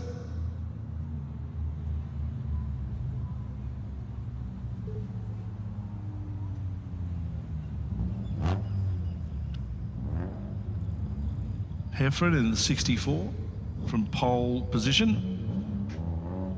Shannon Williams in the 55, right next to him in P2. Cars are just about all lined up. They are now.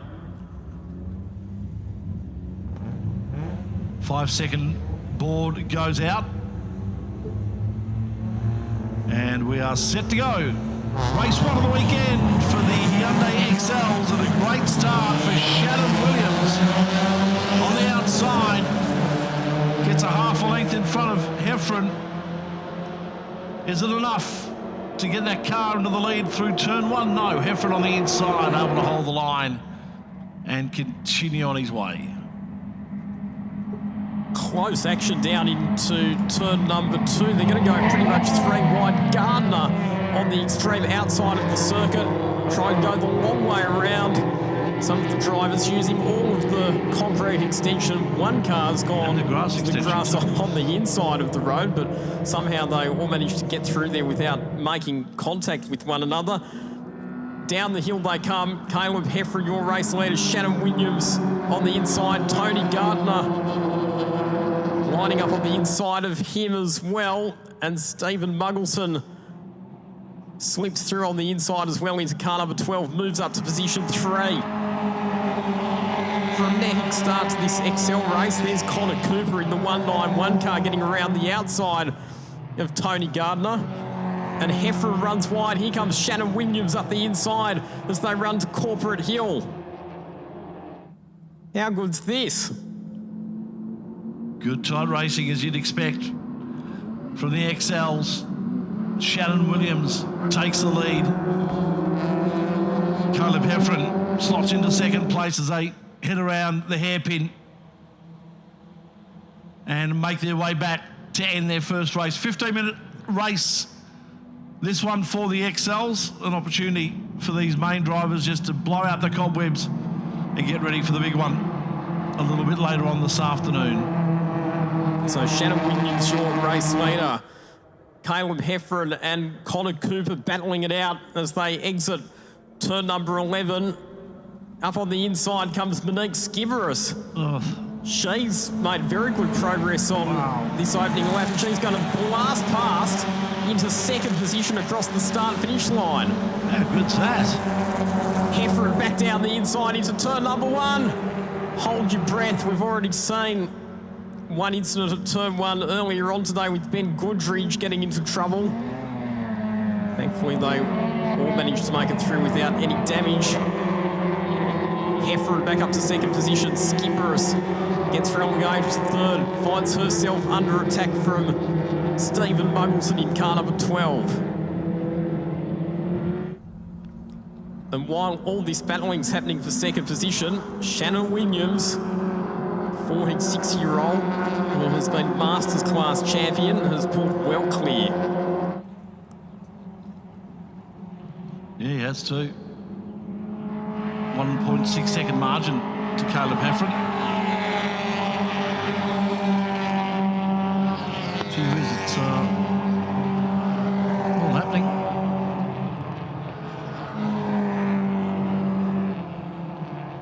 And a half minutes to go in this XL race. If this is any indication of what's to come in the Enduro this afternoon, bring it on. And of course, in the Enduro, we'll be throwing in the extra elements of co-drivers and pit stops and strategy and all of those other variables that can mix things up, as that was Connor Cooper running very wide at turn 8, losing a couple of spots there. Very wide.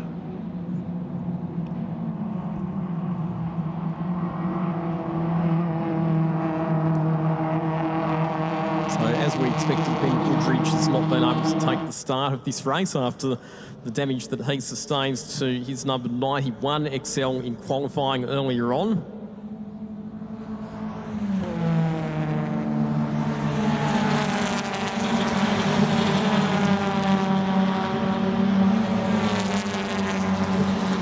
Monique Skiveris on the tail of Caleb Hefferon. Hefferon very good through turn 1. Monique Skiveris closed right up, heading down the main straight, but Hefferon pulled several car lengths through the first corner. Skiveris under pressure from Muggleson, Cooper, Gardner. Britton's in there as well, and so too is Moss Robbins. So it's a freight train of XLs, as we have become so accustomed to seeing in XL racing all over Australia. The cars are very evenly matched. It really does come down to driver ability, and because they don't produce a huge amount of horsepower, you only have to make the tiniest mistake and you'll find yourself being bundled backwards multiple positions. Now, a joke for you. How many McDonald's stores does it take to sponsor an XL series? 1, I believe. No, 7. 7. 7 stores sponsor the XL series here in New South Wales. Rouse Hill, Cullyville Ridge, Rouse Hill Town Centre, Dural, Cullyville North, Norwest 2 and Norwest Market Town. Oh, well, if I'm going to go to Macca's anytime soon, I'll make sure it's one of those stores. I actually had a coffee at the Norwest 2 store today. Staying out there at the Ridges out at Norwest. Beautiful place. Good, so you're doing your bit to support XL racing then by buying products from one of the series sponsors.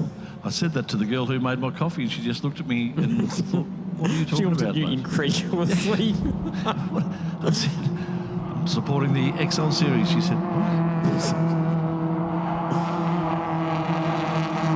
as we head towards the end of lap number 3, 9 minutes left on the clock. And our leader remains Shannon Williams. Look at this battle line for second, third, fourth, fifth. Monique Skiveris drafts ahead of Caleb Hefferon. 3 wide into turn 1. Oh. It makes you nervous every time you see that, doesn't it? We need these drivers to keep their cars in one piece. They've got a 90-minute Enduro to do later on today, but the way that they're racing in these sprint races, I think this is the main show for the weekend. How many cars for the Enduro if they keep going like this? Tony Gardner goes around the outside of Connor Cooper into turn 2. Caleb Hefferon, super late under brakes. I thought he was a sitting duck down the main straight because there were cars that just drafted their way past him, but his commitment through turn 1 and into turn 2 has allowed him to retain position 2. And I'll tell you what, all credit and congratulations to these drivers. They are driving sensibly and hard, but giving each other room, letting each other do what they need to do. It's been great to watch. Fastest lap of the race so far, a minute 58.5, set by Tony Gardner in the 19 Media XL. The reason it's sponsored by 19 Media is because Tony Gardner works for the 19 Media production company, which is owned by supercars racer Scott Pye. And Tony will be up at Bathurst next weekend working as a videographer as part of the 19 Media organisation. Are they doing the media work for Porsche Carrera Cup? Or they did? They were. Okay, I'm not sure if they still are.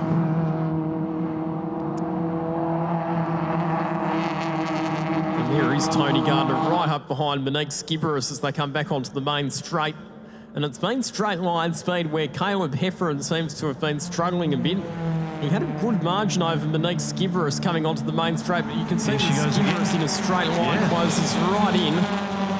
Hefferon will move it to the inside on the run into turn 1, but it's through this first corner where Hefferon does seem to have the advantage. The number 64 car is very well balanced through the high-speed corners.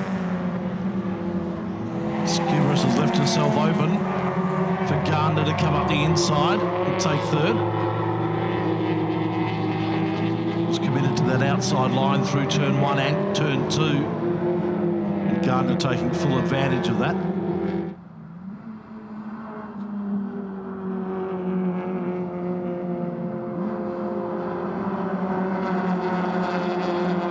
You just feel that Monique Skiveris isn't going to sit back in third. She'll have another lunge at some point. But there they are, 1, 2, 3, 4 and 5 all together.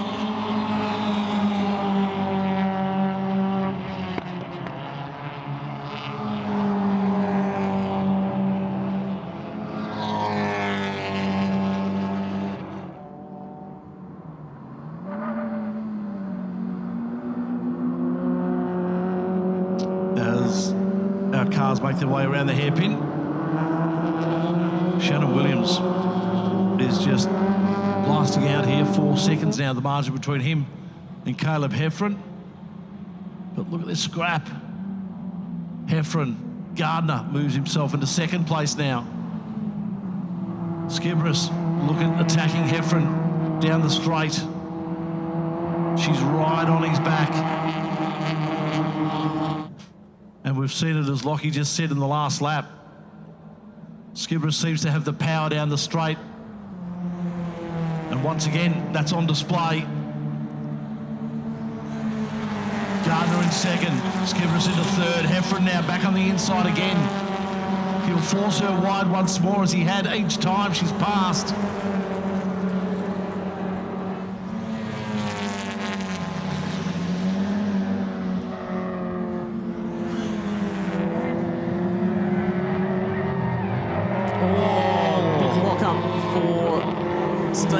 In the number 12 car heading down into turn 2. Easy to do in these Hyundai XLs, particularly if you're running a brake booster. Sometimes it can be a bit hard to judge the brake pressure that you need to apply on the approach to corners. Some drivers actually disconnect their brake boosters and get better feeling through the brake pedal and better feedback, which helps you avoid brake lock-ups.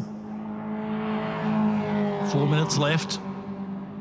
This battle for second, third, fourth and fifth won't be resolved until they cross that finish line, I don't reckon. Skibberus now moving herself back into second place. Can she hold on to it? Third place, I should say. Yeah, Tony Gardner's actually been able to open up a bit of breathing space in second position. He has a 2-second margin, but Skibberus does get into third now. Oh, and problems for Caleb Heffernan. He's out. Yeah, he slowed right down there. Car number 64 has pulled off to the left-hand side of the circuit between turns 8 and 9 and manages to get the car fired up and moving again. That was a weird one, a ground to a halt. I wonder if he's bumped the kill switch or there's been some sort of electrical problem which has caused the car to shut down. Strange. As I watch him go around the final 2 turns at the moment, like he's not looking like he's got any great speed behind him, so could be a gearbox issue. We'll see if he goes into pit lane.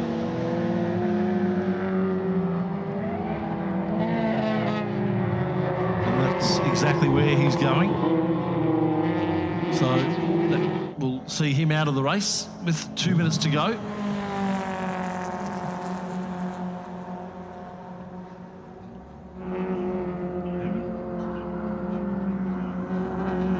So let's turn our focus back to the live action.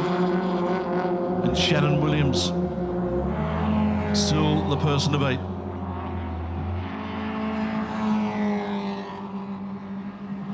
With 1:57 on the clock, it'll be this lap and one more. There is Caleb Heffernan, so a bit of work going on underneath the bonnet of that car. Regulate, Caleb! Regulate stick, Caleb! See if I can see what the problem is. Hopefully it's nothing too serious, and hopefully, I mean, it's probably better that they have the problem now than in the Enduro. At least they can get on top of it. Which looks like they've done because that car's heading back out onto the racetrack. So Shannon Williams, your race leader by 4.8 seconds. And we're going to see the checkered flag this time around. So the officials are going to call it this time through.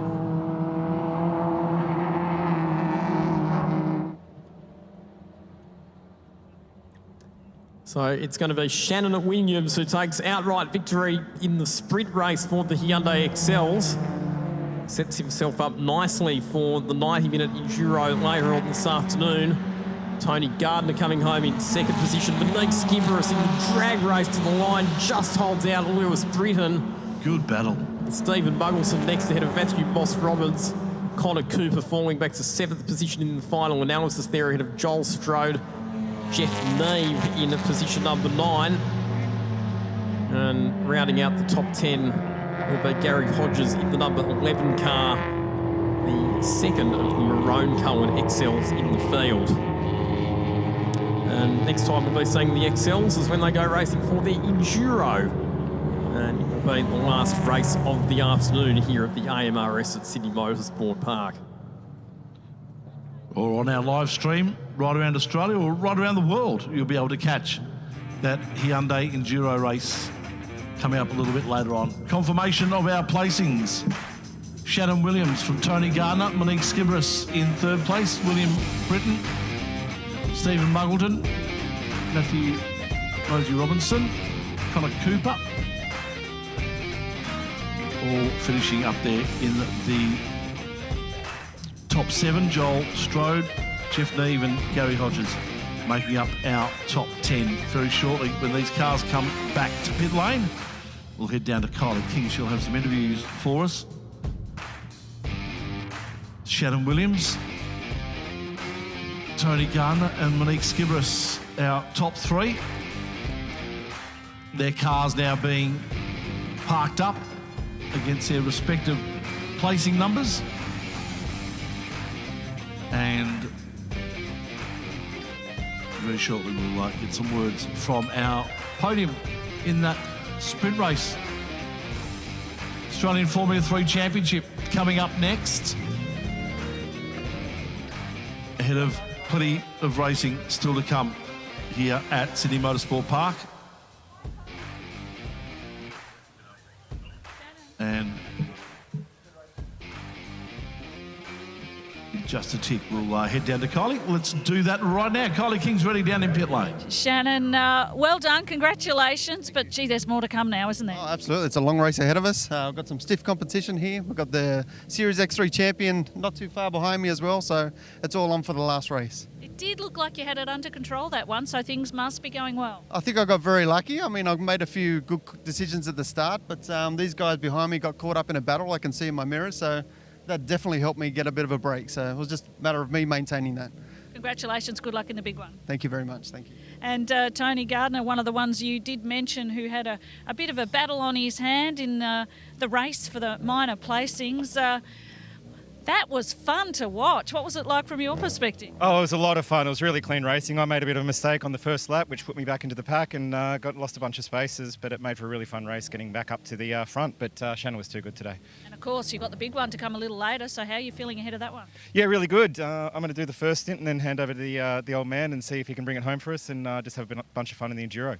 Well, have fun. Thanks so much. Thank you. Appreciate it. And obviously, Monique Skibberis, we saw a lot of her in action as she was battling it out to get P2 or P3. That was amazing racing. Talk us through it from your perspective. Well, we made a change from qualifying and we actually made the car worse than what it was. So I was struggling the whole time. So hopefully we can make a change for the Enduro and we'll definitely be up there. But yeah. I was just trying to hang on as much as I could, but didn't look like you were hanging on. It looked like you had that pace down the straight. Oh, yeah, I got a bit of mumbo, so just got to make some changes and see what we can do to be up the front. Yeah, because you're right, the 90-minute race, you want to get it right. Yeah, I know, that's right. Well, good to see you up here and best of luck for the big one. Thank you very much.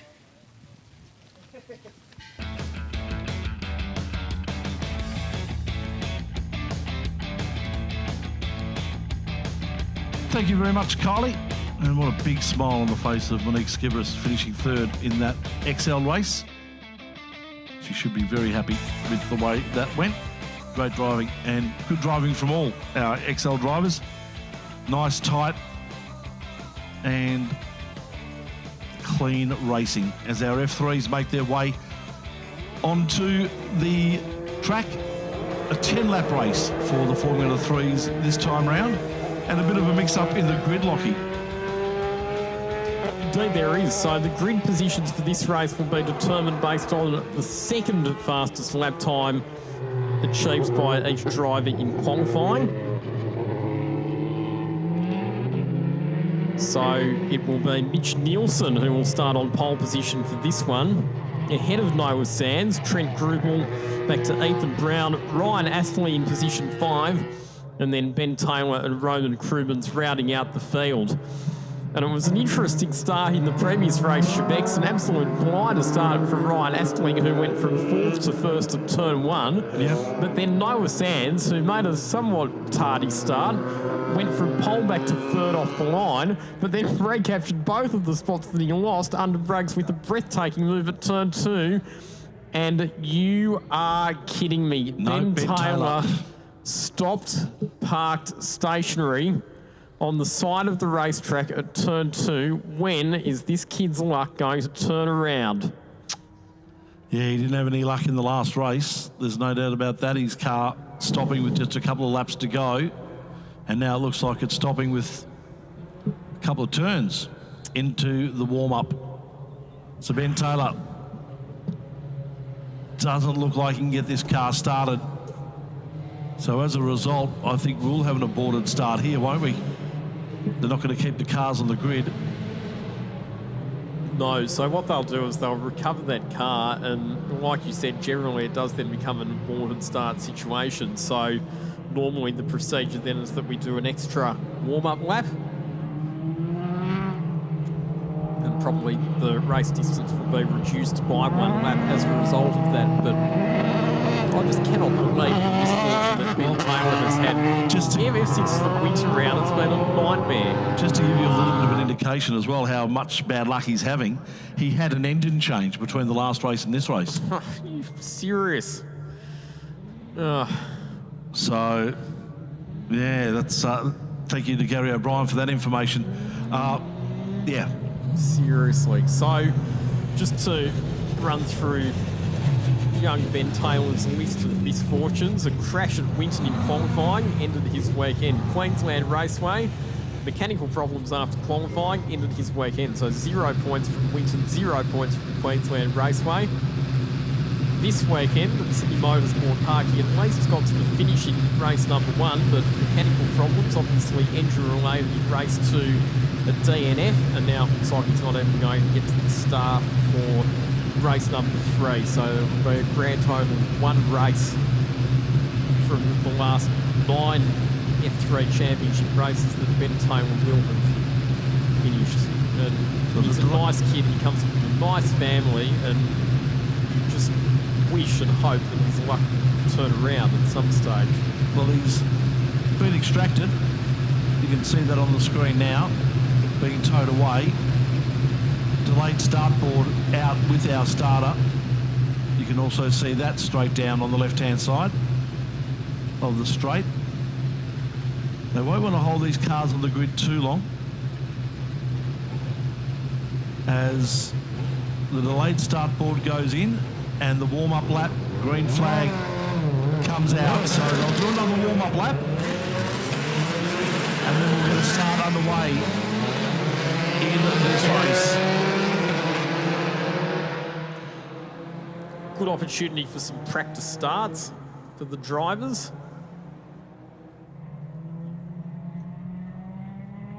Six cars now our field for the Formula 3 championship race here, with unfortunately Ben Taylor out of the race 2 turns into his warm-up lap.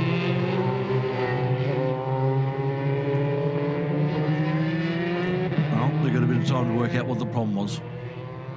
One would think, because this is the final race for the Formula 3s today.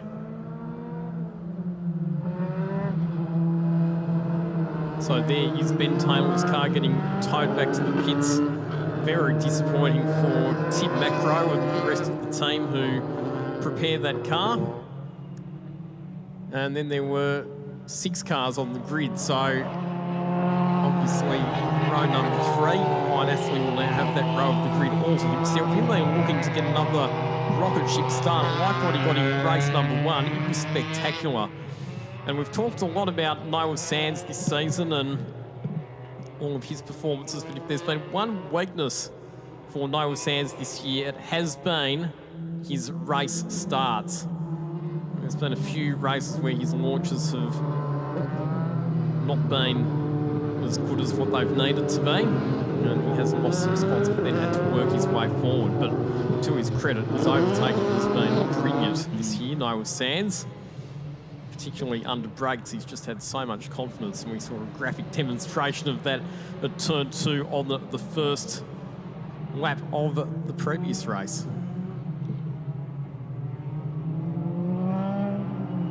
So our cars making their way around the final 2 bends. They'll head to the start. We'll get a start this time round. 1 lap has been taken off the lap amount, so it's gone from 10 down to 9 now.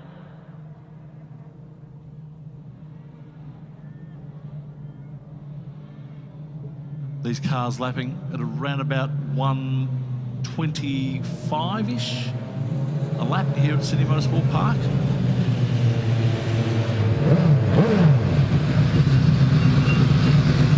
Lap record set back in 2013 by Nick Foster at 122.62. Our 6 cars are lined up and ready for a start.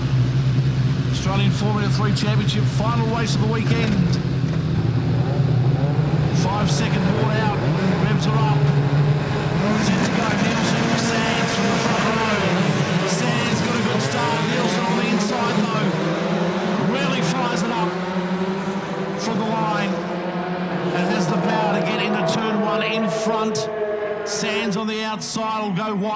play that might give Grubel a chance to get through on the inside and claim second place.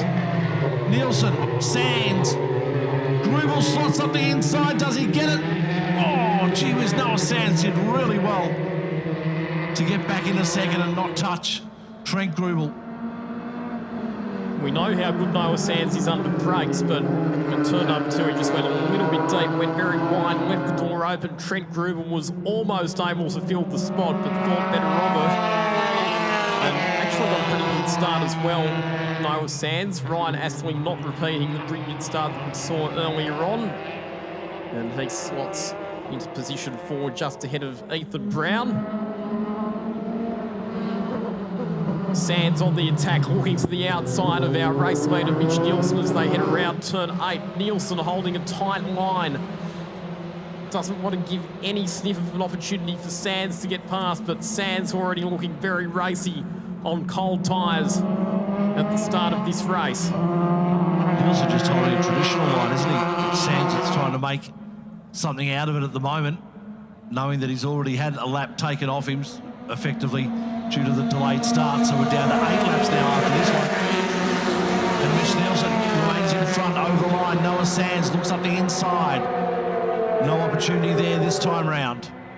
Close enough, though, to try something maybe at turn 2. Switches to the outside. Has the power. Has he got the move? Done, he has. That's becoming his trademark overtaking manoeuvre. Noah Sands back in the first round of the championship. Correct. In March, we saw that he was overtaking people around the outside of turn 2. Took 2 in 2 laps, didn't he?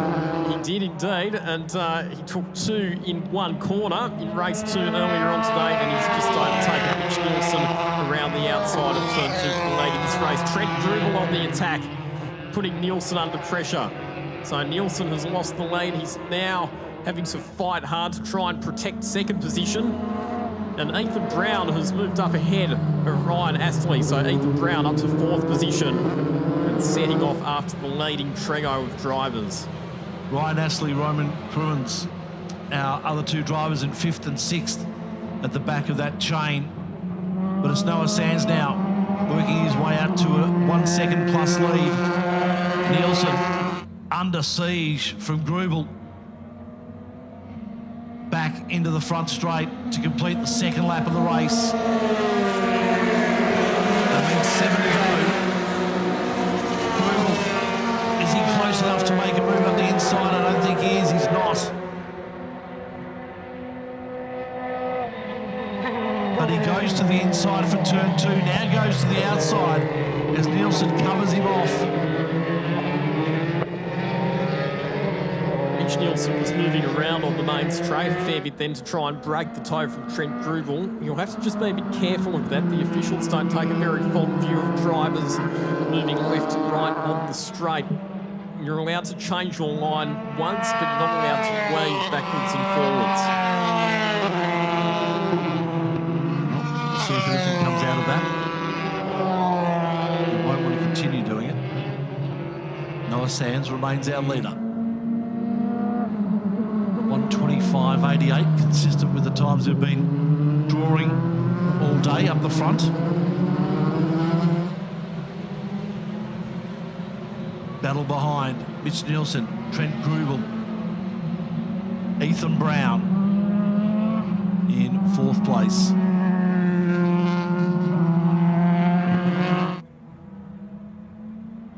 Grubel just biding his time. Nielsen, though, driving well. Got good straight line speed. Gives him a bit of an advantage down the straight.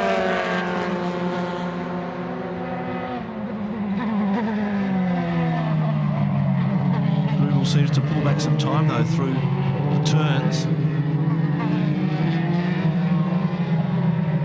Minute 26.4 the lap time that time around for Mitch Nielsen compared to a 26.7 for Trent Grubel. So Nielsen was actually a fraction quicker than Grubel on the previous lap. The first sector times of the top 4 cars, 25.5 seconds, virtually identical on this lap.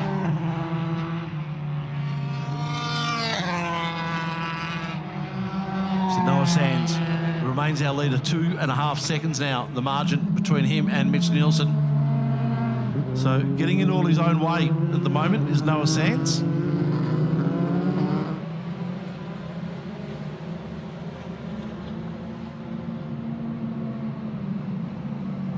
Nielsen, Grubel, Brown, Astley, Crummins, our 6 cars on track. Ben Taylor, unfortunately for him, an engine malfunction, it would seem, at turn 2 of the warm-up lap, causing a delayed start to this race and also causing a lap to be taken off the race distance. 5 remaining for our Formula 3 Championship here this weekend at Sydney Motorsport Park.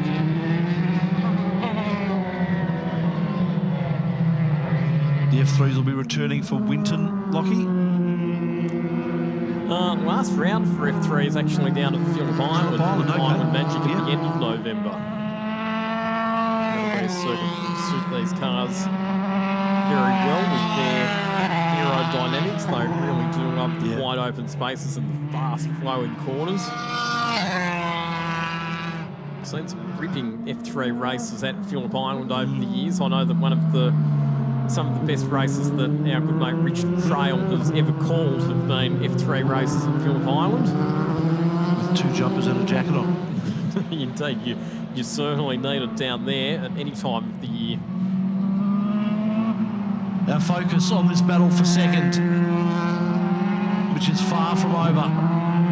Mitch Nielsen and Trent Grubel. The man out in front crosses the line to complete his 5th lap. That's Noah Sands. Nielsen, Grubel, Brown all over the line. Astley crosses in 5th. And Roman Crummins in 6th place. Ben Taylor, unfortunately, didn't get to start in the race. Engine issues on the warm-up lap for him.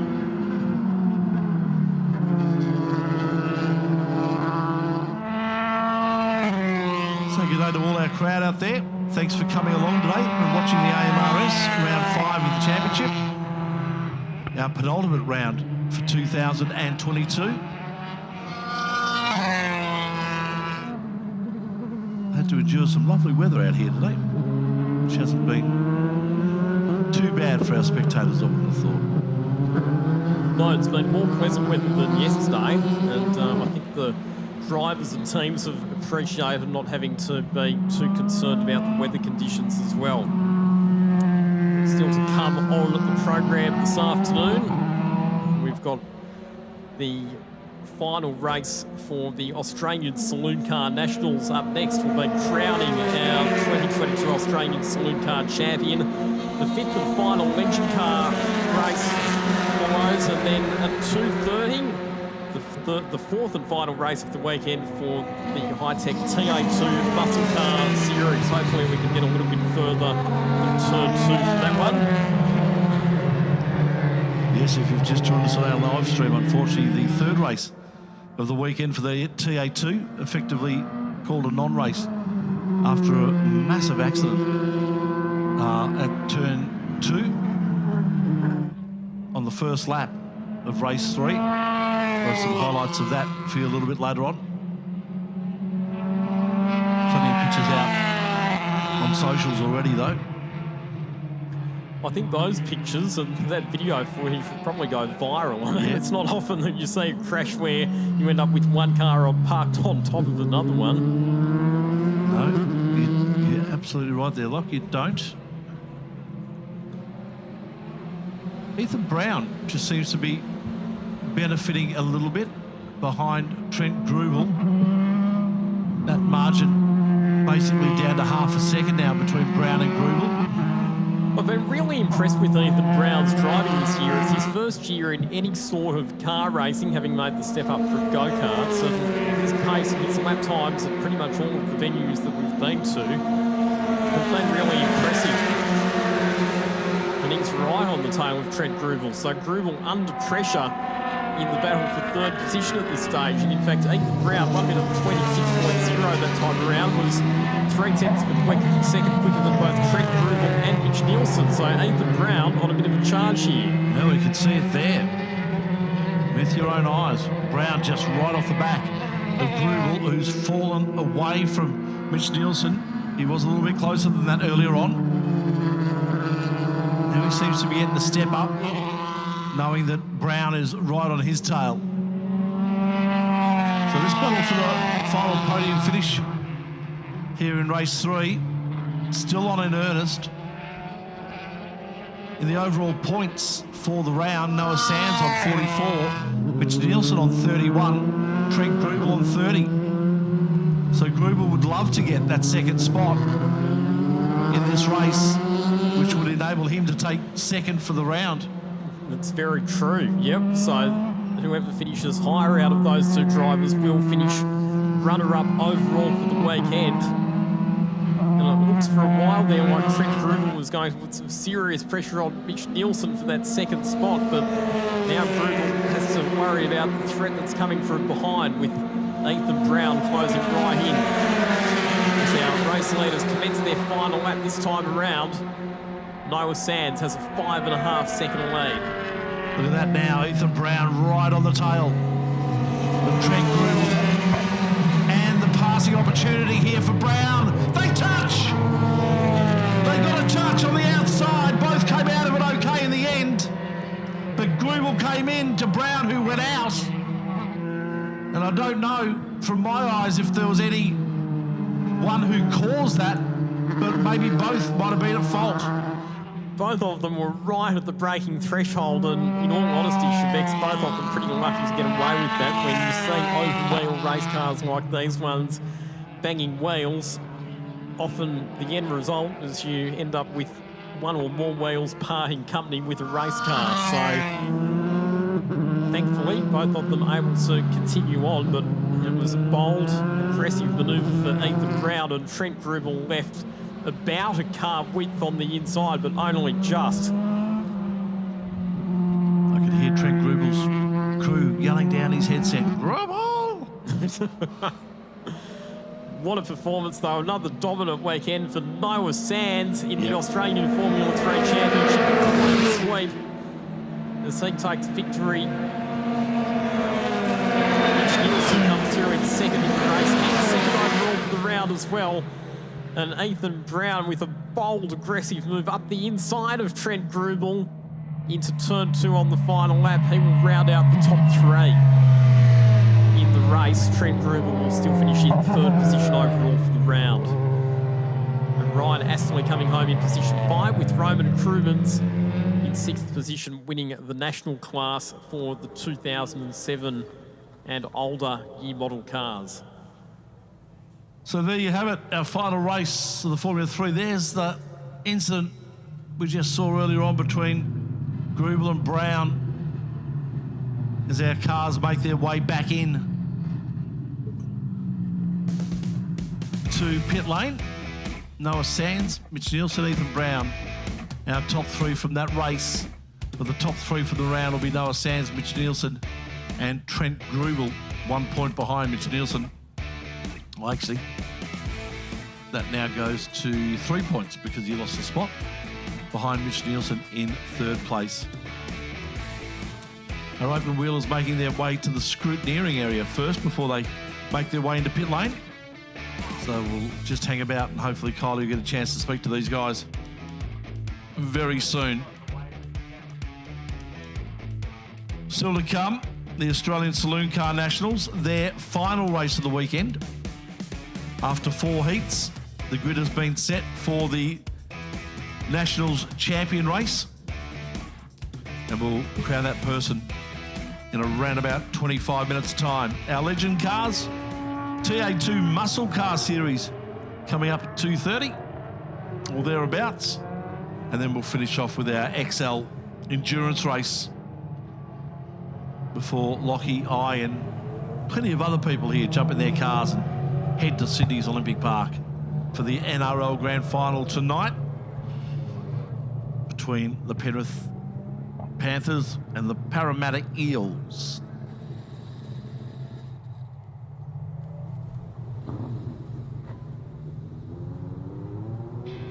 Good weather for it, Locke. Sure is. Going to be ripple weather for the grand final tonight. Still not overly warm conditions, but fine. At least the rain's staying away, which is good news. Yeah, true. All right, we're just in the process of getting ready. Noah Sands has just pulled his car up into pit lane.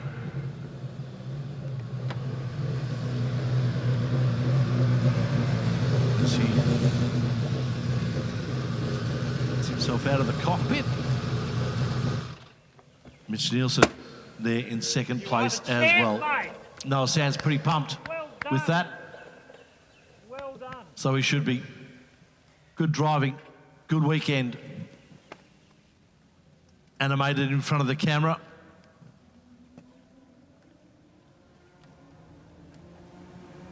Solid driving from Noah Sands this weekend.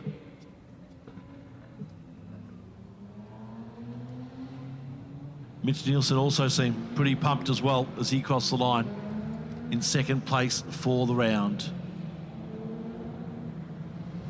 All right, Noah Sands pretties himself up for the camera. Noah Sands. Locks in the steering wheel. And Kylie King locks in the interview with our winner this weekend. Noah Sands, that had a bit of extra in it, that one. Yeah, that was good. I don't really know what to say. The car was good and we got the job done, so yeah. So championship-wise, it's pretty good. Yeah, it's good to wrap up the championship around early and we can go to Phillip Island and just enjoy driving these cars, so yeah. So what does it mean to you? Real team effort, no doubt. Yeah, just credit to all the team. The car's been amazing all year. For me to jump in as a rookie and do this is just, I can't believe it. So yeah, thanks to all the team. Good on you, buddy. Go and enjoy. And obviously, Mitch, second place in that one, but from your perspective, how's it been? Yeah, look, I think all in all, it's been a really good way to cap off the weekend. Podium at every race. Noah was quite fast all weekend, so to get second, I'm really happy with that. And to have my family and friends here, and thanks to Hi-Tec for all their support over the weekend. Now, I'd love to have a little chat with Ethan Brown. He's still got his helmet on, so it might be a little challenging. Ethan, can you have a bit of a chat? Probably haven't got time for you to get your helmet off, but well done. How's it feel to finish P3 in that one? Thank you very much. Yeah, it feels really good. We've had a bit of a struggle all weekend with the setup and all, but car was really strong that one, so I'm very glad. Well, congratulations. You had a little bit of wheel-on-wheel action too, by the looks of it. Yeah, thank you. Yeah, it was a couple of overtakes that were pretty good. Hopefully all done cleanly, but yeah, very happy. Terrific. Thank you so much. Good on you, Kylie. Thank you for that. And away they go in our Saloon Car Nationals final race of the weekend. And Grant Johnson off to a great start. The number one car taking the lead into turn one. Not such a great start from Brandon Madden from the outside of the front row, though. He's been shuffled back to fourth and Scott Dornan off the road at turn number one. It's forced out high and wide by Rick Gill. Good car control, and Rick Gill cops a tap from behind from Brandon Madden. Chris Neefsey, the big beneficiary, moves up into second position. Rick Gill way off the road. Comes back on just ahead of Brock Ralph. Good to see his car back out on track after the gearbox problems for him earlier on. Been a bit of pandemonium. They're getting serious now. We're getting into the final race, the business end of the weekend for the Saloon Car Nationals, but it's all works to the advantage of Grant Johnson. He's well out in front. Chris Neefsey runs wide at turn 5. Scott Dornan up the inside. Challenge for second position. And Dornan will take that spot away from Neefsey. Madden? And Madden back up the inside as well. So it's been a case of positional swaps and changes. There's plenty on this opening lap. Scott Dornan, he was way off in the boondocks at turn 1. Drops back to fourth. Now back up into second position as they head around to turn 8 on this opening lap. It's Holden's first and second. It's Ford's running in positions 3 and 4 at this stage. Craziest first lap we've seen from these cars all weekend. Absolutely fantastic. It's all up for grabs though in this. This is for the national champion. the 4 heats run earlier over the last 2 days, yesterday and today, and now the culmination of points has set this grid for our Saloon Car National champion to be crowned after this race. So that's why they're going hard. Sheep stations are up for grabs. And Grant Johnson just able to get a margin out 2 seconds on Scott Dornan. The rest of the field has basically given Grant Johnson a head start on the opening lap. He bolted at the front of the field while everybody else was squabbling over the minor position. So advantage Grant Johnson in the early stages of the Saloon Car Nationals. Scott Dornan second. Back to Brandon Madden, who got a bad start off the front row but has recovered to be running in third position at this stage. Chris Neefsey got forced wide at turn 6, has dropped back to position 4. Then it's Matt Martin in 5th position. Michael Koberstein, the best of the Pro-Am class drivers in the old model car. Rick Gill back to 7th position. We saw that he copped a tap at turn 2, which sent him wide. So he's fallen back down the order. Then it's Andrew Martin. Brock Ralph's made up 2 spots. He's up to 9th position. Reginald Ralph and Justin Chaffee. Good to see that we've managed to get 11 cars to the start of this race, despite the mechanical problems for some of them in the earlier heat races. Action aplenty in the first couple of laps here for the Saloon Car Nationals. Race 5 of the weekend for these guys. But it is the ultimate race, this race 5. And Grant Johnson with the ultimate drive at the moment, doing it easy out front. Brings it down to the line and a margin of around about 2.5 to 3 seconds for Grant Johnson. Rick Gill way off the road at turn 11. He was right out over the other side of the concrete extension. He had all 4 wheels in the grass. Somehow still managed to get a decent exit from that final corner and didn't lose any spots. Look at the attitude on these cars as they negotiate their way through the high-speed turn 1. That right-hand side of the car just really drops down, doesn't it? Suspension load.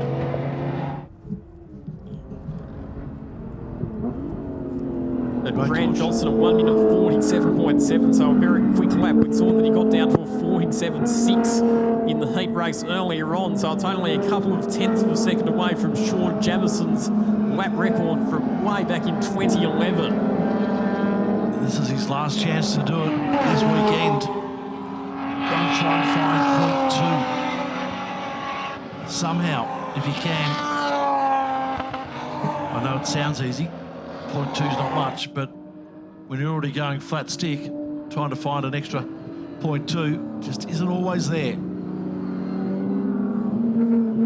While at the same time worried about the guys that are coming up behind you and putting pressure on. Just like Scott Dornan in 2nd place. 3 seconds off Johnson, but if Johnson was to make any sort of mistake, Dornan will be right there. Brandon Madden in 3rd. He's had a big weekend also. Has been front running pretty much through the 4 heats. Took a win in the 2nd of our heat races yesterday. That was the race where Grant Johnson had to start from pit lane, so he's clearly had the fast car, and right throughout the weekend on speed, you would have to say that he's been Grant Johnson's closest challenger.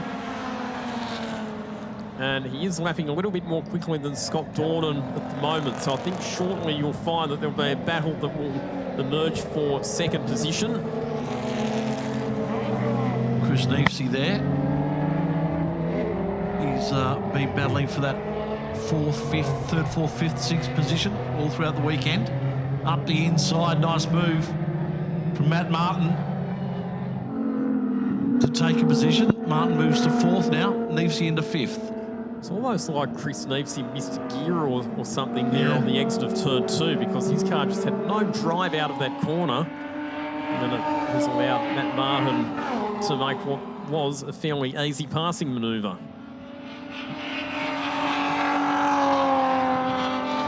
So 13.5 minutes remain on the clock, a 20-minute race, this final for the Saloon Cars. And Grant Johnson sailing through the hairpin.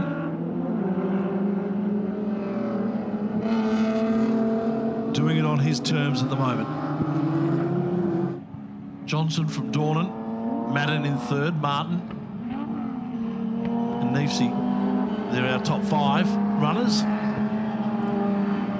As Grant Johnson turns the final corner, makes his way down to complete another lap. This will be his 4th lap down. 12:30 left on the clock.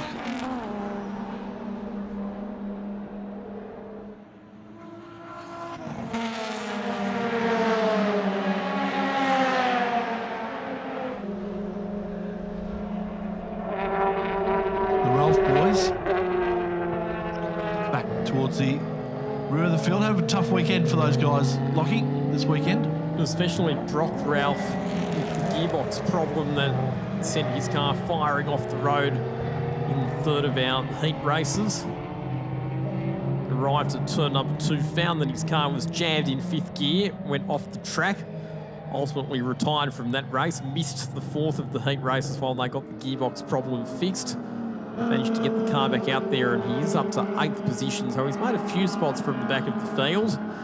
Next car he will be looking to pass will be the number 46 of Michael Koberstein, who's on screen at the moment. And Michael Koberstein is currently the best placed of the Pro-Am class drivers, running the old model VN Commodore.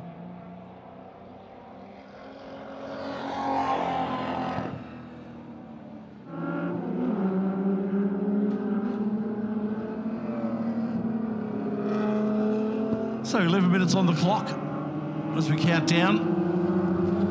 And there is that move. So Brock Ralph up the inside of Michael Koberstein. So gets him up to 7th. Yep, that will elevate the Valmont Coatings machine up into the top 7. So the top 7 cars then, all in the outright class. Michael Koberstein, best of the Pro-Am class cars, sitting in 8th position. Andrew Martin, 2nd of our Pro-Am class runners, ahead of Reginald Ralph and Justin Chaffee.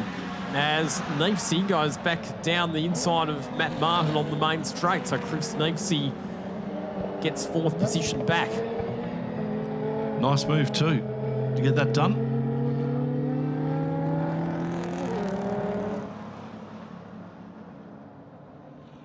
We're watching our race leader, Grant Johnson. We've just about hit the halfway mark of this race, and Grant Johnson with a 4.4 second advantage over Scott Dornan, who is now just 1.2 seconds ahead of Brandon Madden in the contest for 2nd position.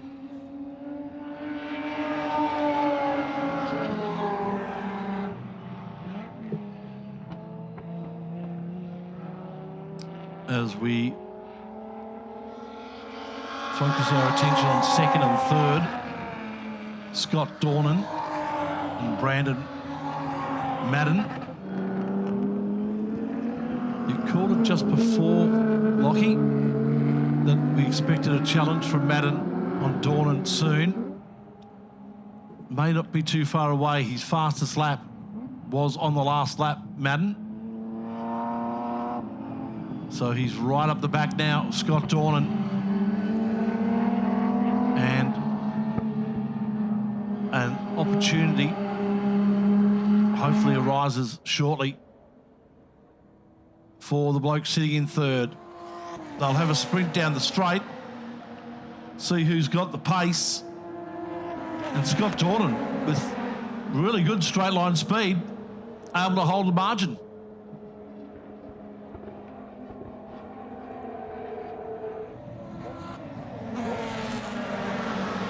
Scott Dornan, of course, in the VY Commodore. And Brandon Madden in the Ford Falcon.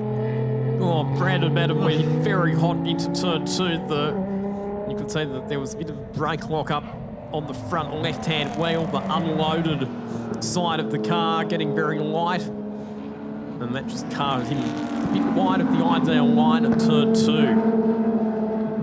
It was like he was so focused on Dornan in front of him that he forgot to brake. And then remembered just at the last minute. Oh, yes, I actually have to stop the car for turn 2. Yeah, it was just like he just noticed that, oh, hang on. It can happen, there's a lot to do inside these cockpits.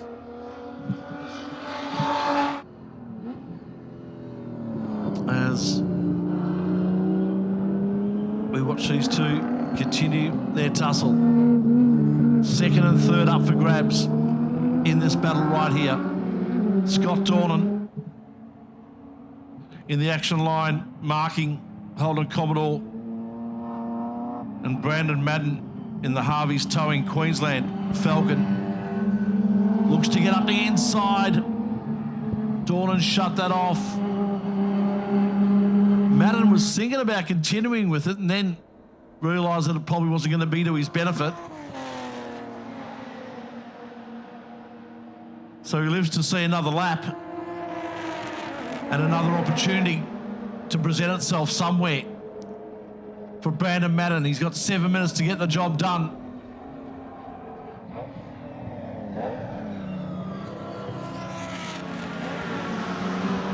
And it might be here at turn 2. Here he comes up the inside. Yep, got it done. He'll draw alongside.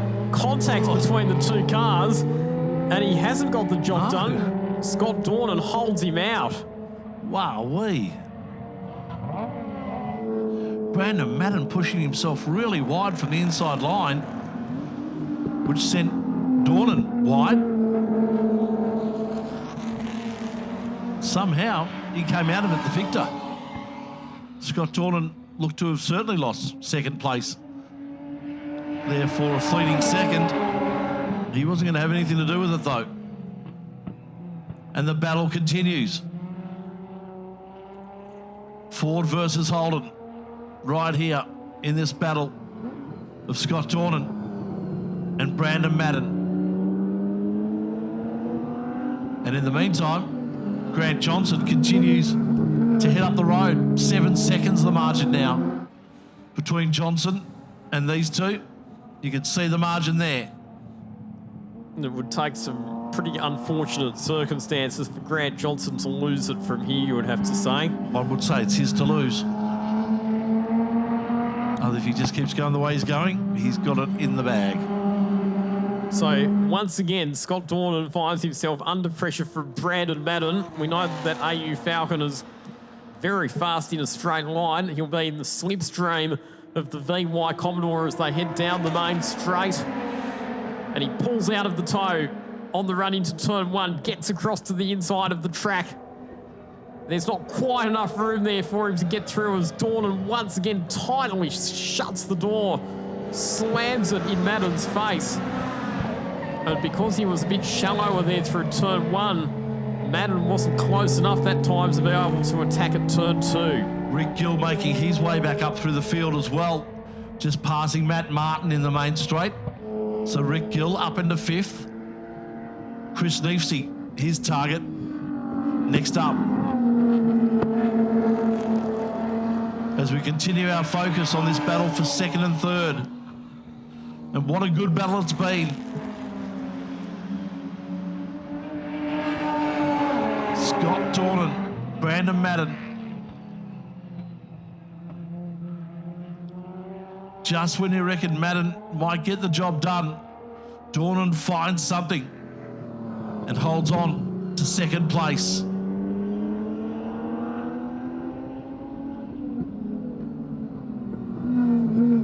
And in the history of laps in this race, this one's a relatively more easy one for Scott Dornan.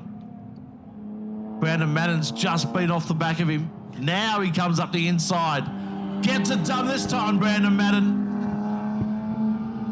Saw an opportunity and grabbed it with both hands. Now here's the tough part, Lachlan. He needs to hold on to it. Indeed, but he's now getting into the section of the circuit where the Falcon will be stronger. And I think he caught Dornan a bit by surprise there. Getting a really good exit from turn 8, getting to the inside of the track and sweeping through at turn 9 to take 2nd position. I don't think that was the section of the circuit where Dornan would have been expecting him to make the manoeuvre, but Dornan's not done with this yet. And Madden's going to have to be careful. He moves it to the middle of the track just to cover off any potential lunge from Dornan at turn 2. Oh, very sideways. Dornan skates it in on the rear. Well, clever driving, though, by Dornan for the fact that he knows that Madden's been going wide through turn 2 a lot in this race. So he knew if he had an inside line, he was a chance to possibly do something.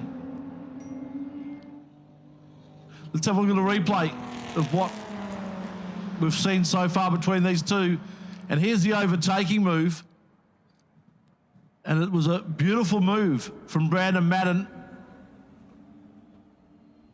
And I reckon Dornan thought that he might have had a bit more of a gap to Madden at that point. I know I did. But he got the job done. He's in second place. Checkered flag is going to be coming out this time around. And Grant Johnson, he has been the class of the field all weekend. In 2019, he won the Saloon Car Nationals up in Darwin. In 2020 and 2021, we didn't have Saloon Car Nationals because of COVID, so he's had to wait 3 years to defend his title, but he's done it in style. Grant Johnson is the 2022 Australian Saloon Car Champion. Yep. Great effort by him. Grant Johnson, been a fairly dominant weekend for him in this class. Brandon Madden second, Scott Dornan in third place. Chris Neefsey in fourth. Rick Gill did well to get himself back up into fifth place after being knocked back a few pegs in the opening lap, which was pretty tough opening lap. Had cars going left, right and centre. Sure was. The glove certainly came off on the first lap. All of the drivers knew that this was the big one. This was the feature race. This is where it counted. But in the end, a decisive victory. 8.6 seconds, the margin from Grant Johnson back to Brandon Madden in the final analysis. And you have to say, a well-deserved Saloon Car champion. He had the fastest car all weekend, and no mean feat coming over to Sydney Motorsport Park from all the way over in Western Australia, racing on a track that he wouldn't have raced at for quite some time, and performing as strongly as what he did. Great effort by Grant Johnson. He'll take out the 2022 Saloon Car Nationals champion crown. Brandon Madden in second position, ahead of Scott Dornan, back to Chris Neefsey. Rick Gill in position 5. Matt Martin in 6th. Brock Ralph getting up to position 7 from a rear of the field start.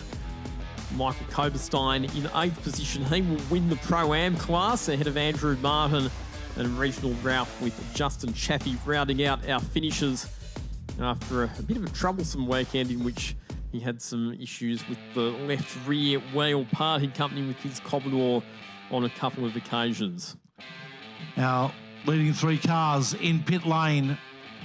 And as we await the drivers to pop out, we can see them now on camera. There's Grant Johnson. Pretty happy, rightly so. He becomes the 2022 Saloon Cars National Champion. And Kylie King is down in pit lane. She'll catch up with these guys in just a tick. Give Grant the opportunity to get rid of his helmet. Grant Johnson, And in comes Kylie now. I finally get to see it, that beaming smile of yours, that congratulations. You are the national champion. How does that make you feel? Oh, it's fantastic. It's been a big couple of weeks for us on the lead up, and so many people to thank. The gearbox, the diff, everything in this car is borrowed. So thanks to Sean and Bondi, done it without you guys. Martin Engineering, the whole Martin family, to get the cars over here. Everyone from WA and everyone that came here. It's just fantastic. Yeah, and it's been a couple of years, hasn't it, until you finally got to this point again after, I guess, what everyone's been through?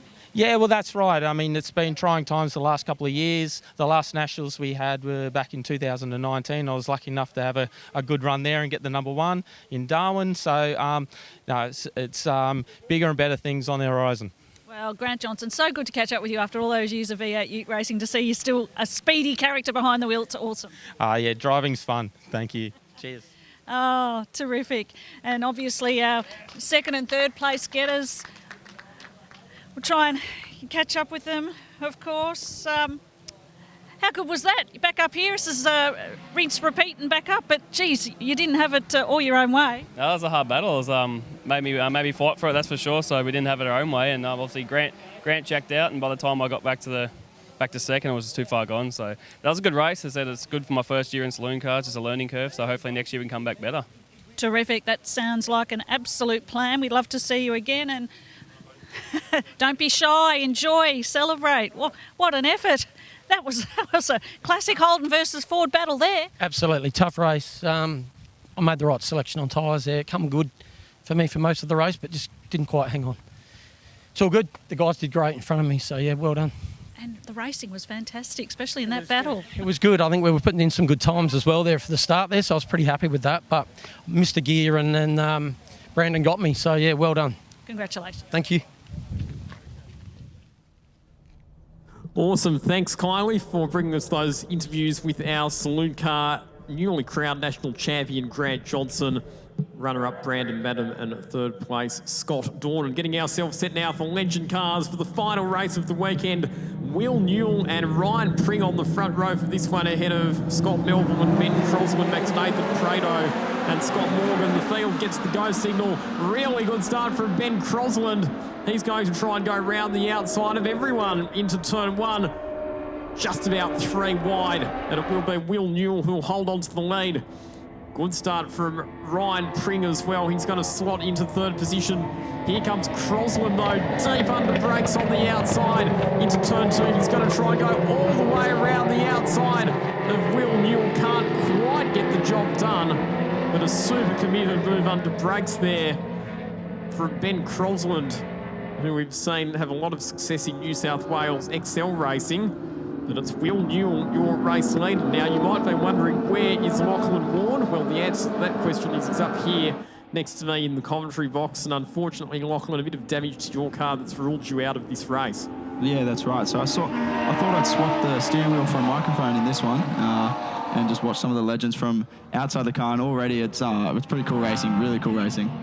We saw that you were a pretty dominant winner in the races that we had yesterday, but Will Newell really took the fight up to you, particularly in that last race. Unfortunately, you and him had a bit of contact which damaged your car, but good to see him performing so well. Yeah, that's right. And Will's only new to the series, and it just shows if you jump in a car, this is only Will's second race actually, so he's doing really well. And to be up with me, I've been doing it for a couple of years now. You got Brendan Hourigan, like the Hourigans, they've been doing it for a while, and he's already up the front, so he's killing it right now. He's got a good lead actually right now over Scott Melva, who I believe is in second place. He's also in one of the new 860 cars. So Scott Melva's another new driver into the category this year. He's absolutely killing it right now again. So you can see Will now got a bit of a gap to the cars behind. They were battling a bit, so that's allowed him to stretch the gap, but hopefully they can work together and chase him down. Indeed it has, and a bit of bad news for you as well, Lachlan. You broke the Legend Car lap record for Sydney Motorsport Park yesterday, but Will Newell broke your lap record today. Yeah, that's exactly right. It just shows how powerful the tow is in these cars. Like, I was out on my own and I set that lap, and Will, I don't know what it was exactly, but Will smashed it again out of the park just with that tow. Like, we've got a very flat front. Here we go down Scott Melville down the inside, Ryan Pring. Oh, slippery stuff both of them. Wow, both of them were very lucky not to rotate there because they got out into the marbles and out into that section of the circuit where there's still a bit of oil down. Ryan Pring managing to hold on to second position, but only just. Scott Melville's been pretty quick this weekend as well. Shane Tate and Scott Morgan battling for position. Hardy Martin is in that contest as well. And there's a number of drivers who've not started this race. Apart from yourself, Lachlan, we also haven't seen Nia Bolton. She stopped on the track with mechanical problems in the the previous race. Brendan Hourigan's not out there, nor is his brother Josh Hourigan, unfortunately. Yeah, so Brendan had a couple diff issues in that last race. His actual diff center's gone, where my diff housing is gone. Josh Hourigan's had a misfire all weekend, so I think they've just decided to pull the pin. I believe Mia's engine's been a bit tired all weekend, so same thing with her. I think she's believed just pull the pin on this one, save the engine for Winton in a couple months. There's been a fair bit of talk about these new Z motors, which are the fuel injector at 860cc engines.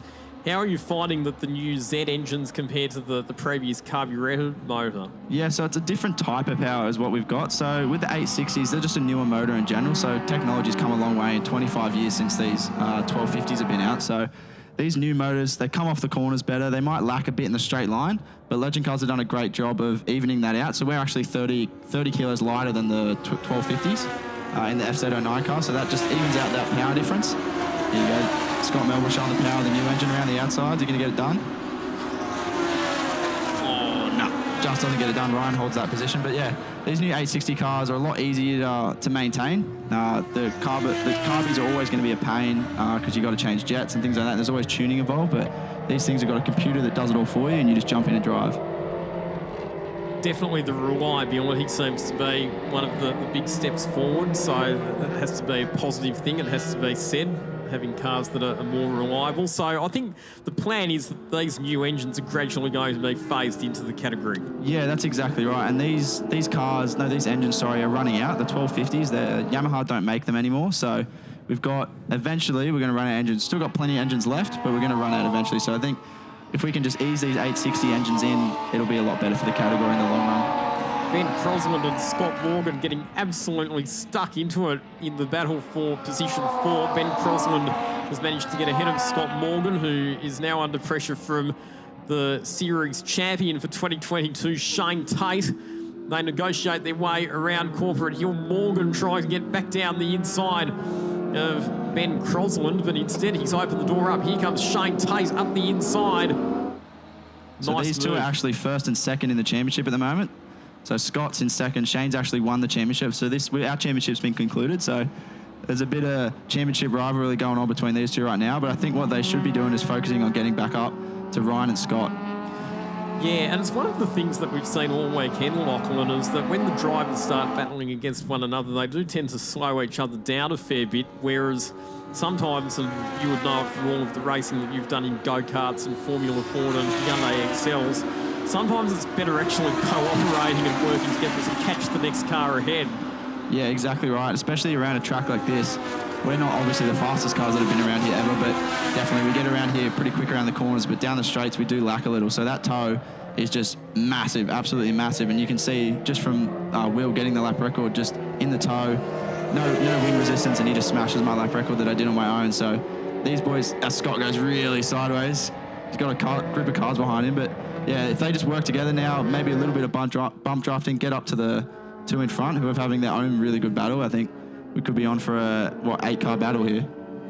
One of the questions that my co-commentator Tony Shebeki asked earlier is how these cars compare to Aussie racing cars. Now, you're an ideal person to ask about that, seeing as you've raced in both categories. Yeah, that's right. So these cars actually were the original Aussie race cars. So when Phil Ward first imported them, these were Aussie race cars. So Aussie race cars, the base chassis, if you tear it down to its bare minimum, it's pretty identical to a Legend car actually. But then you've got the water-cooled engine and a bit different suspension components and just more a grippy tyre, and that really makes a difference. So at Wakefield, for example, we're about 2 seconds quicker-ish, and that's really down just to tyres and the geometry of the suspension. But the bare chassis is actually pretty similar. And you're running, it's Nankang tyres, isn't it? On these cars? So yeah. We used to run a Federal. Yes. We went to MRF for last year and the start of this year. And we've just gone to a Nankang tyre. Gordon Levinson tyres, they give them to us, and they don't give them to us, we buy them off them. And they're a really good tyre, really, really good tyre. And they're only a road tyre, and we're flat out through turn one. They hold on really well. I remember the old Federal tyres were quite hard compound, and the cars would slide around a lot on those tyres. These ones do seem to be a bit more predictable, I suppose, that's in the terms biggest of the thing. handling. Yeah, so the Federals, if they were going to snap on you and give you slide oversteer, you wouldn't see it coming, you couldn't feel it coming. With these, it's a very gradual slide. So, and the cars actually like it. When they slide on the rear wheel and rotate like that, they really like it. This battle is a good one. Ryan Pring and Scott Melville dicing for second position. Scott Melville got ahead of Ryan Pring, but Pring has recaptured the position. Yeah, so Ryan Pring used to run the 333 car. It was that bright green car. He couldn't miss it. And he's jumped into this car. This was Nick Taylor's old car, this 52. And Ryan's absolutely killing it now. He's out in second. This will be his best finish of the year, I believe, so far, if he can pull this one off. But he's got Scott Melville hot in his tail, so we'll see how this ends up. With the way the championship's structured, it's all about consistency, isn't it? So Shane Tate didn't necessarily win a lot of races this year, but because he was always consistently there or thereabouts in the top 5, he was accumulating lots of points in every event, and that's why he ended up winning the championship. Yeah, that's exactly right. I don't think Shane actually DNF'd a race all year, and Scotty DNF'd 1 or 2 even, and I think that was the big difference right there. And Ryan Pring, actually, as we're speaking about it, he's actually 3rd in the championship for this year. So, again, it just shows consistency. You know, this is the first he's been up, and he's finished 3rd in the season. So, again, if you just finish races and be consistent, you're up there in the championship. Yeah, to get through the season, finishing every single race is a pretty good effort in this category where there can be plenty of action, let's put it that way. Exactly right, exactly right. As you see, you've got 5 cars now just nose to tail coming into the straight, and I bet as they get to the end of the straight into turn 1, there will be a very different order as we've started the straight. I think you might be right. So Ben Crosland is well aware of that. He moves to the inside to try and break the toe. Scotty Morgan's coming. He's got a big overlap. He's going around the outside. It's a ballsy move into turn 1. Can you pull it off? Around the outside, Scott Morgan. Nice job. That's nuts. And here comes Shane Tate down the inside. So Ben Crosland's going to lose potentially another spot by the time they get to turn 2. Yeah. And this is working really well for Scott now as they're battling behind him. Hopefully Scott will get a better exit here yet. And he's going to run out. So as these two battle, just shows again how easily someone can get away around this track. And Hardy Martin and Mark Duckworth both going at it just behind them as well. So bit of a freight train forming up as here comes Ben Crosland back down the inside of Shane Tate. Hardy Martin gets very wide on the exit of turn 4. Ben Crosland, another driver who's stepped into this category after previously racing in the Hyundai XL series, a bit like yourself. Yeah. Yeah, I've had a lot to do with Ben and his brother Hayden, and look, they're a really good family, and they both can drive really well. As you've seen, Ben only just jumped in the category this year, and he's running top 5 out of a field of 18. That's pretty impressive. We've actually seen some pretty handy drivers have a go in this category. James Burge back in 2018 was the dominant series champion, very talented racer who we've also seen doing good things in categories like Formula Ford. And not sure if you remember, but back in, I think, 2016 or 2017, Cameron Hill jumped in to do a round of legend cars in Warwick Hessenberger's car. That's awesome, yeah. Ended up winning the round. Yeah, of course he did. It's Cam Hill. Yeah, and in fact, Cameron Hill and his dad Colin and the CHE engineering crew, they did some work on Mia Bolton's car as well, modifying that car to make sure that the seating position was comfortable for her. Yeah, and I don't know if you've seen Mia in pit lane, but she's not the tallest of humans, so they had to really boost the seat up and bring the pedals back to her to make her fit in the legend car, and they've actually done it really well. Colin's made it so they can basically fold that seat up, pack it, and go over to overseas if they want to race legends. This battle is continuing between Ryan Pring and Scott Melville. Fastest lap that we've seen so far in this race, minute 49.4 for our race leader Will Newell, who leads by 4.8 seconds. Not getting down into the Hollywood lap times that we saw you and Will doing earlier on in the 47s. Yeah, that's exactly right, and that's what I mean by the toe. Will's out on his own now, and that's what I was in the first 3 races, where you're on your own, there's no toe, there's no one around you, there's no one pushing you, so if Will should back off and just, save his car, save his engine, that's probably exactly what he's doing, just looking at his lap times, because Ryan Pring just went fastest in the last sector, I believe. Yes, he did. No, Scott Melville did, actually. Scott Melville went fastest in the middle sector, so it just shows, well, you guess Scott Melville, speaking of him, down the inside of Ryan, really deep, really deep, and Ryan does the old switchback, so they're going to get a run down the straight and see if Scott can toe past him with that 860 engine. We are going to see the checkered flag at this time around, so Will Newell coming around the last corner now. And interesting thing is what is going to happen in terms of overall results for the weekend. Because of the fact that Will Newell had problems yesterday and because of the fact that you haven't started this race, it's actually going to be Scott Melville who will win the round if he stays where he is in position 3. 464 points. That's going to be good enough for Scott Melville to take the overall round victory. Gee, that's a close finish there. 0.03 of a second in the run to the line between him and Ryan Pring. Ben Crosland coming home in 4th ahead of Scott Morgan. Mark Duckworth in 6th position, back to Shane Tate, Hardy Martin, Stuart Bond and Nathan Prado. And yeah, just confirming your overall podium place getters for the round. It will be Scott Melville on 464 points who will win the round. Ryan Pring, 461 points. He'll be 2nd overall for the round. And completing the podium with 423 points for the weekend will be Shane Tate. That's bloody awesome. I think Scott is going to be stoked about that. That's Scott's first overall round win for Legend Cars. I think that's Ryan's highest place for a round of Legend Cars. So he placed 3rd at Winton 2 race meets ago, and now he's got 2nd. So I think the next stop for Ryan will be 1st place, hopefully at the last round in Winton. And that will again be part of the AMRS, I believe, in November. Yeah, I believe so. So that's actually our Aussie title event. So that's separate to the whole championship. That's its own event, own trophy, own presentation at the end of the year. And it's something that they run and we've adapted from Dirt. So Dirt run an Aussie title and it's the same sort of thing. We run a separate event and it's a pretty good event to go watch. Everyone's just guns blazing as hard as they can go, trying to go for the win. It's pretty cool. And isn't it a sort of a bit of a speedway sort of thing where you have your heats and then you have a final as well? Yeah. So same layout as what we know. So it's actually checkered flag this time by. Okay. They've held us off for a lap. All right. Well, there we go. It looks like it was going to I think half the field thinks it's a checkered flag because a lot of people have backed off. Yeah, the timing system indicated that it was going to come out, but no. So this is the last lap now. So the drivers have done the right thing because you keep racing until you see the checkered flag. Oh, Shane Tate has actually run wide at the last corner. Oh, he's got an issue, has he? He's pulled over. Oh, this is going to change the point score up a little bit.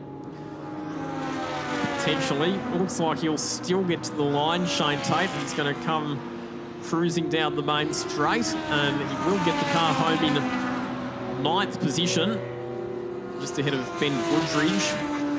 Are you going to get Ben's XL out for the Enduro or is he done for the weekend? Ben did a number on that XL, but he got out and he's okay, and that's the main thing. But we're going to get it prepped for the end of the year. Fair enough. So he will be a non-starter for the XL Enduro this afternoon. Unfortunately, confirmation of your race results. Will Newell, your race winner ahead of Ryan Pring. Back to Scott Melville in 3rd position, confirming that Scott Melville is your overall round winner for the weekend. By just 3 points from Ryan Pring, so very close between those two in the final round standings. Ben Crosland back to Scott Morgan, Stuart Bond, Nathan Prado in 7th, Mark Duckworth in 8th, Shane Tate falling back to 9th position on the final lap, and Ben Goodridge rounding out the top 10. Let's see if that's changed our podium order. 464 points for Scott Melville, 461 for Ryan Pring, and 419 points for Shane Tate. That will be your podium for the weekend. So Shane Tate still maintains a place on the podium. Good man, good man. And you see they're all lining up here, 1st, 2nd, 3rd. So Will should be stoked. This is his first Legend Car win and almost, I think, maybe even his first Legend Car podium. So that's really cool to see. And I think Ryan Pring's dad's going to be pretty happy with this one. A P2 for Ryan, that's awesome. Yeah, really solid weekend for him. He was up the pointy end and in amongst the lead pack all weekend. So good weekend of racing for the Legend Cars. And yeah, looking forward to the national title at Winton. Should be a good turnout for that event. It'll be the first time in a few years, won't it? Was there a national title last year? Yeah, we ran a national title last year at Wakefield. But yeah, this is the first, I think, proper one. COVID's sort of gone now and we're ready to rock and roll. We've got lots of numbers. It's going to be a good race. Yeah, very much looking forward to that. It's a category that's going from strength to strength at the moment, the Legend Cars Australia Series, as we get ready to head down to Kylie for a chat with our race winner. Great to catch up with our race winner, Will. Well done. How does it feel putting in that effort and finishing first? Pretty good. You missed your sparring partner there. Yeah, that's just unfortunate that he cracked his diff housing, but it is what it is. Well, congratulations and well done. And Scott Melville, am I right in saying finishing third on the podium has given you some bumper points for the round? Is that right? I hope so, yeah, definitely. Yeah, just trying to keep up with these young blokes. Nightmare. They're so bloody quick. What's it like doing some laps in these beautiful legend cars? They fly. They're unbelievable. It's amazing how quick they are. So what are the things you've got to sort of be mindful of in a race when you're racing them? They slide a lot. They're very taily, so you've got to be easy on that throttle. It will spin you around really quick. And what do you got to do to beat the young ones, huh? Oh, I don't know. Lose some weight, I think. Well, Scott, thank you. Well done. Thank you. Thanks.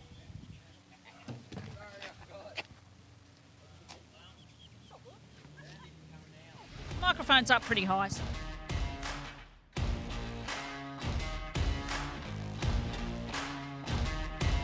Thanks, Carls. Good work down there in pit lane. We'll let you go soon. TA2 race up next. The TA2 Muscle Car Series, of course, framed by Hi-Tec. Matt McKeldin. Oh, he's got it right, folks. Look at him go. That's a high five to you, Shebexter. Well played, sir. You could just call me Matty Mac. I could. Most people just call me Matty Mac. I'll call you by your right name. Fourth time round. That's better late than never. Welcome back, buddy. A bit of a tailwind blowing up here at Eastern Creek, which is going to be interesting for these cars. The afternoon winds coming across Sydney Motorsport Park, and if we look at the flags, they're definitely flying straight down into turn one. And you've got to be careful of that, right? Because if you go down there on your normal brake marker and all of a sudden you've just got a couple of Ks more pushing you down with the wind, you might find yourself in a spot of bother just coming down into turn one. So we had an interesting accident in our last race. We've got some vision of the in-car from that accident. So let's roll that here on our live stream, and you can see exactly what's happened. Talk us through us, Manny. So this is on board with Dean Lindstrom coming down through one down into two. Now the big thing to watch in that bottom right-hand side of that screen, you've got green throttle and red brake. Watch in just a second, you see they're both on there. He's got brake and throttle applied coming down into turn two, and it just drives you into the corner. Yep. So Dean didn't do anything, he wasn't being greedy, he wasn't being silly. It just caused, unfortunately, a big accident. This is, I think, on board with Aaron Tebb. Yeah. So Tebb's gone almost into the back. Whoa, look at Jackson that. Over the top. So we've lost, unfortunately, a number of cars from this, including Tebb and Jackson. This one has the most amount of damage. This is Anthony 10K. The 10K plant hire 69 Mustang turns in, bang. Oh. And so, of course, a lot of damage on the front, but he also got it in the rear as well. So talking to Anthony in the break there, that car's going to go off to the jig to see if we can make it back for the final round at Winton of the TA2 Championship. So watch Lindstrom on the right-hand side there. He's just going to tag, gets untidy, tags Crutcher. Crutcher turns in. That then pushes Lindstrom into Nick Bates. Nick Bates into Aaron Tebb. Aaron Tebb gets turned around, and then all of a sudden, we're on. This is a great view from Nick Lang. Look at that car just coming through in just a second. There it is off to the left. Watch him grab brake and throttle, and then Reddy gets untidy, and just in a second, he's going to go turn right into Crutcher. Yeah. So, wow. Basically, just a concertina effect, a lot of bad luck. As a result, though, unfortunately, Dean Lindstrom, Jeff Leeds, our driver standards observer, has decided that he is gone for the weekend. So Dean's down there packing up his car, but we've lost through mechanical problems and issues after that accident. We've lost Mick Rowell, Anthony 10K, Hayden Jackson and Aaron Tebb. Unfortunately, they won't make this final race. The final car in the concertina effect there, Paul Hadley, when I left pit lane, they were still screwing the thing together. So we'll have to see whether he's got that started and got out. If he has, that's a massive effort from the IES team to get that car turned around because it was a mess. And Croucher, what was the problem there? Because he obviously stopped after the actual accident, but looks like he's going to be racing. He is going to be racing, so that was just a drive shaft. That just broke at the end of the drive shaft yoke, and we think that's because when he got hit, it twisted quite a bit. It just twisted the component there, so that was a really easy fix. I mean, Poor old Mark Crutcher, we were talking about it in the break. He is a punching bag. That guy, he drives beautifully, he looks after himself, he looks after others, but he just seems to find himself at the raw end of the stick when it comes to a whole bunch of drivers. So does a lot of driving in these cars, competes in both the categories that the TA2 cars can compete in.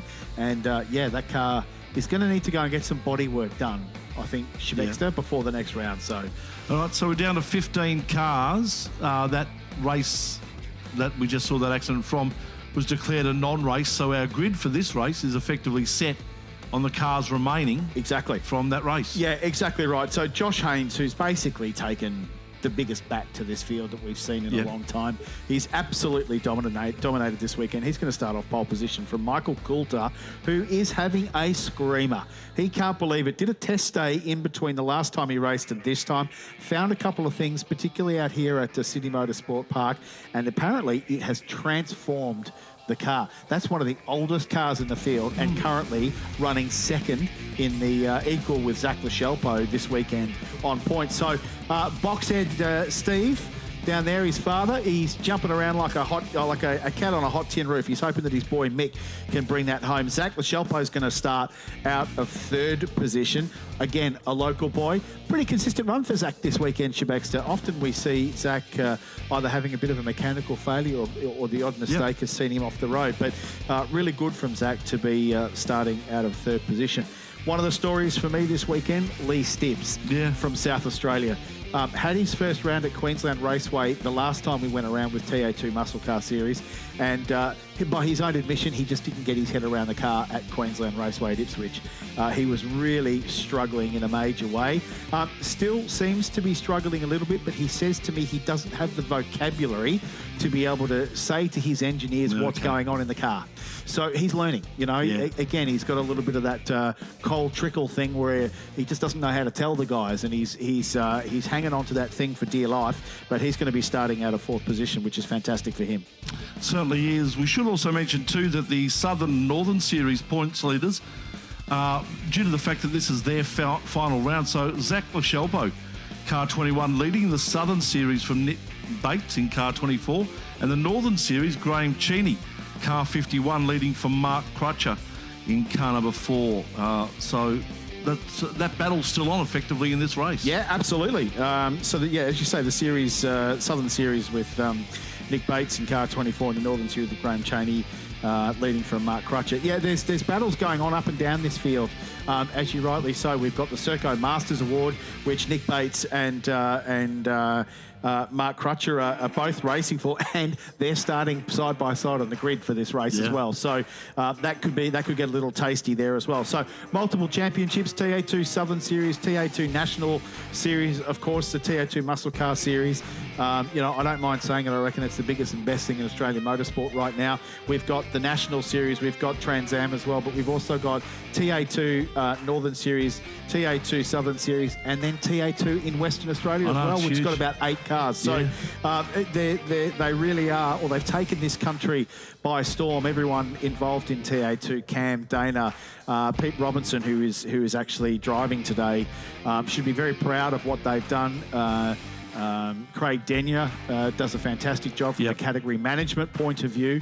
And a lot of the feedback that I get from guys here, and I've obviously experienced it myself, is that it's just a great fun weekend to come racing. It's got a little bit of the old, hopefully less the damage, Shebex, but a bit of the old V8 Utes feel about it. We're all pretty friendly with each other.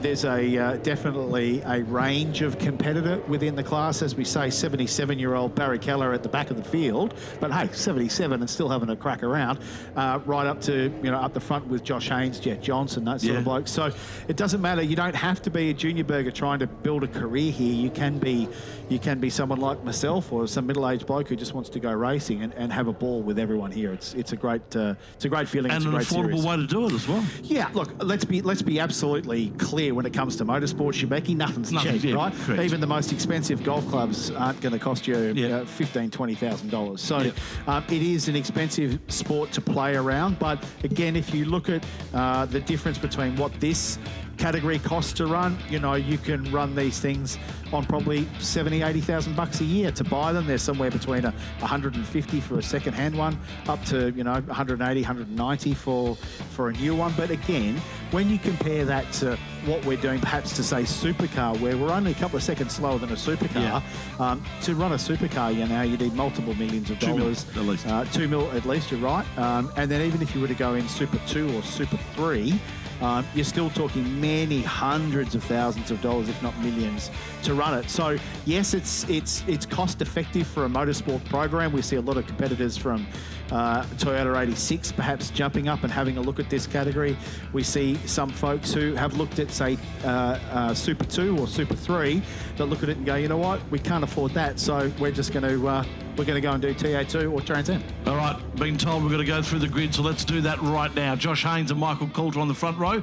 Zach Lachelpo and Lee Stibbs on the second row. Jet Johnson from the back of the grid in the first race this morning. He'll come through on 5th position. Graham Chaney out of 6. Nicholas Bates and Mark Crutcher. Keep an eye out for them. Those two competing for the Serco Masters Award this weekend. Nick Lang, the Queenslander, out of 9th. And John Hollinger, the award holder for the biggest accident we've ever seen in TA2 Trans Am.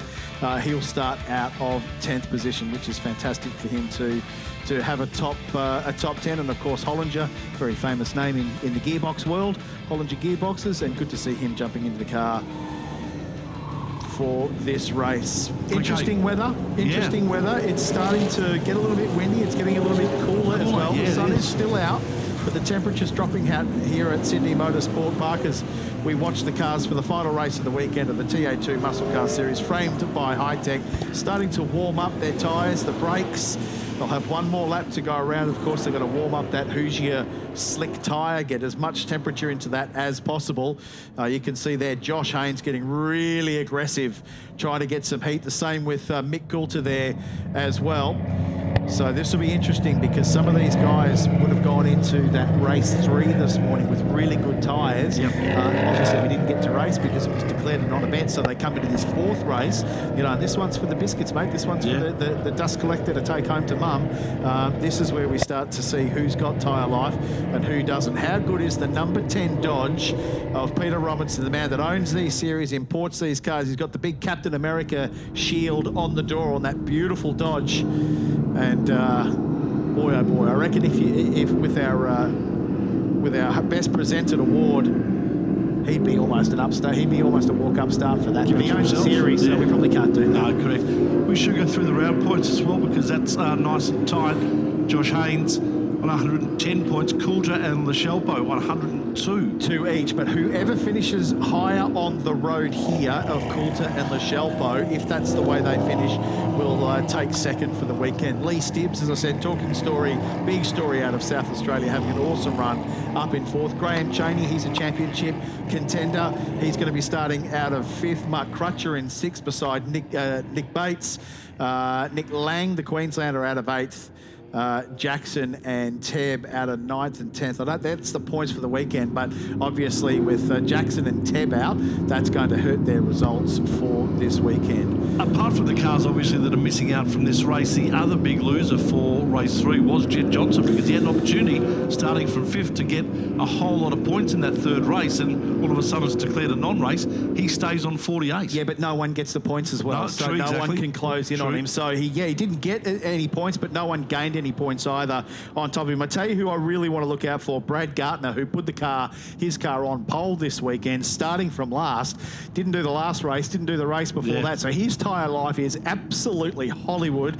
He's got to pass 13 cars to see if he can get our Hypercoil Hard Charger Award for the weekend. As they round the corner up onto the straight, they go side by side.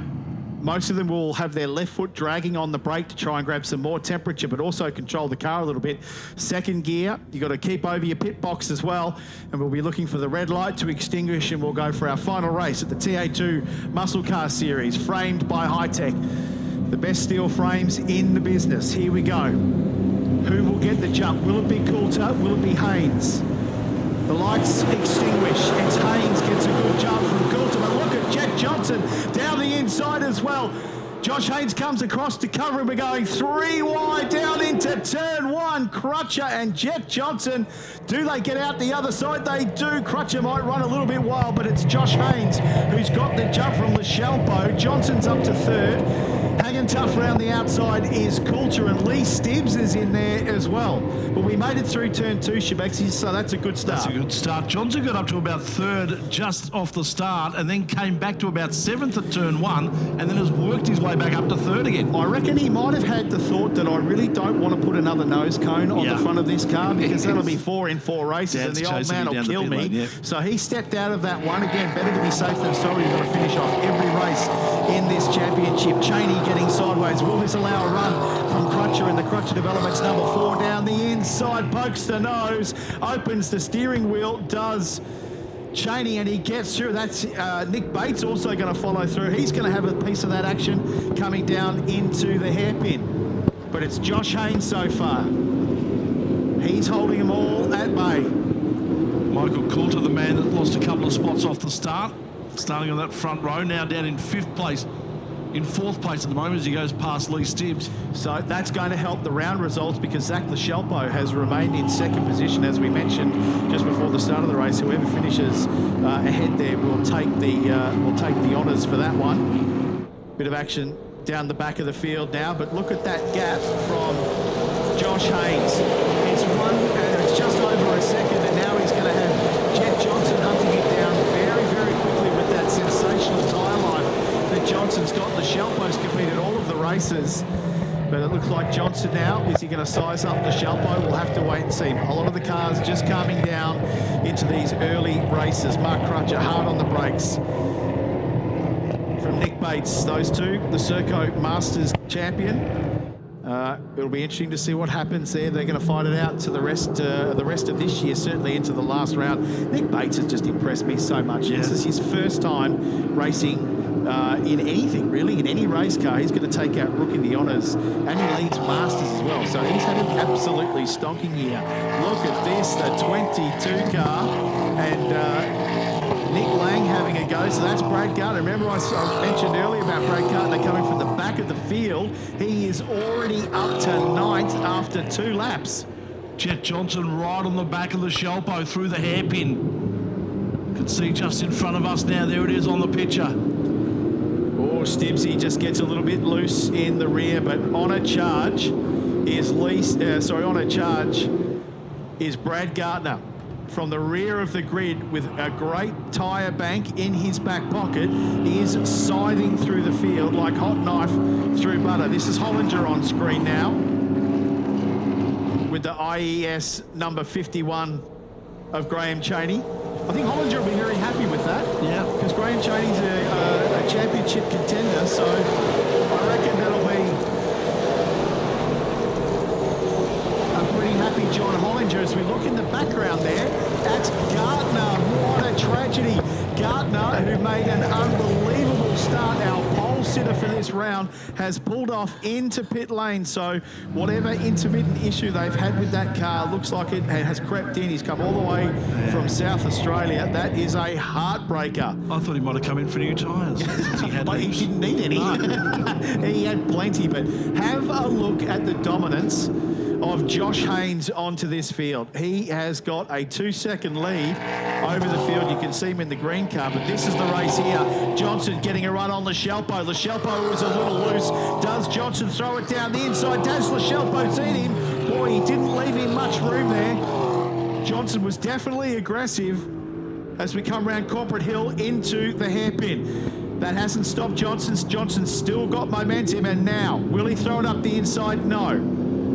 Wise move. Just a smart move there. We knew and we saw in the previous races that Lachelpo was having a balance issue with the car. Simply couldn't get the thing to put the power down and had pretty vicious understeer as well. So Johnson, young Jet's just got to bide his time. You can see, look how wide he runs there. So probably a fair amount of understeer in that car. Coming up onto the main straight, the 117 Napa Auto Parts Mustang. Can he get a run on the Tempest Solutions Camaro of Zach Lachelpo? How do you like your horsepower on your Sunday afternoon, folks? Bit of a draft down into turn 1. Will he poke the nose? No, thinks better of it. Lachelpo sweeps ahead in the 21. Josh Haynes continues to dominate. Does Johnson have a no? He shows the nose, but didn't throw it down the inside this time. Just full on defence from Lachelpo at the moment, isn't it? Absolutely. Covering him off. And what you've got to watch here as these two battle is, does this bring Michael Coulter back into the fray as well? Although they've gapped him significantly with a 3.36 gap. So these guys not particularly slowing down. Jet Johnson makes a mistake down into turn 4. The car just started to get away from him. That's given a bit of breathing space for Lachelpo as well. Now we've got to make sure that Jet doesn't crucify his tyres, making sure we're trying to get back to the back of Lachelpo. But just had that little turn-in bobble there, which gave him, the 21 car, just a bit of a breathing space for just a second. Well, Jet should have good tyres as well. Didn't do anything in qualifying, didn't do much in race 1. Tries to look at taking the second place here at the hairpin, doesn't do it, and of course there was no race 3, so Jet should have a full set. Jet's got a sensational tyre bank, and you're seeing it here. Lachelpo is just starting to struggle a little bit. This is unfortunately what we've seen from Zach. The tyres just go off the car, but Jet's got to be careful that he doesn't overdrive it too, Shebeki, because he'll burn the tyres off his car. And then, as I said to you in the previous race, if you back off a lap, that the temperature comes down and the grip comes back. But certainly, just like a shark, this young Jet Johnson, he's hunting, he's looking, he's pressurising. Lachelpo resisting the pressure. They're close this time down through turn 1. Does Lachelpo go defensive and allow Jet down the inside? Here he goes, throws it down the inside. Lachelpo should know he's there. They go side by side through 2, but that's going to allow Johnson through to the lead now with 11 laps to go. It's eyes forward to see if he can get to Josh Haynes as well. That is a call, though, to try and get to 3.9 seconds up the road is Josh Haynes. Can Jet Johnson get there? As you rightly say, good tyres, but we'll have to wait and see, because that's a big ask. 4 seconds in 11 laps, that's a big ask. I'll be on the phone down to Joshy saying, mate, he's passed everyone. He's on his way. Watch out, he's on his way. Can he get there? We saw him come from the back of the grid all the way up to 5th in the second race this morning. So it is possible. He could absolutely do it, although just pinched a brake big time coming down into the hairpin as we go to the replay of Johnson in the Napa Auto Parts Mustang, just sliding down the inside. Zach was smart there. He knew that he was there. There's nothing that he could do there, so allowed Johnson to get the line. The best thing that Zach can do right now is just sit behind him and see if he can't tow him along. But as you can see there, I think already about a 1.5 second gap. Zach knows he doesn't have the tyres. It was 4.4 when he moved into second place.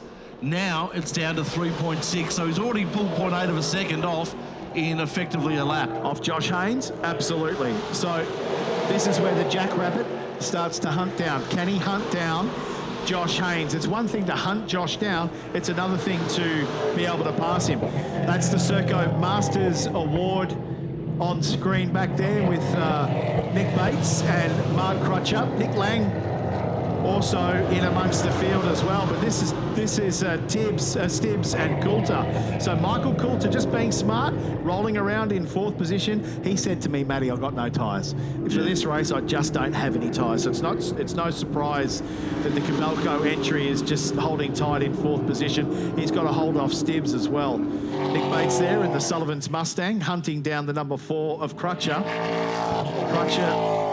Runs wide, runs right. Don't do it, Mark. That is the sort of thing that is going to let Nick Lang and Nick Bates back into the fight. You can't make those mistakes in such a tight field. So he had a big understeer moment, whether he just foot slipped off the brake and he went into, I think is that turn 6 down there that he just got a little bit too wide on? 6 or 7. 6 or 7. So now that's causing Mark to have to go defensive, because now he's got Nick Bates in his rear view mirror. He can see him, he can hear him, he knows he's there. You cannot make a mistake in this tighter racing. You cannot make a mistake in TA2 racing, or you will get swamped. It is that tight. As Josh Haynes goes across the stripe, he's opened the gap just a little bit, so they've been on the phone to him. He's opened the gap to 3.9 seconds. He took another 0.3 of a second out of Jet Johnson on that one. So Josh Haynes looking good for the win. But what can Bates do on Crutcher? the Sullivan's Mustang. Exits turn 1 and does it beautifully, nice and smooth. I tell you where Mark Crutcher is very strong, and that is under brakes. He learnt a really different braking technique than what he's used to. Paul Forgy, engineer, of course, of fame from Marcus Ambrose Championship days, has been working on his driving, and he is so confident under brakes. So I'm really proud of the way Mark has come along with his driving, because braking always used to be his deficit, and now it's one of his great advantages. So Mark's having a cracker run there, up in 6th position from Nick Bates and Nick Lang. John Hollinger holding strong in 9th position as well from Graham Cheney in 10th. So Hollinger will be happy.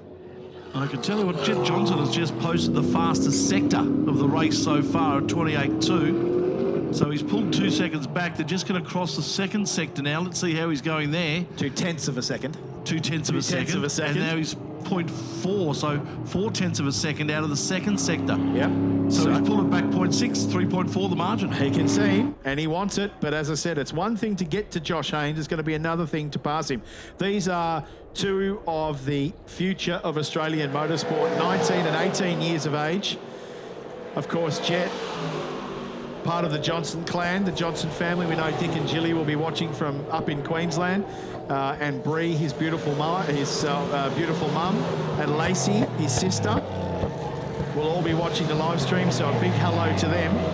What a great effort to bring the Napa Auto Parts Mustang up into P2 after what started out, Shemexter, as not a great weekend for that car. No, far from it. Taking a couple of noses off it. Yeah, qualifying in race 1 for Jet, not good at all. I tell you what I'm enjoying, Matty, is watching all these sons of guns coming through at the moment in all different categories. We've got it in Formula Ford with young Clay Richards there, and you've got Jet Johnson here, and you've got Aaron Seaton's been around for a while. There's just so many of these kids whose dads have been there and done that. It's just great to watch. Oh, add into that Morris's kid, Ellery's kid, like the second generation of that supercar world that we absolutely loved when we were growing up, when I was growing up in the sort of 90s and early 2000s. Correct. Now the sons are coming through, which is sensational. Oh, Josh Hayne just made a big mistake off into the centre of the hairpin there.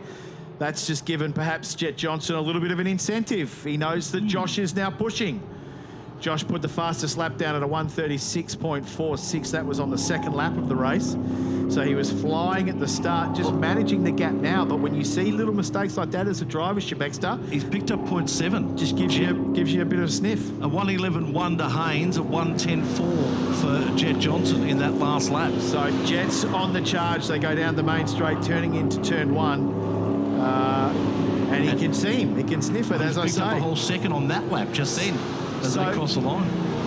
The 51 car of Graham Cheney, currently 2nd in our TA2 Muscle Car Championship, framed by Hi-Tec, 2nd in the championship. I think he'd be pretty unhappy in 10th at the moment. I don't think he'd be happy with that at all, given how fast he's been this year. Big shout out to Paul Hadley, his car owner and teammate, and all of their team as well, because Paul was involved in that difficult moment down at turn 2 in that last race. They basically had the front off that car, replaced everything, and Paul's been able to get on circuit. That's while also trying to get the car on screen, the number 51 car of Graham Cheney, up and ready for this race as well. Yep. So a big shout out to the IES crew to get those cars back and looking resplendent on the track. There's Jet Johnson. No, it's not. I thought they were picking him up, and the reason being is because that margin's about to come down to under 2 seconds now with 7 laps to go. And there he is, so down onto the back straight in between the hairpin, coming up to the final few corners. 1.6. There we go. Jet has absolutely got the afterburners on, sorry for the pun, but he is seeing that Josh Haynes is starting to struggle on his tyre life. Could this be, with 7 laps remaining, there's plenty of time here, Jet Johnson may get this done. He will need to be, in the words of a famous commentator, absolutely centimetre perfect to be able to get this car under the rear wing of the 17 of Josh Haynes. What a great way it would be for him to finish this weekend, Shebexter, if he can actually get a race win. Huge braking difference. Look at the braking difference between Jet and Josh Haynes. Josh Haynes has fried those tyres, I can tell you. And now Jet is within eyesight. He is within apex turn-in. And I know he's saying about Josh not letting him pass, but he might not have a choice. His tyres might not give him that opportunity to defend as well as he wants. Absolutely. I can tell you that it'll be the widest Mustang out there. The Elvin Group number 17 will be the widest Mustang you've ever seen in, I reckon, about maybe a lap's time. If Jet can continue to be nice and smooth, he might be able to get up under the wing of the 17 and make these final couple of laps an absolute barn burner here at Sydney Motorsport Park for the penultimate round of the TA2 Muscle Car Series, thanks to Hi-Tec. Hi-Tec frames, of course, the best in the business. Jet Johnson lays down the power. 525 horsepower. Under a second. So he's essentially taking about half to 3/4 of a second per lap out of the Elvin Group 17. What can he do coming down onto the straight? This is where you need a lot of lateral grip, and by the look of that car, Haynes just doesn't have it. Look at the slide, the big power slide from Jet Johnson. He's got the eyes on. Dad will be on the radio to him. He'll be saying, mate, if you're going to do it, make sure it's nice and clean, but you're doing well. They've gapped the field. It's a 10-second gap back to Lachelpo, who's currently got the better of Michael Coulter in 4th position, but this is definitely the race. They're closer again. Jet takes the wide line, tries to straighten off the exit to put the power down. The 17 Elvin Group Mustang struggling, you can see it. These guys have raced nose to tail all year, and it's going to come down to this one before we head to our last round at Winton. Look at the speed difference, Shebexter. Jet is all over him. You can see he's turning in earlier. He's got much better lateral grip coming off the corners. Josh is doing a great job. If those tyres are fried, he is doing a good job. But definitely Jet at the moment has the pace on the car in front. 5 laps remaining. Plenty of time still for Jet Johnson to get this done, but he'll want to get it done quick. Oh, sliding again. This is what Jet needs to be careful of, because he in turn, of course, can burn up his tyres in the chase trying to get to Josh Haynes. And if he does the same thing, then it's a bare knuckle pub brawl as we get into the final few laps. That'll be fun. Yeah, gloves off, away you go. If they're both on shag tyres, it'll all be all about how good they are in their car control. Down onto the main straight now. Jet absolutely up it for the rent. Not a lot of aero in these cars, so you won't see a huge draft effect here. And I can say that Josh Haynes is doing a sensational job of keeping that gap down to about half a second. Josh steps out of this car at the end of it knowing he's given it absolutely everything. Whether he wins it, whether he finishes second, he has given it everything. One of the things I love about these two drivers, Shebexter, is the respect they have for each other and for their families. These guys don't ever want to touch. They want to make sure that they're racing super cleanly. They've done so all year, which has been great. And, you know, Jet was definitely dominant up at Queensland Raceway, but he had Josh Haynes right behind him. And if Josh, unfortunately, hadn't had a mechanical failure at one stage there, then those guys would have definitely been 1-2 on the road up at Queensland Raceway. But look at this. Here we go. It's tight. We go round to Corporate Hill. Jet is right on the back of Josh Haynes. Round Corporate Hill, down into the hairpin, approaching Warren Wadley at the back. I'm sure everyone will... as he goes round the outside of the hairpin. Can he get it done? Josh Haynes is on the inside, just pinches off the exit. They go side by side. Wow. Boy, oh boy, that was super close. Warren Wadley, stay to the left. Thank you, son. We're on our way through. Here we go. The lap's counting down, just 4 to go. Oh, much understeer with Hainesy. Couldn't get the thing turned. He had plenty of understeer in that car. Jet continues to put the power down and slide the car from the top corner onto the main straight. Here we go. This is the closest he's been, Shebexter. It's only 0.2 of a second gap down into turn 1. He can't do it here, but he might be able to do it down at turn 2. Haynes will know it too. We'll see if he goes a little bit defensive. No, he stays in the middle of the road. Position perfect. He's going to make Johnson. He looks to the inside. He's going to make him go to the outside. Smart move. This is the future of our V8 races, folks. Josh Haynes, Jet Johnson, TA2 racing at SMP with 3 laps to go, and they're doing it cleanly. Just the others behind them, the Shelpo, Coulter, Stibbs, Croucher, Bates, Lang, Hollinger and Cheney, our top 10. And these guys, despite their racing, are now 11.4 seconds ahead of the field. Unbelievable. As we see the 31 car turn around, Brad Kelleher, our 77-year-old, has just had a bit of a turn down off the hairpin by the look of that. So we'll just have to make sure that he is out of the way as this battle continues. Yeah, he's on. Off you go. Thank you so much. So 3 laps to go. Haynes and Johnson. Elvin Group 17 against the 117 Napa Auto Parts Mustang. Onto the main straight, getting sideways is Haynes. Geez, he's done a good job of prolonging what lead he had now as Johnson started to range up behind him. He's been able to maintain that gap. I reckon Johnson might have had a fair fry on the tyre in the last couple of laps trying to get to Haynes. 2 laps to go. Where does he get him, Matty? Give me a corner. I think if he's going to do it, he'll probably do it down here. He goes round the outside.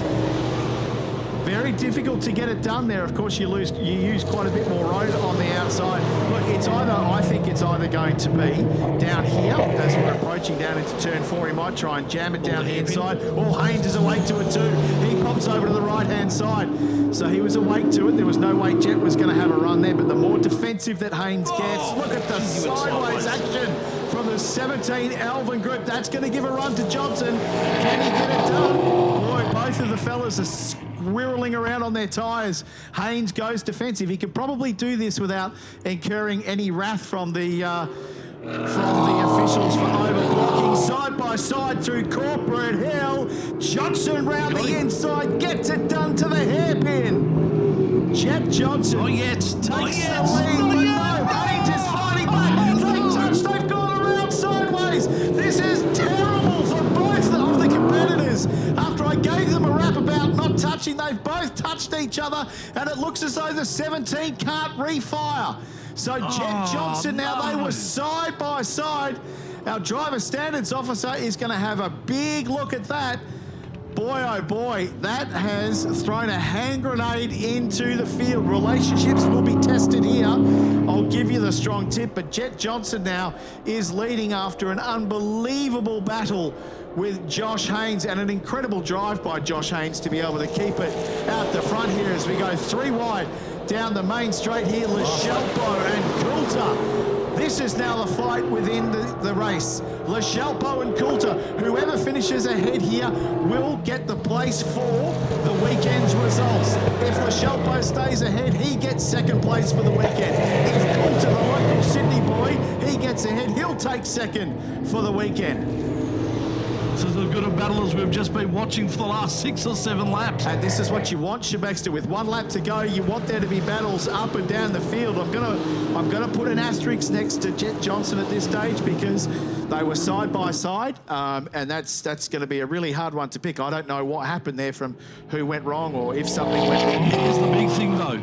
On 151 points, Josh Haynes down in 12th place. Lechelpo now on 154 points and takes the lead for the round. Lechelpo may take his maiden TA2 round, his home round, here at SMP at 154. That'll promote Michael Coulter into second position. And then I think, was it be Mark Crutcher in for third? No, he'll still hold on to third, Haynes, but he'll drop from first to 151. Right, there you go. Okay. So Jet Johnson rounding the top corner for the final time. Put an asterisk next to him. He may win it. I'm not entirely sure. Jeff Leeds, our driver standards officer, will need to investigate that. But regardless, a sensational drive from Jet Johnson to get up to Haynes in the end, as you rightly say, drop back to 7th. But Jet Johnson in the 117 Napa Auto Parts Mustang crosses the line in the rear of the background here.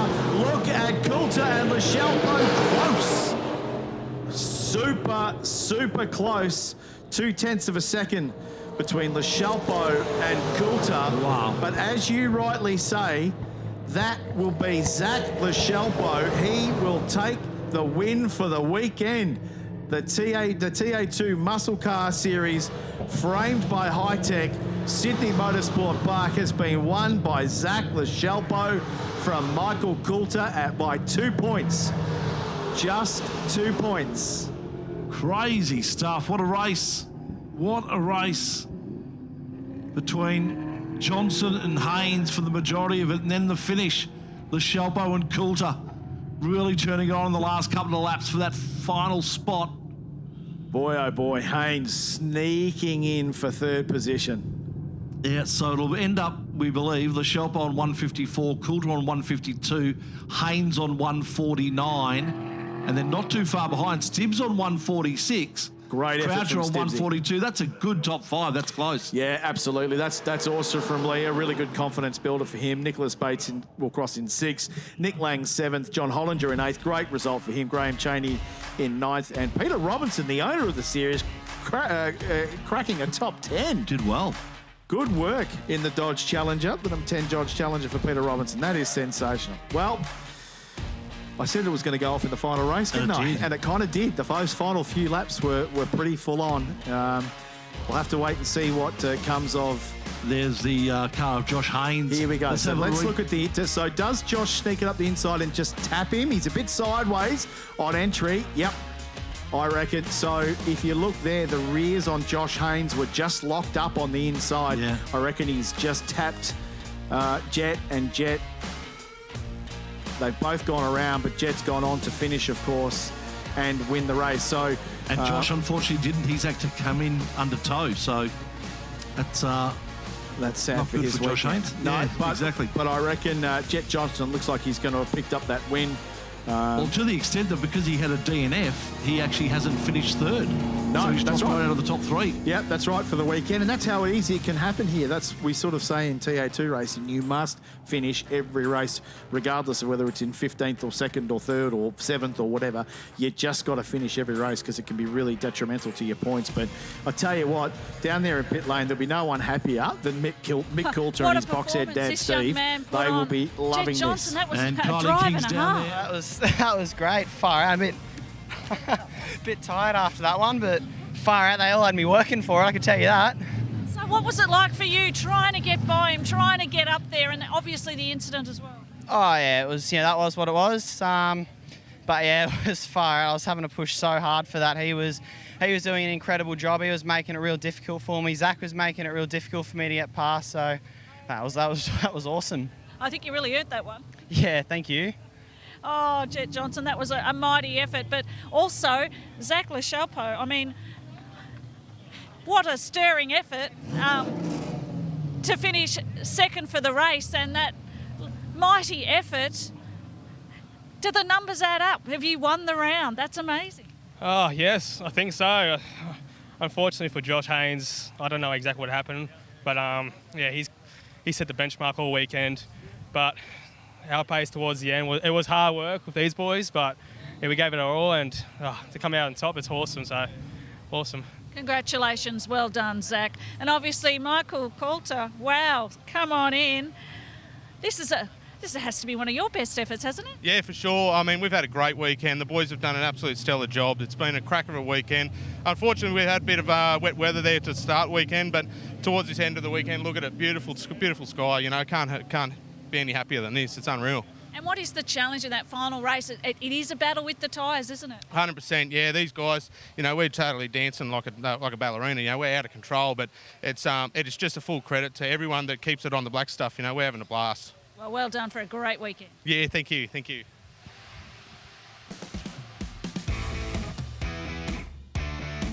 Good on you, Kylie. Thank you for that. Our place getters in that final race for the TA2 Muscle Car Series, framed by Hi-Tec.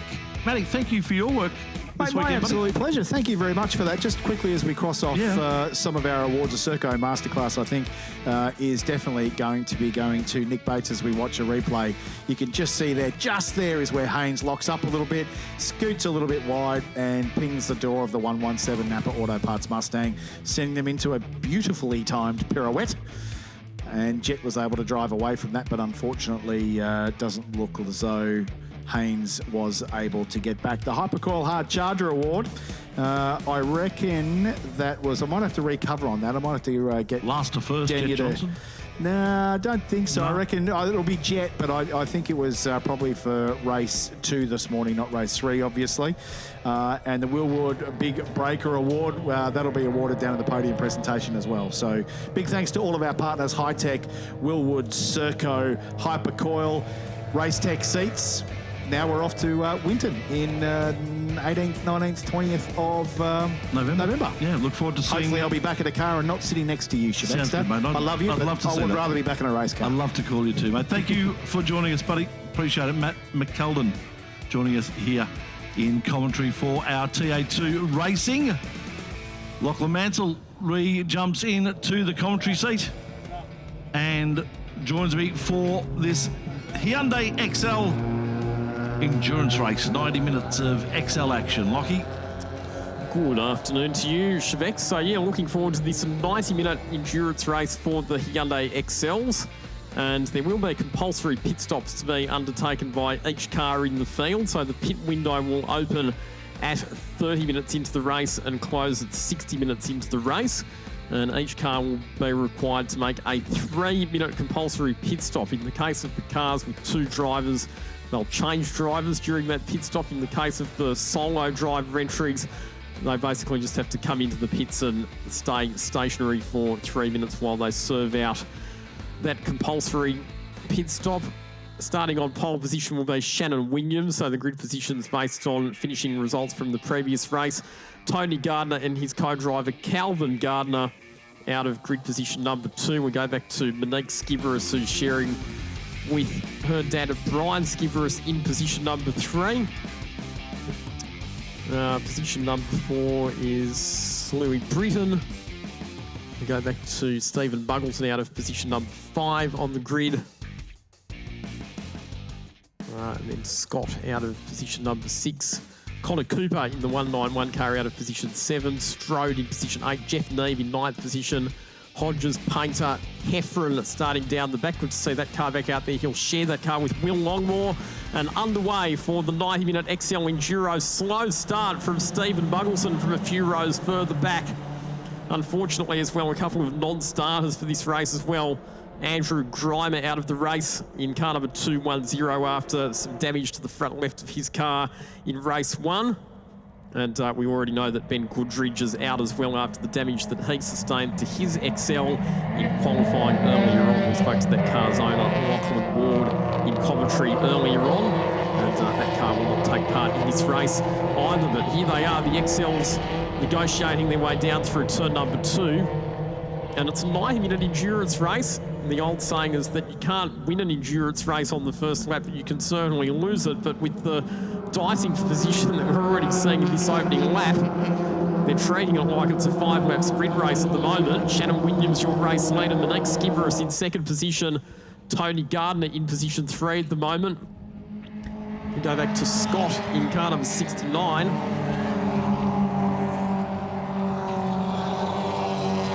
So all about just trying to dial themselves in, find some clear track and start punching out some consistent lap times for the next 90 minutes. And you're exactly right, Locke. The thing for these guys is to make sure that they stay on the track. That's what they need to do. Heading off on a journey ain't going to help you in this endurance race. You're just going to be consistently up there and consistently lapping good times. Jeff Neve getting up the inside of Dion Scott there. At turn 8, the hairpin, but Scott recaptures the position, and here comes Caleb Heffron. We saw that Caleb Heffron's car was very quick, particularly through turn 1 in the previous race, even if it lacked a bit of straight line speed. But Monique Skiveris has gone through to the front, relieving Shannon Williams of the race lead. Monique Skiveris, one of the great female competitors in the New South Wales XL Series. We've seen some great female racers come through this category, including Jess Martin and also Emily Duggan started her racing career in Series X3 New South Wales before progressing to the Toyota 86 Series and also the Super 3 Series. So we have a female driver in front at the moment. Skiveris from Williams, Gardner, Cooper, Scott, Heffron, Neve, Muggleton, Painter and Britton, our top 10, 3 minutes in to the race. 90-minute enduro. Just go through those pit stop rules again for us, Lockie. So pit window opens at 30 minutes, closes at 60 minutes, and you have to do a 3-minute compulsory pit stop sometime within that pit window. Okay, and that will include a driver change and the whole lot. Yeah. Of course, if there's a safety car at some stage in that pit window, expect a lot of people to come in and take advantage of that. And we do have a couple of drivers who are driving on their own, so they will just take the 3 minutes, no driver change. Correct, they'll just come in and sit there for 3 minutes. Obviously, no driver change for the solo drivers. In the case of the twin driver combinations, it's always a bit of a debate about whether you start your faster driver in the car and try and build up a lead, or if you finish with the faster of your two drivers. I've always been a fan, I have to say, of saving up your faster driver for the finish of the race, because if you do get safety cars, you obviously want your faster driver in the car at the end and not waste any advantage that they're going to get at the start due to a safety car. Side by side, here's the battle for the lead. Tony Gardner running up on the outside of the Prime Excavations car of Monique Skiveris. Shannon Williams still sitting there in position number 3. He was the winner of the sprint race earlier on today. Shannon Williams, the best placed of the Masters class drivers, the over 40-year-old drivers. Oh, I'll be in that. I wouldn't yet. That's down in Victoria, they generally have such big fields that they have to split the trophy in the Masters classes into completely separate races because they just have too many cars to have them all in the one race. It's on for the lead here. Tony Gardner down the inside of Monique Skiveris into turn 2. Caleb Heffron into the pits early. It's way too early. The pit window is not close to opening yet. We saw that they had problems with that car in race 1 earlier on, and Caleb Heffron getting back out onto the track, so a quick pit stop, but that's an early and unneeded setback that's going to cost them a lot of time. And like I said, they can't count it as their compulsory pit stop because the pit window is not open yet. Caleb Heffron's co-driver for this race is twin Series X3 New South Wales champion Will Longmore. A very talented driver is Will. We've seen that he's done some testing in Formula Ford as well, so him and Caleb on paper a strong combination, but the XL not being that cooperative for them so far today in the mechanical department. Exactly right. So, Gardner makes his way to the front. No, so yeah, Tony Gardner. It is Tony Gardner, yep. Front. In the 1.9 Media XL, Monique Skiveris in second, Shannon Williams third, Connor Cooper, the GWR apprentice mechanic, currently sitting in position 4 as Skiveris comes up the inside of Gardner at turn 9. They'll run side by side into the double left-hander. Good battle from the lead. This has been in the early stages. And it's Skiveris on the outside who will take the advantage and should have the better exit for the run onto the main straightaway. And this is where we'll see the slipstream come into effect as well. Skiveris' car's got really good straight line performance. We see time and time again she's able to catch up to the cars ahead or pull away from the cars behind. Change in third position, that's Connor Cooper down the inside of Shannon Williams. Fastest lap of the race, though, has been set by Jeff Neve, who sits in position number 6 at the moment. Yep, just over the 2 minute mark. 2 minutes, 0.56 for Jeff Neve. It'll come down as we go along. Good racing up the front early on in this 90-minute endurance. They do know it's not the sprint race, don't they? Oh, yeah. Well, I presume so. You could be forgiven for thinking otherwise, though, given the intensity with which they're battling. Yes, correct. Jeff Neve showing a good turn of speed. His co-driver is Craig Woods, who you'd be familiar with, Tony, for his exploits in V8 utes and Super Utes and Aussie racing cars, among other things. Yeah, of course, supercarts. Been around, no doubt. Race winner in all categories that he's raced in. local family, local man out here from Western Sydney. Indeed he is. Massive Penrith Panthers supporter. Yes, I was just going to say that.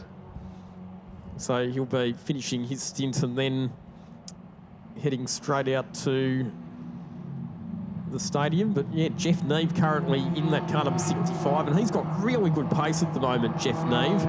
Craig Woods was installed in that car for qualifying this morning, but did not get a lap because the red flag came out before he had a chance to set a representative time, which meant that they had to start down the order for the sprint race earlier on. But at the moment, that car is the fastest car on the racetrack.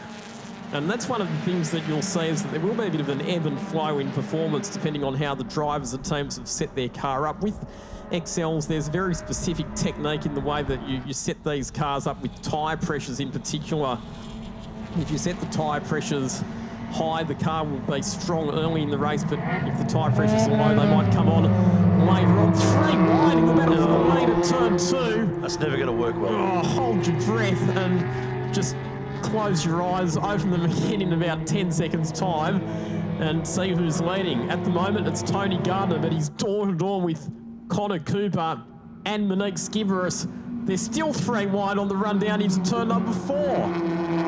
Again, Tony, you're absolutely right. It's supposed to be a 90-minute enduro, but you could very easily be mistaken for thinking otherwise. This is fantastic racing up the front, and we should mention too that Jeff Neve has posted the fastest lap again, under 2 minutes now, 1:59.51 from Jeff. So that car's got a fair bit of pace, there's no doubting that. And Jeff's used to racing fast things, raced around Bathurst in a motorbike in his career. I definitely feel safer racing in a Hyundai XL than I would on a motorbike around Bathurst. Yeah. I'll give you that tip. Here comes Monique Skiveris looking to the outside of Tony Gardner. Oh, a bit of contact there. I thought so. Skiveris turned in and Connor Cooper was parked on the apex of turn number 9, so there was a light brush between those 2 cars.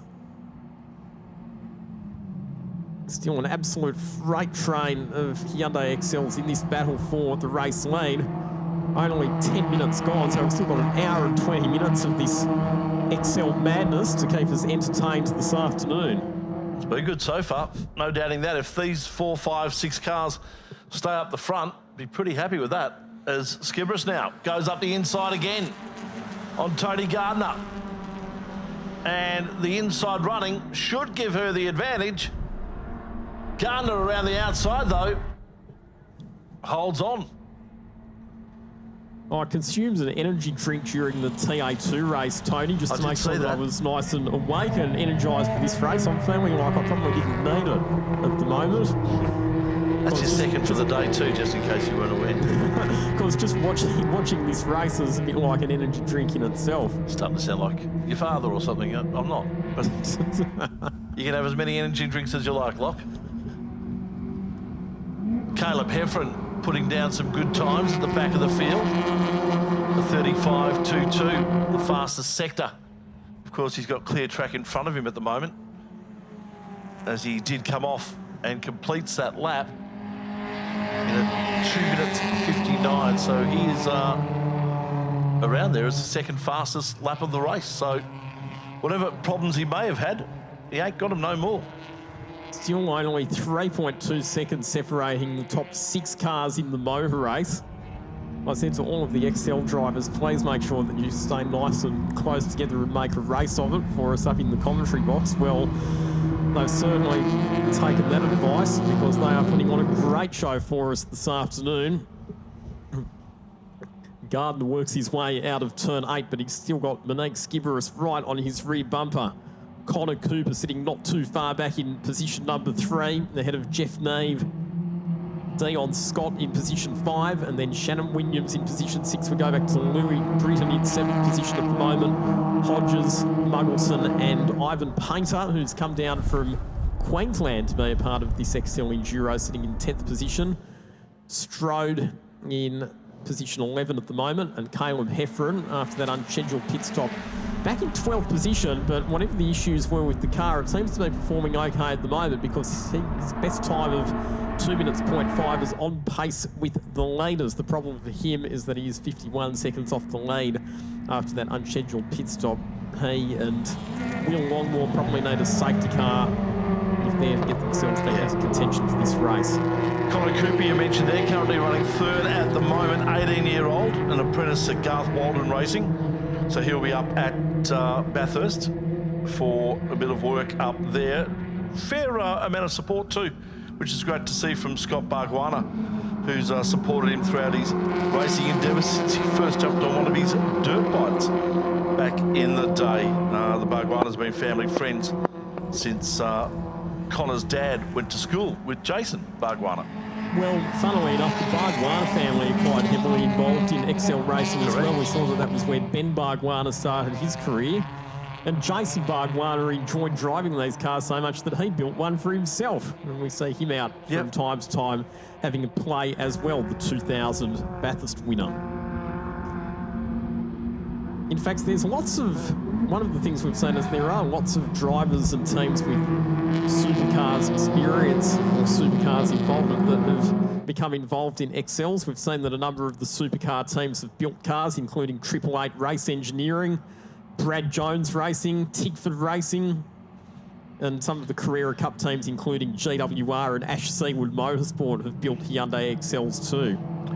I don't want to be controversial, Lockie, far from that for me, but do we want to see big teams getting involved at this level? It's a fair question that you ask, Tony, and I know that, that there has been a bit of concern raised over the amount of investment that some of those teams were making in Hyundai XLs, but one thing it does mean is that we are getting massive fields of these cars on the track, and that's, I suppose that in itself is not a bad thing. It's definitely helps with the profile of this category, that's for sure. The control shock absorber supply for the XL series is Super Shock, which also happens to produce the control shocks for the Supercars Championship, Oscar Fear and Otto. And the team over there in Adelaide have developed a control shock package for the XL series, which is designed to be robust, understandably, because these cars, as we've seen, they do cop a bit of punishment here and there. Racing out here, though, and it's grassroots stuff right here. Tony Gardner in front, Monique Skibberus just behind him. The pressure has been on between those two for the first 7 laps of this race. And Skibberus now up the inside, the outside, it is the inside. Has she got enough to keep it out the front? Down Corporate Hill to the hairpin. Good work, Monique. I don't think it's going to be too long before Tony Gardner has another go, though. No. Just seems to be the way it is. I really think that as long as you're somewhere within this lead group, it doesn't really matter what position you're in, as long as you're somewhere within this lead pack, within range of the race leader, by the time you get to the compulsory pit stop. Well, there's a 20-second margin between the back of this group and then the next car, so that's starting to blow out, isn't it? Yeah, they are definitely working together to try and extend a margin over the rest of the field, but because they are so tightly packed, I really think it's going to come down to the performance of the co-drivers, and that comes back to what I said before, where do you put your fast driver in at the start, or do you save up your faster driver for the closing stint? So let's have a look. Monique Skibberus, she'll hand the car over to her father, Brian, who was a great personality and a great ambassador for XL Racing, but in fairness, not as quick as Monique, right? Tony Gardner, he'll hand the car over to his 73-year-old father, Calvin Gardner. Again, probably not going to be as quick. Connor Cooper, he's doing the race solo. He'll stay in the car at the pit stop. So he'll be well tuned into the car and well tuned into the track conditions, but he might be starting to get a bit tired by the time we get to the end of the race. Jeff Neve, he'll hand the car over to Craig Woods, very good driver with experience, as I've mentioned, in Super Utes and obviously racing cars. He'll be quick. So I reckon that car number 65, strategically, is probably not in a bad spot at the moment. Currently sitting in 4th place make that 5th because Dion Scott gets up the inside into turn 6.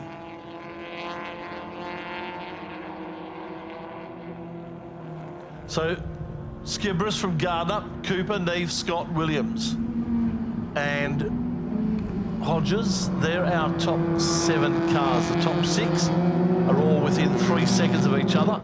And then there's a 20-second gap to the next, to Williams, between Williams and Hodges. So the other car's just starting to fall off the back a little bit now. And it's a good little team up, this team of Monique and Brian Skibberus, father-daughter team. As you mentioned, Lockie Brian, 58 years of age and in the Masters class, but has been around for a long, long time, and they've got a house full of trophies pretty much to prove it. For Monique, she's only 22, works as a machine operator and leading hand during the week and a race car driver on the weekend. Started racing back in 2017 with no previous experience. It all came to her naturally, winning her first race just a year later. So there you go. And obviously there's Dad Brian, brother Blake, and they are of Maltese calibre. Indeed, sure they gives are. me an affinity with them. My mum's Maltese, so there you go. We'll celebrate with a beautiful rabbit stew after this race. Oh, because they serve rabbit stew at the NRL Grand Final? I'm not sure if they do. No. Incidentally, we've had another lead change. So Tony Gardner has gone through. Not for long though. Monique Skibberus back down the inside of turn 4. Tony Gardner shuts the door. We knew it wouldn't be long. We knew it wouldn't be long before Gardner turned it around, and we expected it probably won't be long before Skibberus gets back in front of him. Again, this has been a good battle.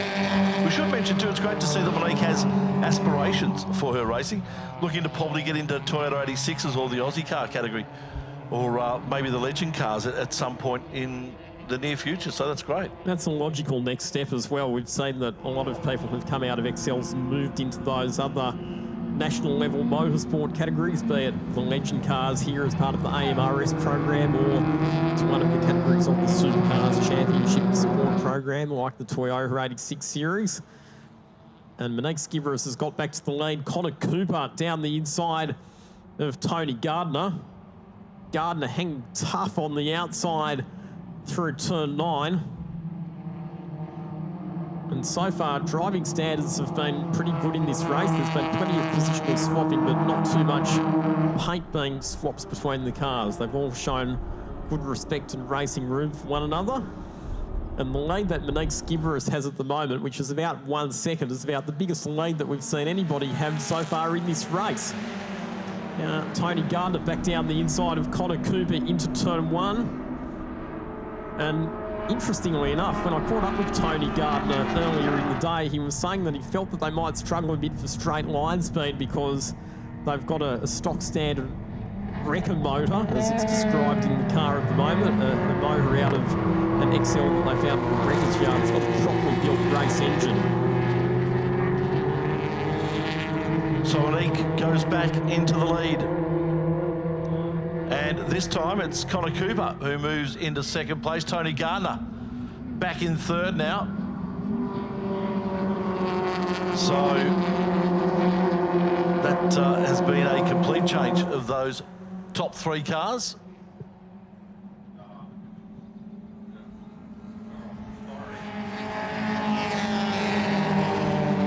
As we keep our eye on that front group, as we said, the top 5 cars, all top 6 cars actually, all within 3 seconds of each other.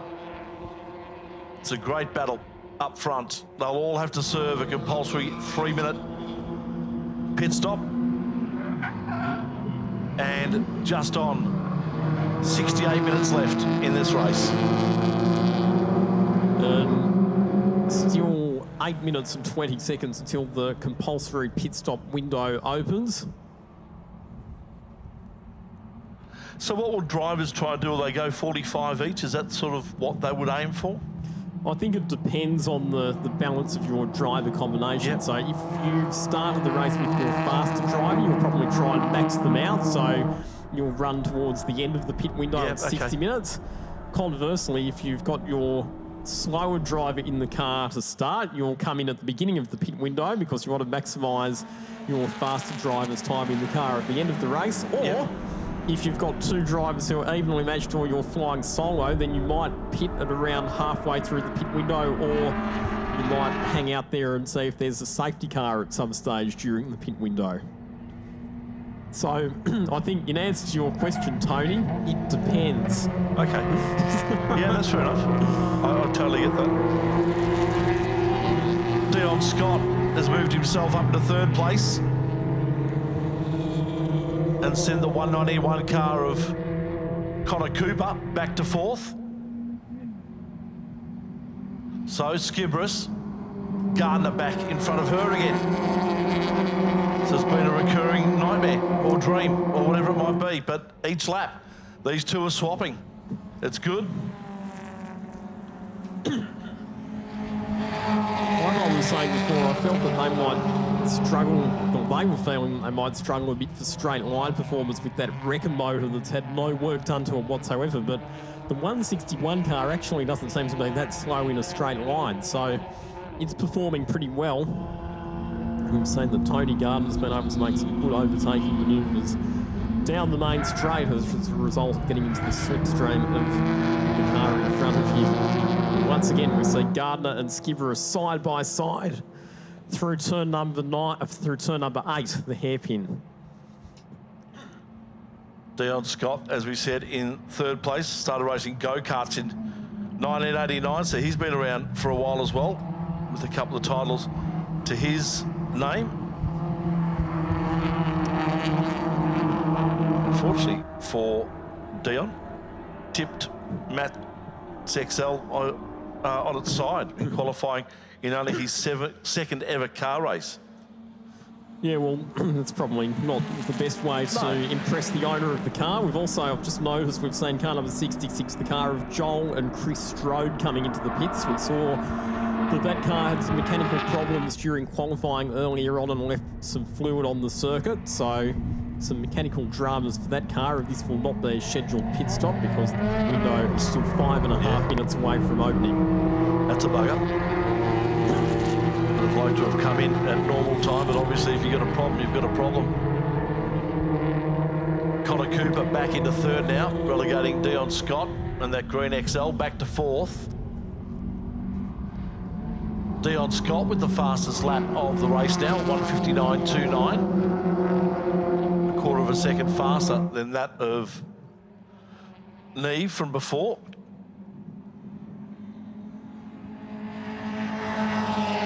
course, that being Jeff Neve. And Tony Gardner now under the pressure of Monique Skibberus. Sets a fastest first sector. So Gardner from Skibberus, Cooper, Scott and Neve, our top five, with Williams there as well. Shannon Williams, the winner of our sprint race earlier on. 46-year-old, current club president for Series X3 New South Wales. And he is running in position 6 at the moment. He's one of the drivers flying solos. So Shannon Williams and Connor Cooper, the two drivers in the top 6 who are flying solo for this 90-minute endurance race. It has its pros and cons. The pro, like I said, is the fact that you're going to be well and truly dialed into the car. For the teams that have got a co-driver, it will probably take the incoming driver a lap or two just to understand what sort of package they've got underneath them and get up to speed. Whereas if you're a solo driver, you can go straight back out of the pits and get back on the pace straight away. The downside of flying solo is that it's pretty tiring doing a 90-minute race all by yourself. Very true. And it is still fairly warm here at Sydney Motorsport Park, so that obviously has a little bit of an effect as well. And driving down the main straight here at Sydney Motorsport Park, it faces pretty much directly west, so as it gets later in the afternoon, they will be driving into the setting sun. It's possibly not quite as much of a problem now that there is daylight saving. Yep. that there might still be a bit of glare for the drivers to contend with once we get into the later stages of this race. That 3-second margin between our top 6 cars has now just broken out a little bit to 5, or just over 4.5 between the top 6. But still, the margin between our first 2 is absolutely nothing. Gardner and Skiveris just doing it tough up the front. Cooper and Scott also battling it away behind them. And then the next 2 in Neve and Williams having a great go at it as well. So we've got 3 groups of 2 cars battling it out, but staying in contention. And that's the main thing for them. If anything, Gardner and Skiveris have just been able to break away from the cars behind them. It's now 3.2 seconds between Gardner and the third place driver, Connor Cooper. And in fact, Tony Gardner's done fastest sector splits of the entire race through sectors 1 and 2. So Gardner potentially on here to do a fastest lap of the race. He's got Monique Skiveris right in his toe once again. Down to the line they come. And a 1 minute 59.18 for Tony Gardner, a 1 minute 59.16 for Monique Skiveris. So it was Skiveris who punched out the fastest overall lap of the race that time through. As the fuel burns down, these cars are starting to record some pretty handsome numbers. I was going to say, whatever Gardner does, Skiveris will do just as well. She actually did better. So fastest up the race, as Lockie just mentioned, to Monique Skiveris. We are 20... rolling into 29 minutes elapsed, so in a minute's time the pit lane will open, and it'll be interesting to see if we get any early takers in the group. It's still Tony Gardner holding the lead, and still the numbers come down. The lighter these cars get, the faster they get. And here's a challenge on for third position. It'll be Connor Cooper down the inside of Dion Scott. So that's Cooper back up inside the top 3. And Shannon Williams has also got right on the back of that group of 3. So where we had 3 groups of 2 in the past, we've now got a group of 2, a group of 3, and just off them is Jeff Neve. But now attaching himself to that group to make it a group of 4. They've pulled well clear our leaders. They're now half minute up the road from our 6th place driver, Hodges. That's Gary Hodges in car number 11, another one of our Masters class competitors. Whoa, just got over the apex in the green car there to Dion Scott. Unbalanced him a little bit. And we have now completed 30 minutes of this race, so the pit window is open. None of our top 6 cars have gone in. And fastest lap that time around for Tony Gardner, our race leader, at 1 minute 58.8. First into that number, the 158, is Tony Gardner. And Skiveris at 59.0. And our first and second place cars are now 5 seconds ahead of Connor Cooper, so they've really broken away, Gardner and Skiveris. Good job from both of them to work together to build a margin over the rest of the field. They'll both be wanting to get as much of the lead as they can because they've got co-drivers to get in those cars who are potentially going to be not quite as quick, so they'll want as much of an advantage over their rivals as what they can possibly have. First of our cars coming into pit lane is the number 12 car, Stephen Muggleton, in the Rensport Detailing XL. And he'll be handing over to Rex Harradine, who's had a lot of experience in XL racing, one of the founding members of the club. Also one of the series sponsors with his H Division Motorsport company, and soon to be a first-time father is Rex Harradine. And he'll be pretty quick, so when he gets in that car, expect it to charge forward. Caleb Heffron also into pit lane.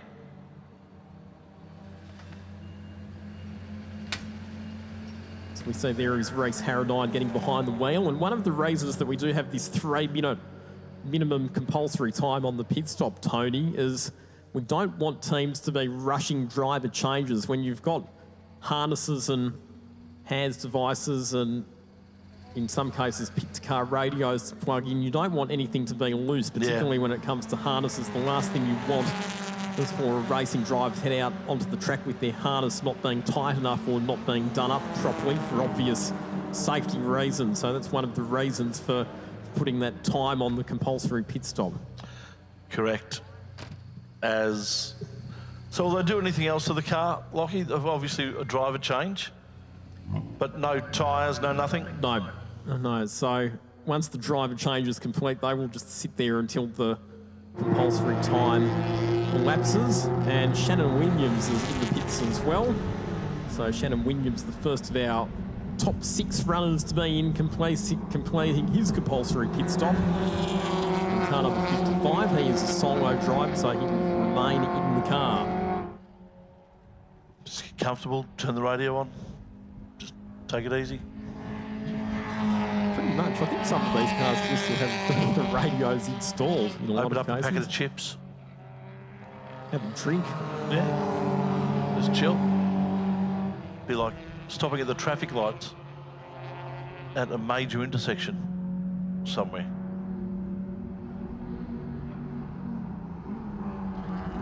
So under an hour left, 56 minutes to be exact, and still a great battle up the front. Tony Garner just starting to increase his margin over Monique Skibris. It's now up to 1.2. It had been 0.3 of a second between the two of them, and that was regardless of who was leading. They were both definitely changing right throughout. So 3 minutes up, Muggleton making his way out.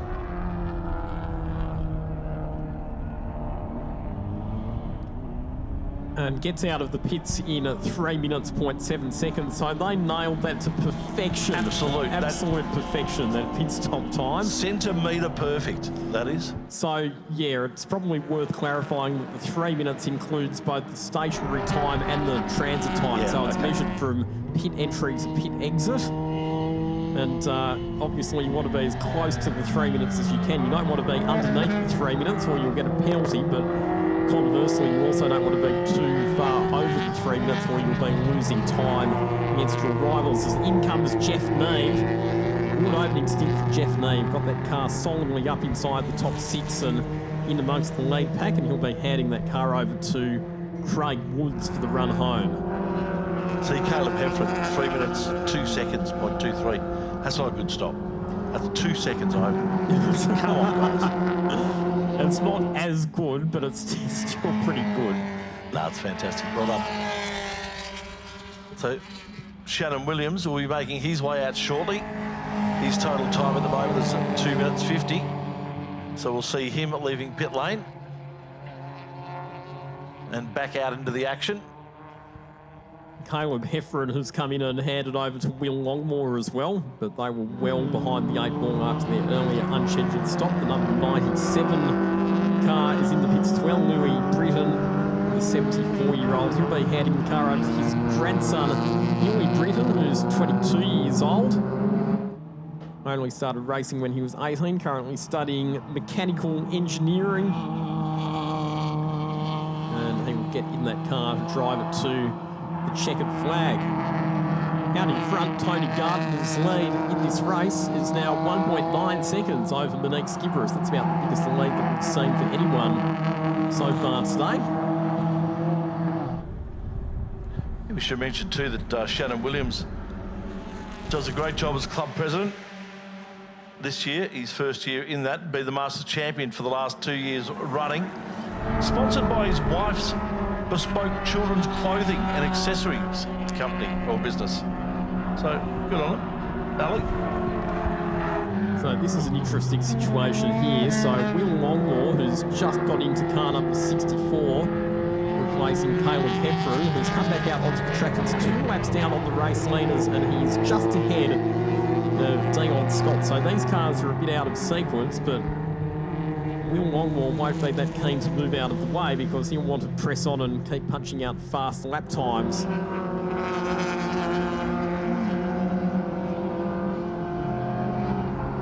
Which could be a bit of a frustration to Dion Scott if he thinks that he's being held up. So our top 5 cars yet to make a pit stop. The rest have. So driver change complete in car number 65. Jeff Nave and Craig Woods, and they're heading down to pit exit at the moment. This looks like another pretty sharply timed stop for that team. Car number 65.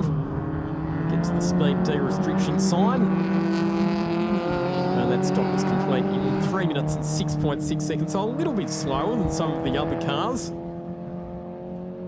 Still not too bad, but they probably have lost a bit of time compared to their rivals. And with those top 6 cars being so close together, really, you do want to make sure you get your stop as close to that 3 minutes as you possibly can.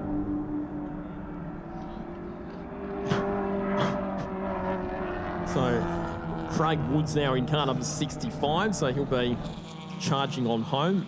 And he's done lots of laps around Sydney Motorsport Park, supercarts, V8 utes, super utes, Aussie racing cars, and he's had success here as well. So we know that he will be pretty quick in the number 65 XL that he's driving alongside Jeff Nave. Stick around, folks, too, in around about 7 minutes or so. We're going to cross down to the TA2 presentation. Really great weekend of action they provided us with, culminating in that road race around about 40 minutes ago, in which Jet Johnson taking the win, starting in 5th in that race, starting from last after failing to qualify in races before. And then, of course, having an incident in race 1 as well. So a good drive by the young lad to get himself to victory in that final race of the weekend. Not without a bit of controversy, though. There was definitely controversy. Our top 5 cars remain out on the track. They've still got at least another 20 minutes to go before they have to come in for their compulsory stop. The question I ask you, Lockie, is if you come in at 59 minutes, do you have to complete your 3 minutes in the window, or do you just have to start your 3 minutes in the window? As long as you have started your stop, if that makes sense. Yes. The pit window So you can drive into pit lane with 59.50 gone on the clock and you'll be fine. You'll be fine. Yeah, cool. In fact, theoretically, you could drive in with 59.59. You wouldn't want to leave that time. And you'd be fine.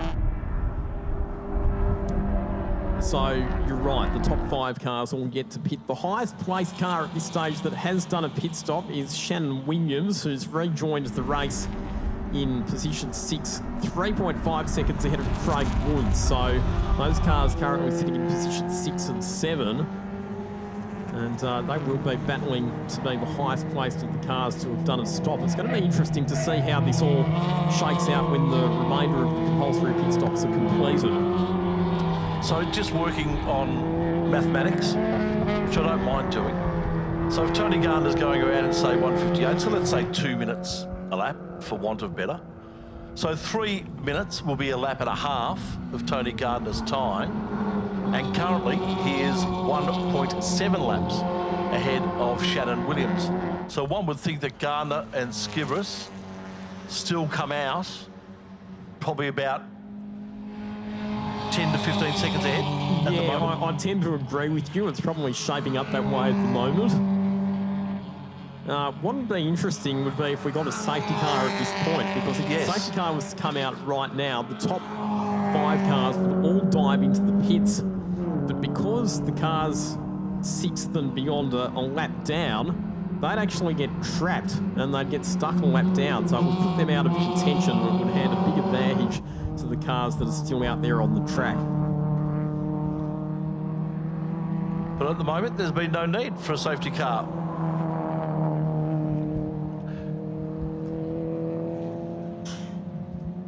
So Shannon Williams comes through in position 6, 1 minute 59.2. Through comes Craig Woods in car number 65. 2 minutes 4.8 that time around, so a bit of a slower lap for Craig Woods, and the margin between Williams and Woods is out to 9.1 seconds. So Craig Wood's maybe just taking a bit of time to dial himself into that car. It seems to be performing okay at the moment.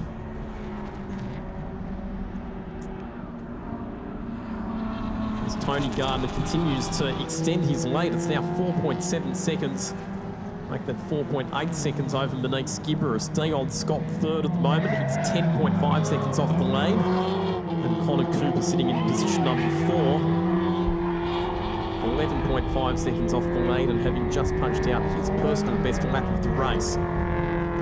So 12.5 minutes remaining until the pit window is closed. So expect these guys to go for probably another 4, 5 or 6 laps. It'll be 6 at maximum. We'll see if anyone tries to get in early and maybe pull some sort of undercut, I suppose, of sort.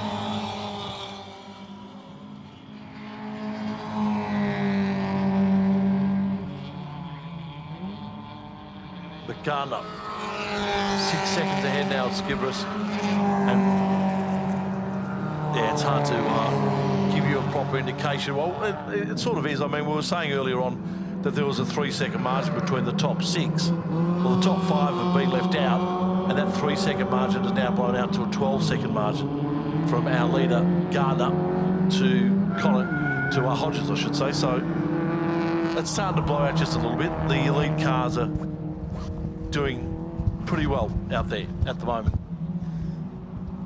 The other interesting thing, I really thought that Craig Woods in car number 65 would be a bit quicker. So far, since he's got in that car, the pace has not been great. 2 minutes 3.4. He's losing 4+ seconds a lap to Shannon Williams.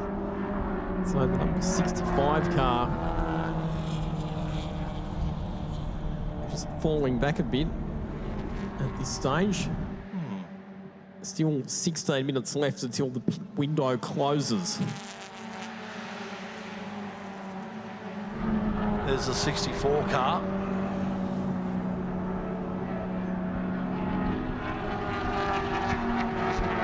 With Caleb Hefferon. That'll be Will Longmore in there as now.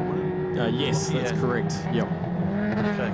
The transponders haven't changed names on a couple of these drivers. Looks like we've still got Neve in the 65 and Heffron in the 64. Yeah, I'm not sure that the timing will necessarily update because they don't have any electronic driver ID system for the driver changes like they would have in supercars or GT racing, for example. Yeah.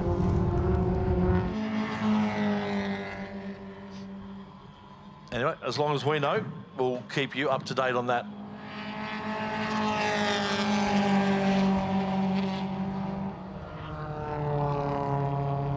"45 minutes elapsed, 45 minutes to go. Here in our Enduro race 2 of the weekend for the XLs. They had a sprint race a little bit earlier on.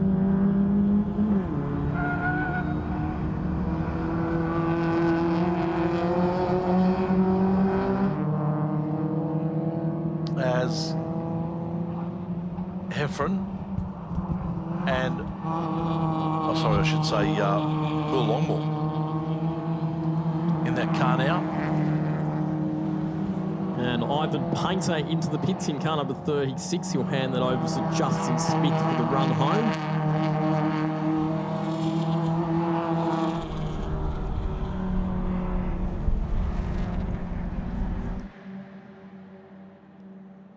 As we see, new fastest lap of the race being recorded by Billy Britton in car number 97. Took the car over from his grandfather earlier on, a 1 minute 58.3, but that's just been eclipsed by Will Longmore, the two-time Series X3 New South Wales champion in car number 64 with a 1 minute 58.2.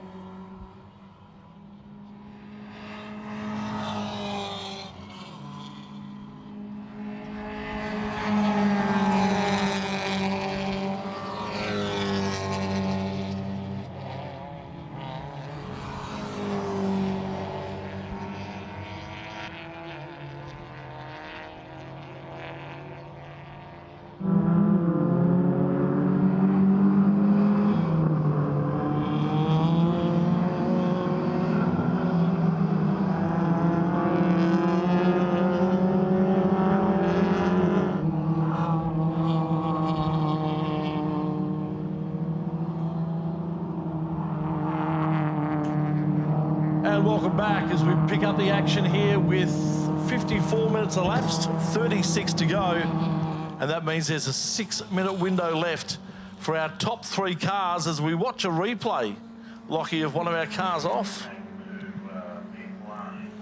Goodness me, that was a massive moment for the number 12 car. So it's a car that has already done a pit stop. So Stephen Muggleton handed over to Rex Harradine. So that was Harradine with an almighty off through turn number 1. Very lucky not to get beached in the sand trap, and he's managed to get back on, but he has lost some time and also some track position to the cars that he was battling against. That car currently sitting in 8th position and has completed its compulsory pit stop. The top 3 cars of Tony Gardner, Monique Skibberus and Connor Cooper. The cars that are yet to pit, we did have some pit stops taking place a short while ago. Dion Scott handed the number 69 car over to Matthew Moss Robinson. So pit stop complete for that car, and they have actually rejoined ahead of Shannon Williams. So car number 69 in position 4, now the highest placed of the cars that has done a compulsory pit stop. So Gardner, Shibris and Cooper, the 3 cars yet to stop, and they've got to do it in the next 4 minutes and 50 seconds. So maybe a lap or so left in the strategy before they jump in. You don't want to be left out there. At the moment, they're lapping on just under 2 minutes, so they could probably get 2 laps in, but it'll be tight and close. If you had an off, if you had a spin, it could just absolutely blow your window out.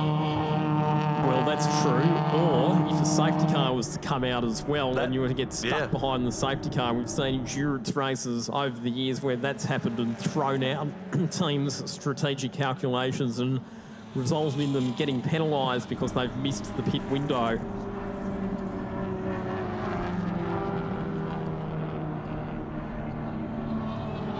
He's done a good job, Tony Gardner. He's built a 13.4 second lead over Monique Skibberus. They were nose to tail for a while, but the consistency from Tony Gardner has been really impressive. And he's built a very nice margin over Monique Skibberus. He'll be handing the car over to his father, Calvin Gardner, a class winner in the Bathurst 1000 in a Mazda 626. And the man credited with giving Grant Denyer his first Bathurst start in that car.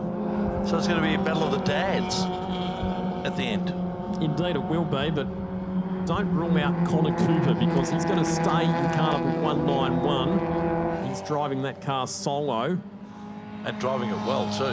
Yeah, and still pretty well placed. But the driver who's really been lighting up the timing screen since he got into the car, Billy Britton in car number 97, took over from his grandfather Louis Britton earlier on. And has been punching out some very impressive times behind the wheel of car number 97. Big thank you to the category sponsors for Series X3 New South Wales, Dent Perfection, which is owned by Shane Nicholson, one of the competitors in the series, ACT Auto Works, Rangedale Drainage Services. We mentioned before the 7 McDonald's stores that sponsored the series, Rouse Hill, Kellyville Ridge, Rouse Hill Town Centre, Dural, Kellyville North, Norwest 2 and Norwest Market Town, MD Steel, H Division and also John Boston's Track School driver coaching business, all sponsors of Series X3 New South Wales. Matt Drain, of course, former driver in the category, the owner of MD Steel out there at Forbes in New South Wales. And father of Tom Drain, who is competing internationally in motorcycle racing competition. And in comes our race leader. Tony Gardner is in the pits after a great stint aboard car number 161, and it'll be his father, Calvin Gardner, who'll get in. And wow, Monique Skibberus hard on the brakes, a brake lock-up as she absolutely pounded the anchors to make sure that she got that car pulled up for the 40 kilometre an hour pit lane speed Connor limit. Cooper too. So all 3 of our leading cars into pit lane just ahead of the window. They'll go out outside the 60-minute mark, but that's fine. As long as they start their pit stop inside 60, and they've done that. all within a minute 30 of it.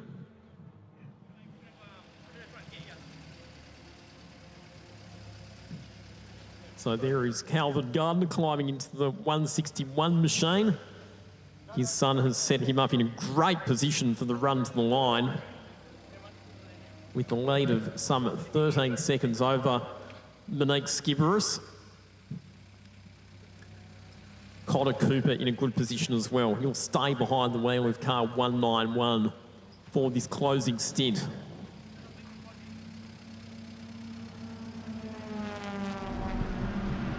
So we'll get a much better indication of where everyone sits very shortly. These cars still with a minute and a half left inside pit lane.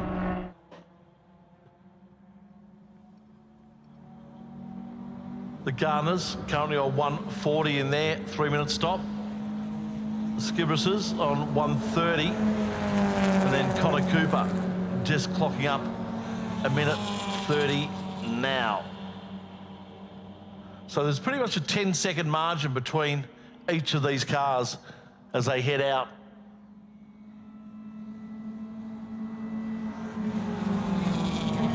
So the siren sounds to let us know that the pit window is closed. Of course, that's fine if you're already in pit lane.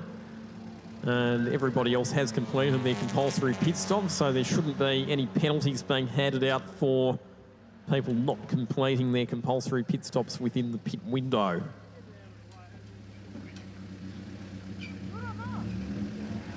So, the 161 Gardner car about to head out in around about 20 seconds or so. It'll be back on track. Then there'll be a 10-second gap, the way the timings have worked out. There's the Gardner car now, making its way down pit lane. It was up the end of pit lane, so it's got a fair run down. Can't cross the line to enter the track for another 2, 1, and now they're fine. Off they go. This is turning out to be a little bit of a nightmare of a driver change for the Skiverises. 3 minutes now lap for them, and they're still in pit lane. It hurts. They just can't seem to lock in the netting. And they've lost net position to Connor Cooper, so he came into the pits behind them, but he's going to jump ahead of them. So, yeah, this is not a good pit stop. Look at that. They cannot get the window net hooked in properly, and this is costing them valuable time. They've been in the pits now for 3.5 minutes. This is turning into a disastrous stop for Monique and Brian Skiveris. What a disaster. Oh, how frustrating is that? Now it's in. Cost them the best part of a minute in pit lane. And that is something that the officials will watch very closely. If they see the window net's undone, that'll earn you a mechanical black flag. So here is Monique Skiveris. She's going to come onto the track just ahead of a trio of very fiercely battling cars of Reese Harradine, Craig Woods and Will Longmore, who are all battling fiercely for position. So we will very shortly have a corrected race order, but it will be Calvin Gardner, the 73-year-old, who will find himself in the overall lead of the race with less than half an hour remaining, and he'll have an advantage over 12 seconds back to Matthew Moss Robinson. Shannon Williams will sit in 3rd position overall, and then Connor Cooper in 4th position. We've got 13.5 seconds separating the top 4 cars, so it's going to be a close finish to this XL Enduro, Tony. Certainly is. Looks like everyone has rearranged, and the new order has that Gardner car in front. The 69 car. Monique Skiveris, you were driving so well. Obviously a drama in the lane there. Yeah, couldn't quite get the window net to hook in. I don't know why, but that just cost us like 30 seconds. So I think I don't know, we're in like second or third or something like that. But oh well, I got to do the enduro with Dad, so that's all that matters. Didn't really matter what place we came, so yeah. And tell us that story, because he was quite nervous. I was chatting to him beforehand. He goes, I hope I don't muck it up on her.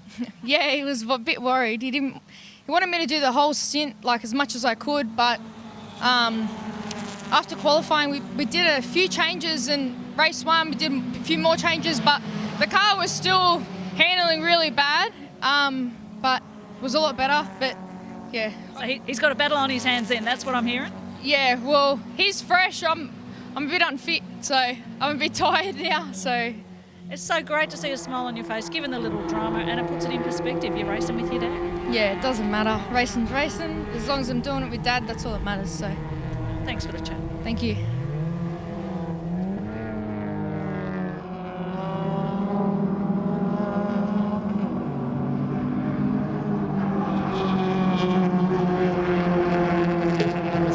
Frustrated Monique Skiveris down there in the pits with Kylie King, saying that she felt that the car was bad as well. Considering that, she actually did a pretty good job to manhandle it all throughout her stint and keep it well inside the top 2 positions and in the lead for a fair portion of her stint. But her dad, Brian Skiveris, now behind the wheel, has lost position since he's got back out onto the racetrack because Race Harradine, Will Longmore and Craig Woods have all rounded him up.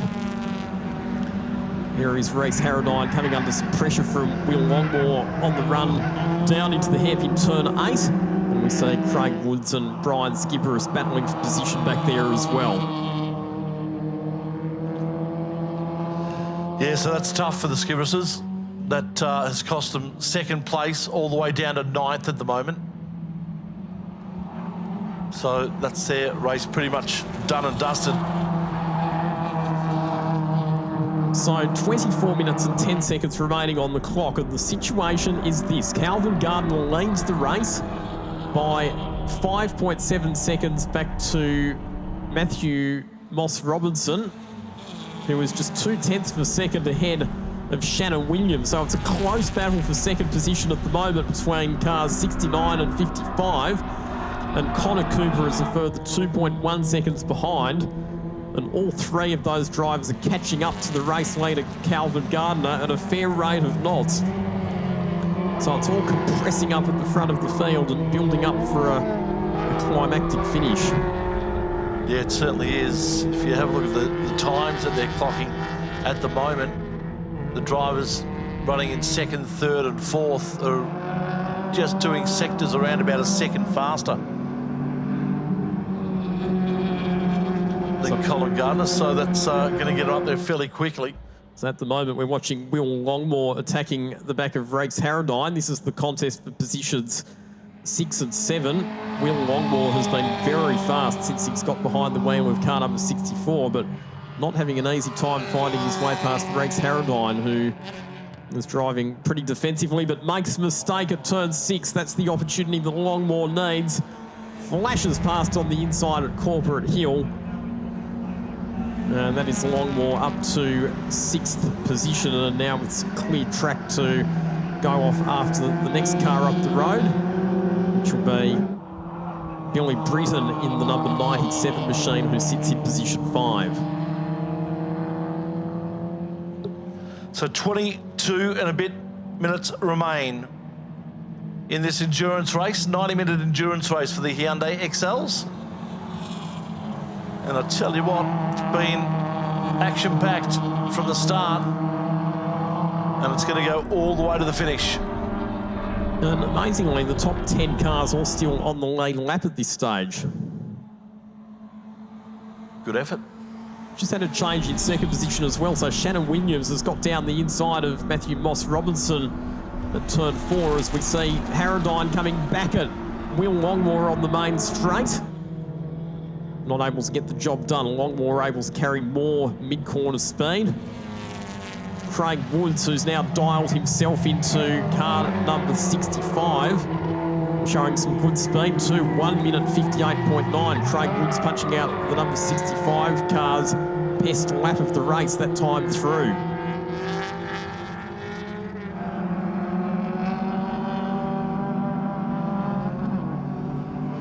So Gardner, Williams, Moss Robinson, Cooper, Britton, our top 5, those top 4 cars, all separated by 5.5 seconds from first to fourth. So an enthralling battle right through the end with just over 20 minutes to go, 21 minutes to be exact, in this race. Our leader's just coming onto the main straight at the moment, and the top 4 cars are now all well within sight of one another. So it's shaping up for a blockbuster finish here. Up the inside, Moss Robinson looking to pick up a place and get himself into second. Shannon Williams in that battle. We'll see how they come out of it. He got it. So here we go. So we're watching. So that's Moss Robinson back down the inside of Shannon Williams. So this is the battle for second position. And just up the road there, you can see just out of camera shot, Calvin Gardner, the race leader. So the top 3 cars separated by less than 2 seconds with 20 minutes to go. The top 4 cars only separated by 5 seconds. Oh boy, this is going to come all the way down to the end. Calvin Gardner is going to be under siege anytime. Moss Robinson and Williams knocking off half a second to a second, a sector. Car 66 has got a penalty. So that's that's the Strode entry. Yep. So commenced their compulsory pit stop prior to the window opening. John would. So yeah, we knew they came in 5 minutes before, but didn't come in again. No. If they'd come in again during the pit window, that would have been okay. But yes, they commenced their compulsory pit stop too early, and that's going to earn them a penalty. They're back in 12th position. 5-lap penalty. Yeah, it's a pretty severe penalty, isn't it? But you would have been better off serving the 3 minutes and taking 10. 100%, and that's why that penalty's in place. The penalty for an improper compulsory pit stop needs to be more severe than the result of doing it incorrectly. Here is the battle for the lead. Calvin Gardner coming under pressure from Matthew Moss Robinson and Shannon Williams on the main straight. The top 3 cars absolutely nose to tail. And Moss Robinson will pull to the inside of Gardner as they head down into turn 1. So a lead change with 18.5 minutes remaining on the clock. It's car number 69 that goes to the front. One gets a feeling we'll see more lead changes at some point, as this is a great run now up the inside from Shannon Williams. Looking to get Calvin Gardner, he does, so he moves into second place and keeps the gap between himself and the lead car down to under a second.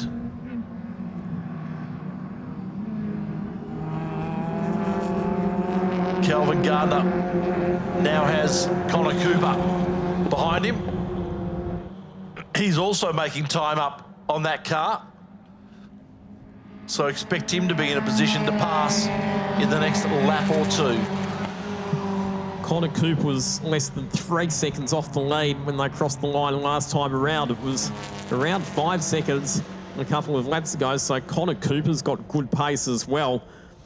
I don't think that Calvin Gardner's quite got the pace of the others in the top 4 to fight for victory in this final stint, but definitely Moss Robinson at Williams and Cooper shaping up to being a 3-way battle for the win between those 3 Hyundai XLs.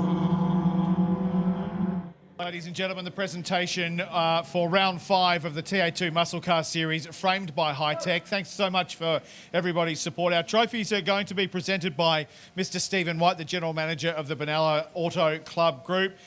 Firstly, our PWR Pole Award being awarded to Josh Haynes. $500 of PWR cash to young Josh. Our Best Presented Award is our Bowden's Own Best Presented Award, $250 of product from Bowden's Own. We're going to award it to Captain America, the Captain America Dodge Challenger of Peter Robinson, number 10. Congratulations, Pete.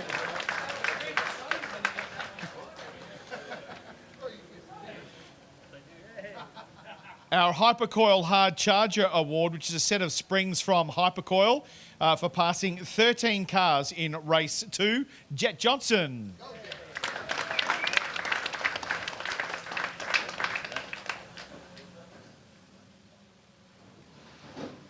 Well done, Jet.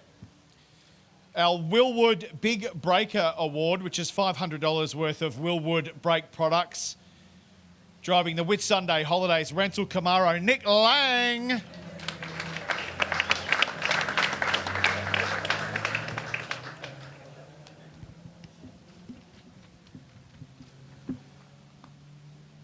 And our Racetech Rookie of the Round is a trophy for the highest performing first-year driver.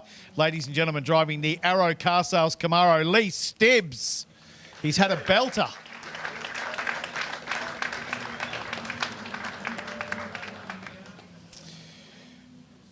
Well done, Lee.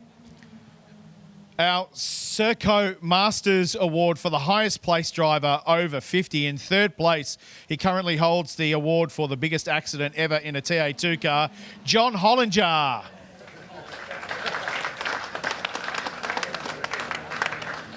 Well done, John. Over there, you can go and see Stephen. And then you can jump up on our Racetech podium there.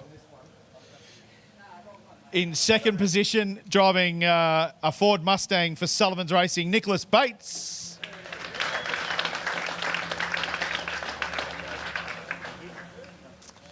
And in first position, the unofficial mayor of Young, driving the Crutcher Developments Mustang, Mark Crutcher.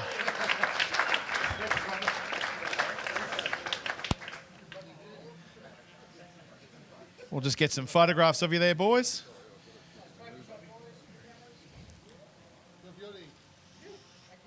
Thank you, gents. Our top 3 outright for the Hi-Tec TA2 point score. In third place, a rookie in only his second round. He's had an absolute screamer, Lee Tibbs.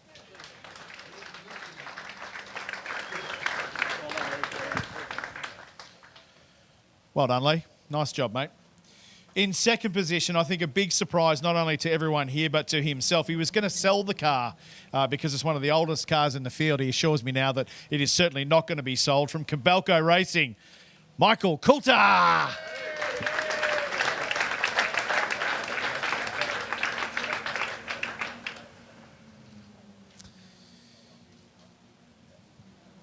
And in first place for the 5th round of the TA2 Muscle Car Series, framed by Hi-Tec.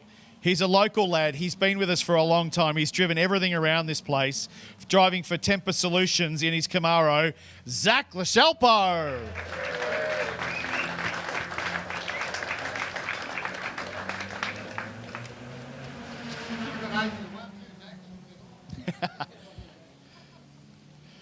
Get the trophy shot there, boys. Well done, gents. But also, we not only have our outright point score for, of course, this round, but we also have concluded our TA2 Northern Series Championship and our TA2 Southern Series Championship. So for our TA2 Northern Series champion, Graham Cheney driving the IES Camaro.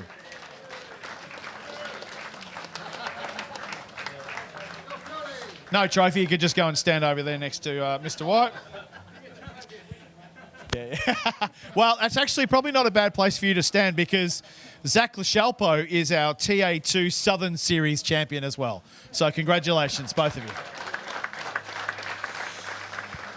The final round for our TA2 series is at Winton Motor Raceway, November 18th to 20th. Thank you so much for all of your support coming out this weekend. Highlights for this round will be on 7 May at 2 p.m. on Saturday, October the 15th. Check your local guides. And on behalf of Pete, Mona, Cam, Dana, Dewey, Darcy, Jeff, Craig and myself, enjoy the rest of your long weekend. Drive home safely and thanks so much for your support.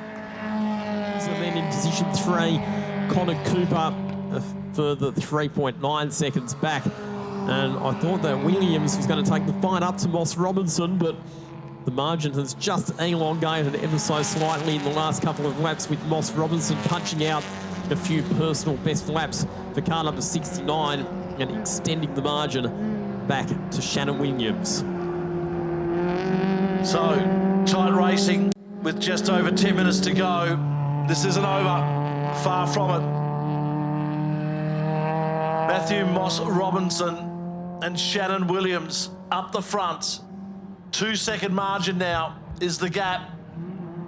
Moss Robinson just starting to get a little bit of an ascendancy over his rivals.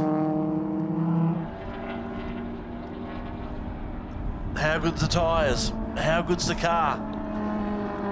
And how good's the driver? What sort of condition is the driver in for this closing stint? So we know that Moss Robinson jumped in the car at the compulsory pit stop. Conversely, Shannon Williams has been doing the whole race solo. So Moss Robinson probably just a little bit fresher at the moment. He did jump in early in the whole sequence, didn't he? He did, yeah. They were one of the cars that came in a bit earlier in the pit window. But you're right, Shannon Williams now has been out there for 1 hour, 19 and 40 seconds. So he'll be feeling the pinch with only a 3-minute break for him in that one compulsory pit stop. So I thought that Connor Cooper might have the pace to challenge the front runners as well, but his lap times haven't quite been as quick as the top two. Calvin Gardner, he got rounded up by the top three, but he's still sitting there in position 4, 8.1 seconds off the lead. Then it's Billy Britton in car number 97, who sits 5th at the moment.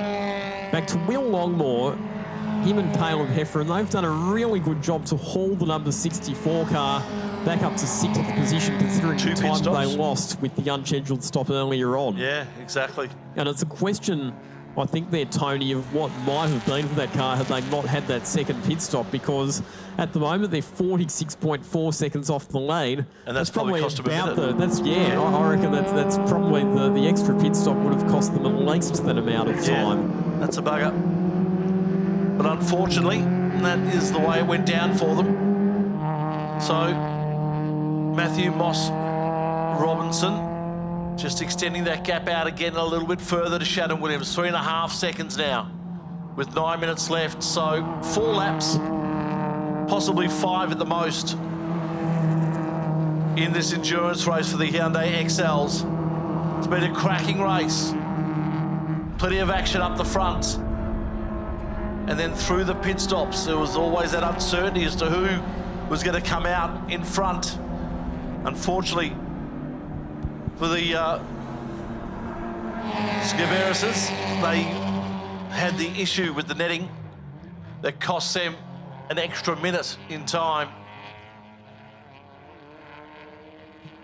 Also, car number 12, so Reece Harradine, who we saw with that big off-track excursion earlier on, that car's come back into the pits and has been in the pits for 7.5 minutes, so clearly some mechanical dramas with that car. That is Brian Skipperis battling it out with Gary Hodges at the moment. That's the contest for positions 8 and 9. And those two cars separated by just 0.3 of a second, so that's the closest battle on the racetrack at the moment.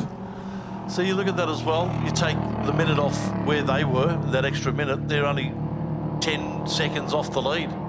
So they're right up there.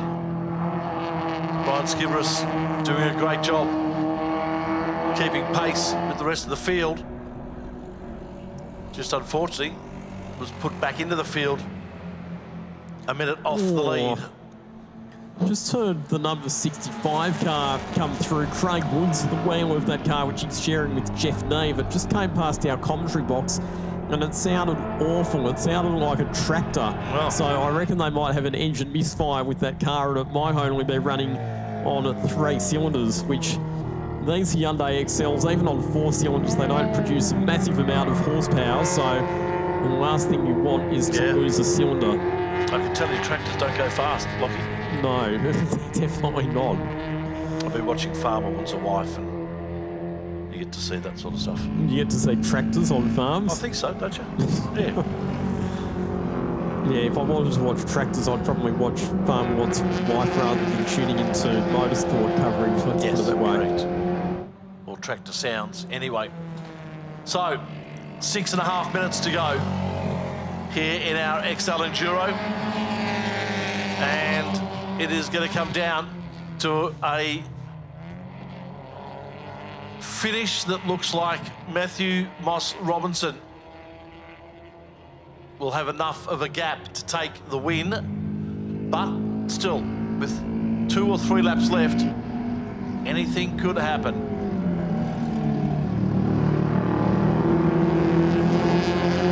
And more dramas as well for the Billy Britton. That's a shame. So that car was running in position 5. So car number 97 has just come into the pits out of 5th position, the Billy and Louis Britton car.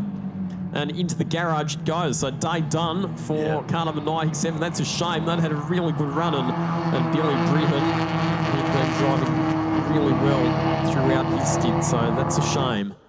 Yeah, that can't be a good thing if it couldn't stay out there for a little bit longer. There he is out of the car, game over. Yep. I reckon the late race retirements are often the most difficult ones to deal with because you've done all of that hard work to get yourself into a good position. And yes, in comes car number 65 of Craig Woods. So it sounded crook last time it drove past, and clearly they've decided that enough is enough as well. It could be, sometimes it's as simple as a plug lead coming loose on one of the cylinders, so it can sometimes be a very quick and easy fix, so the pit crew will get to work and see if it is something that they can resolve quickly. They'll have a look at the plug leads on top of the engine. That'll be probably the first thing they'll look at. And it seems like there might be a lead there that is malfunctioned, so it could be that they can fix the problem and get the car back out there to at least get classified as a finisher, but their chances of the top 5 finish over and out, unfortunately. Yep. So 6.5 seconds of margin now between Matthew Robinson and Shannon Williams, and then a 4-second gap between himself and the 3rd place car in Connor Cooper. They are our top 3 at the moment.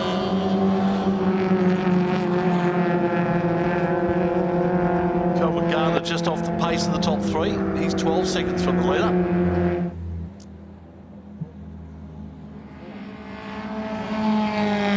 And with just under 4 minutes to go,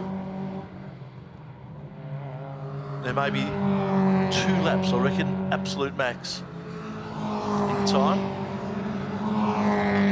So our race leaders around the back part of the circuit at the moment. So I reckon, yes, next time through, here it comes around Corporate Hill and down into turn 8. I agree. I reckon it'll be to commence the 2nd last lap next time through.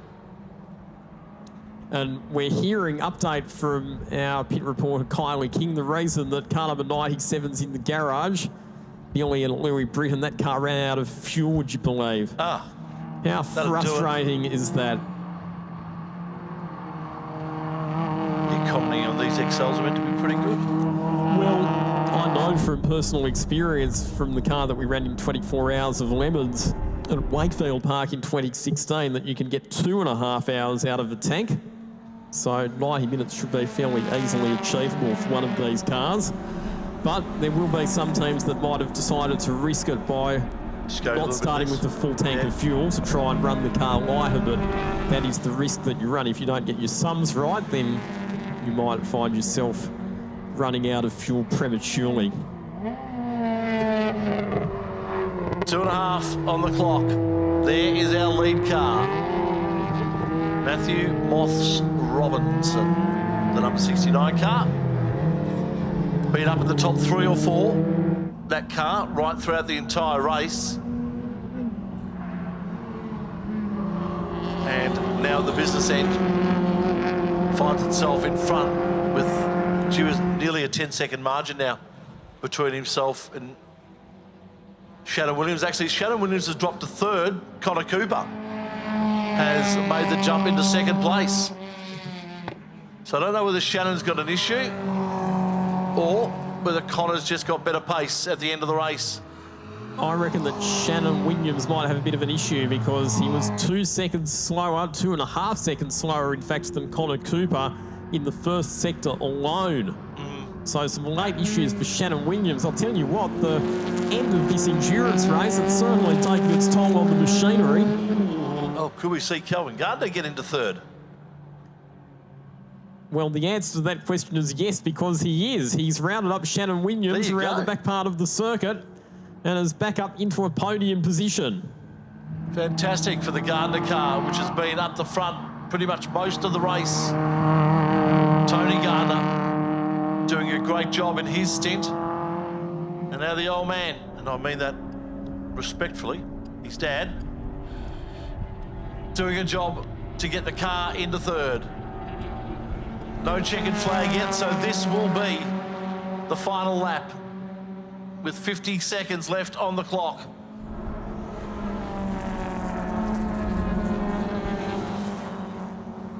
So Matthew Moss Robinson with a lead of 11.2 seconds over Connor Cooper. Calvin Gardner up into third position. Shannon Williams that time around, no pace, 2 minutes 9.5. He's just trying to get that car to the finish. Clearly got some sort of issue in the closing stages. Could he be running low on fuel as well? Oh, possibly too, yeah. Good news for Shannon Williams is that he does have a fairly healthy buffer back to Will Longmore. It's about 45 seconds. So even if he limps around for this final lap, he should still be far enough ahead that he can preserve fourth position.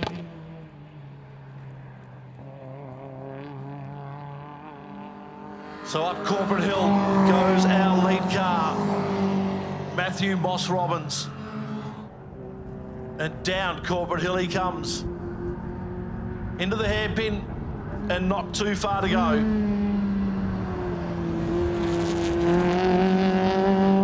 11-second gap between himself and Connor Cooper in second place. And is that Calvin Gardner up the inside into second? No, that was Colin Cooper. Rounding up a lap car. Colin Cooper, yeah, yes. rounding up a lap car. Sure. But a great performance this has been from Matthew Moss Robinson and Dion Scott.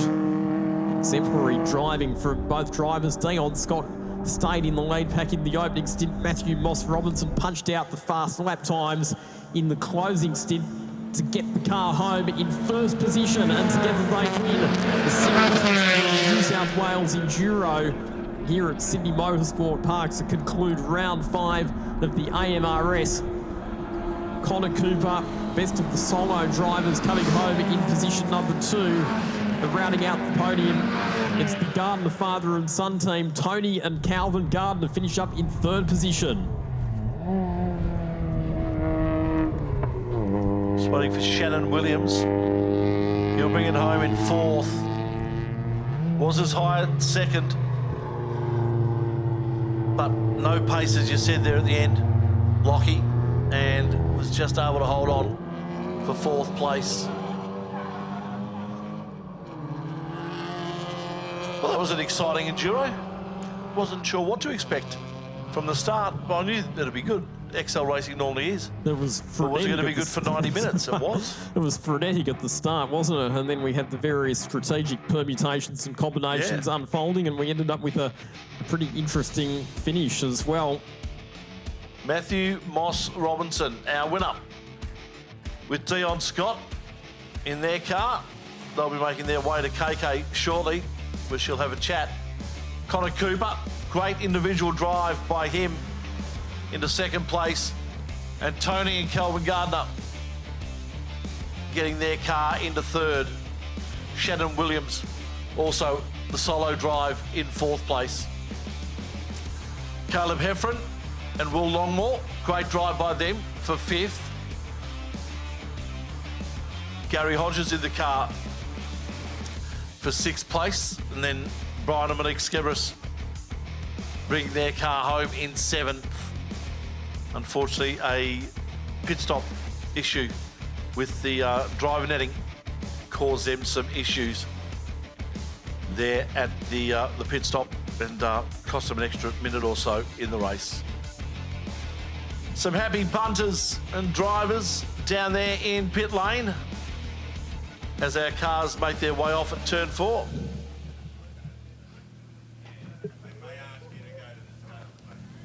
Dion Scott and Matthew Moss Robinson.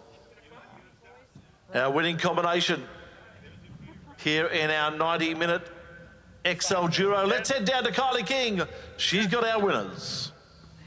Oh, congratulations, lads. What a mighty effort, first of all. Yeah, thank you. Yeah, great effort by Matt. He put in nearly the fastest lap of the race at the end there, so it was only 2/10 off Tony's times. There you go. It must feel pretty good. Oh, feels amazing. I can't thank. This car was a rocket ship. Absolutely. Love our sponsors' personalised favours as well. Yeah, I'm just over the moon. This is my first win ever in a car race, so ecstatic. Well done. Bobby, I don't know what to do with my hands. Take your helmet off and breathe, maybe. Congratulations, lads. An endurance race. You've certainly earned it. Well done. Thank you very much. Thank you.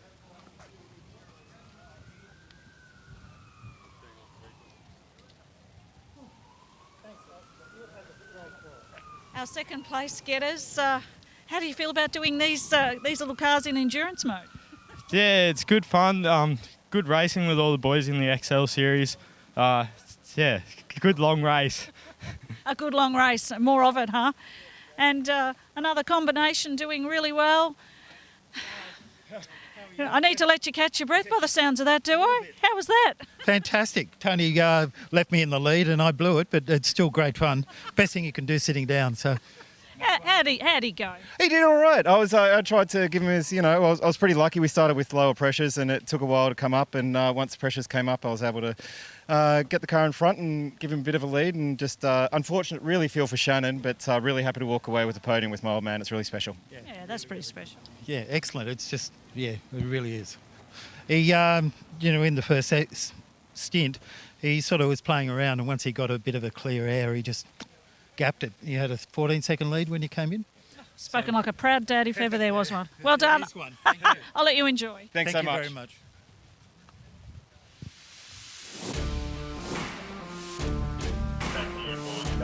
Thanks very much, Kylie. Appreciate your work down there in pit lane today. A fantastic job with you and your crew.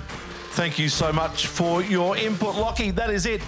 A spectacular day's racing here, and we call it all live on our Facebook and YouTube channels. Don't forget, in 2 weeks' time, the highlights of this meeting will be available on 7 Mate. Keep an eye out on your local guides for that. But the big one is on the 20th of November, Lock. Our final round at Winton will be coming live via all the socials, and it's going to be a cracker of a round because our champions for the year will be crowned. Indeed they will, and we'll finish off a big year with the Winton 300 live from that event as well. So thoroughly looking forward to that. So 2 weeks' time, highlights from this weekend on 7 Mate, and then 20th of November, the Winton 300. Thanks, Tony, for your efforts as always, and a big thanks to the entire live stream team at Fuzzy Media. Yep, and also all the people involved in the AMRS and all of our teams, our volunteers, everyone, thank you so much for being involved. We'll catch you at Winton for the next round on the 20th of November.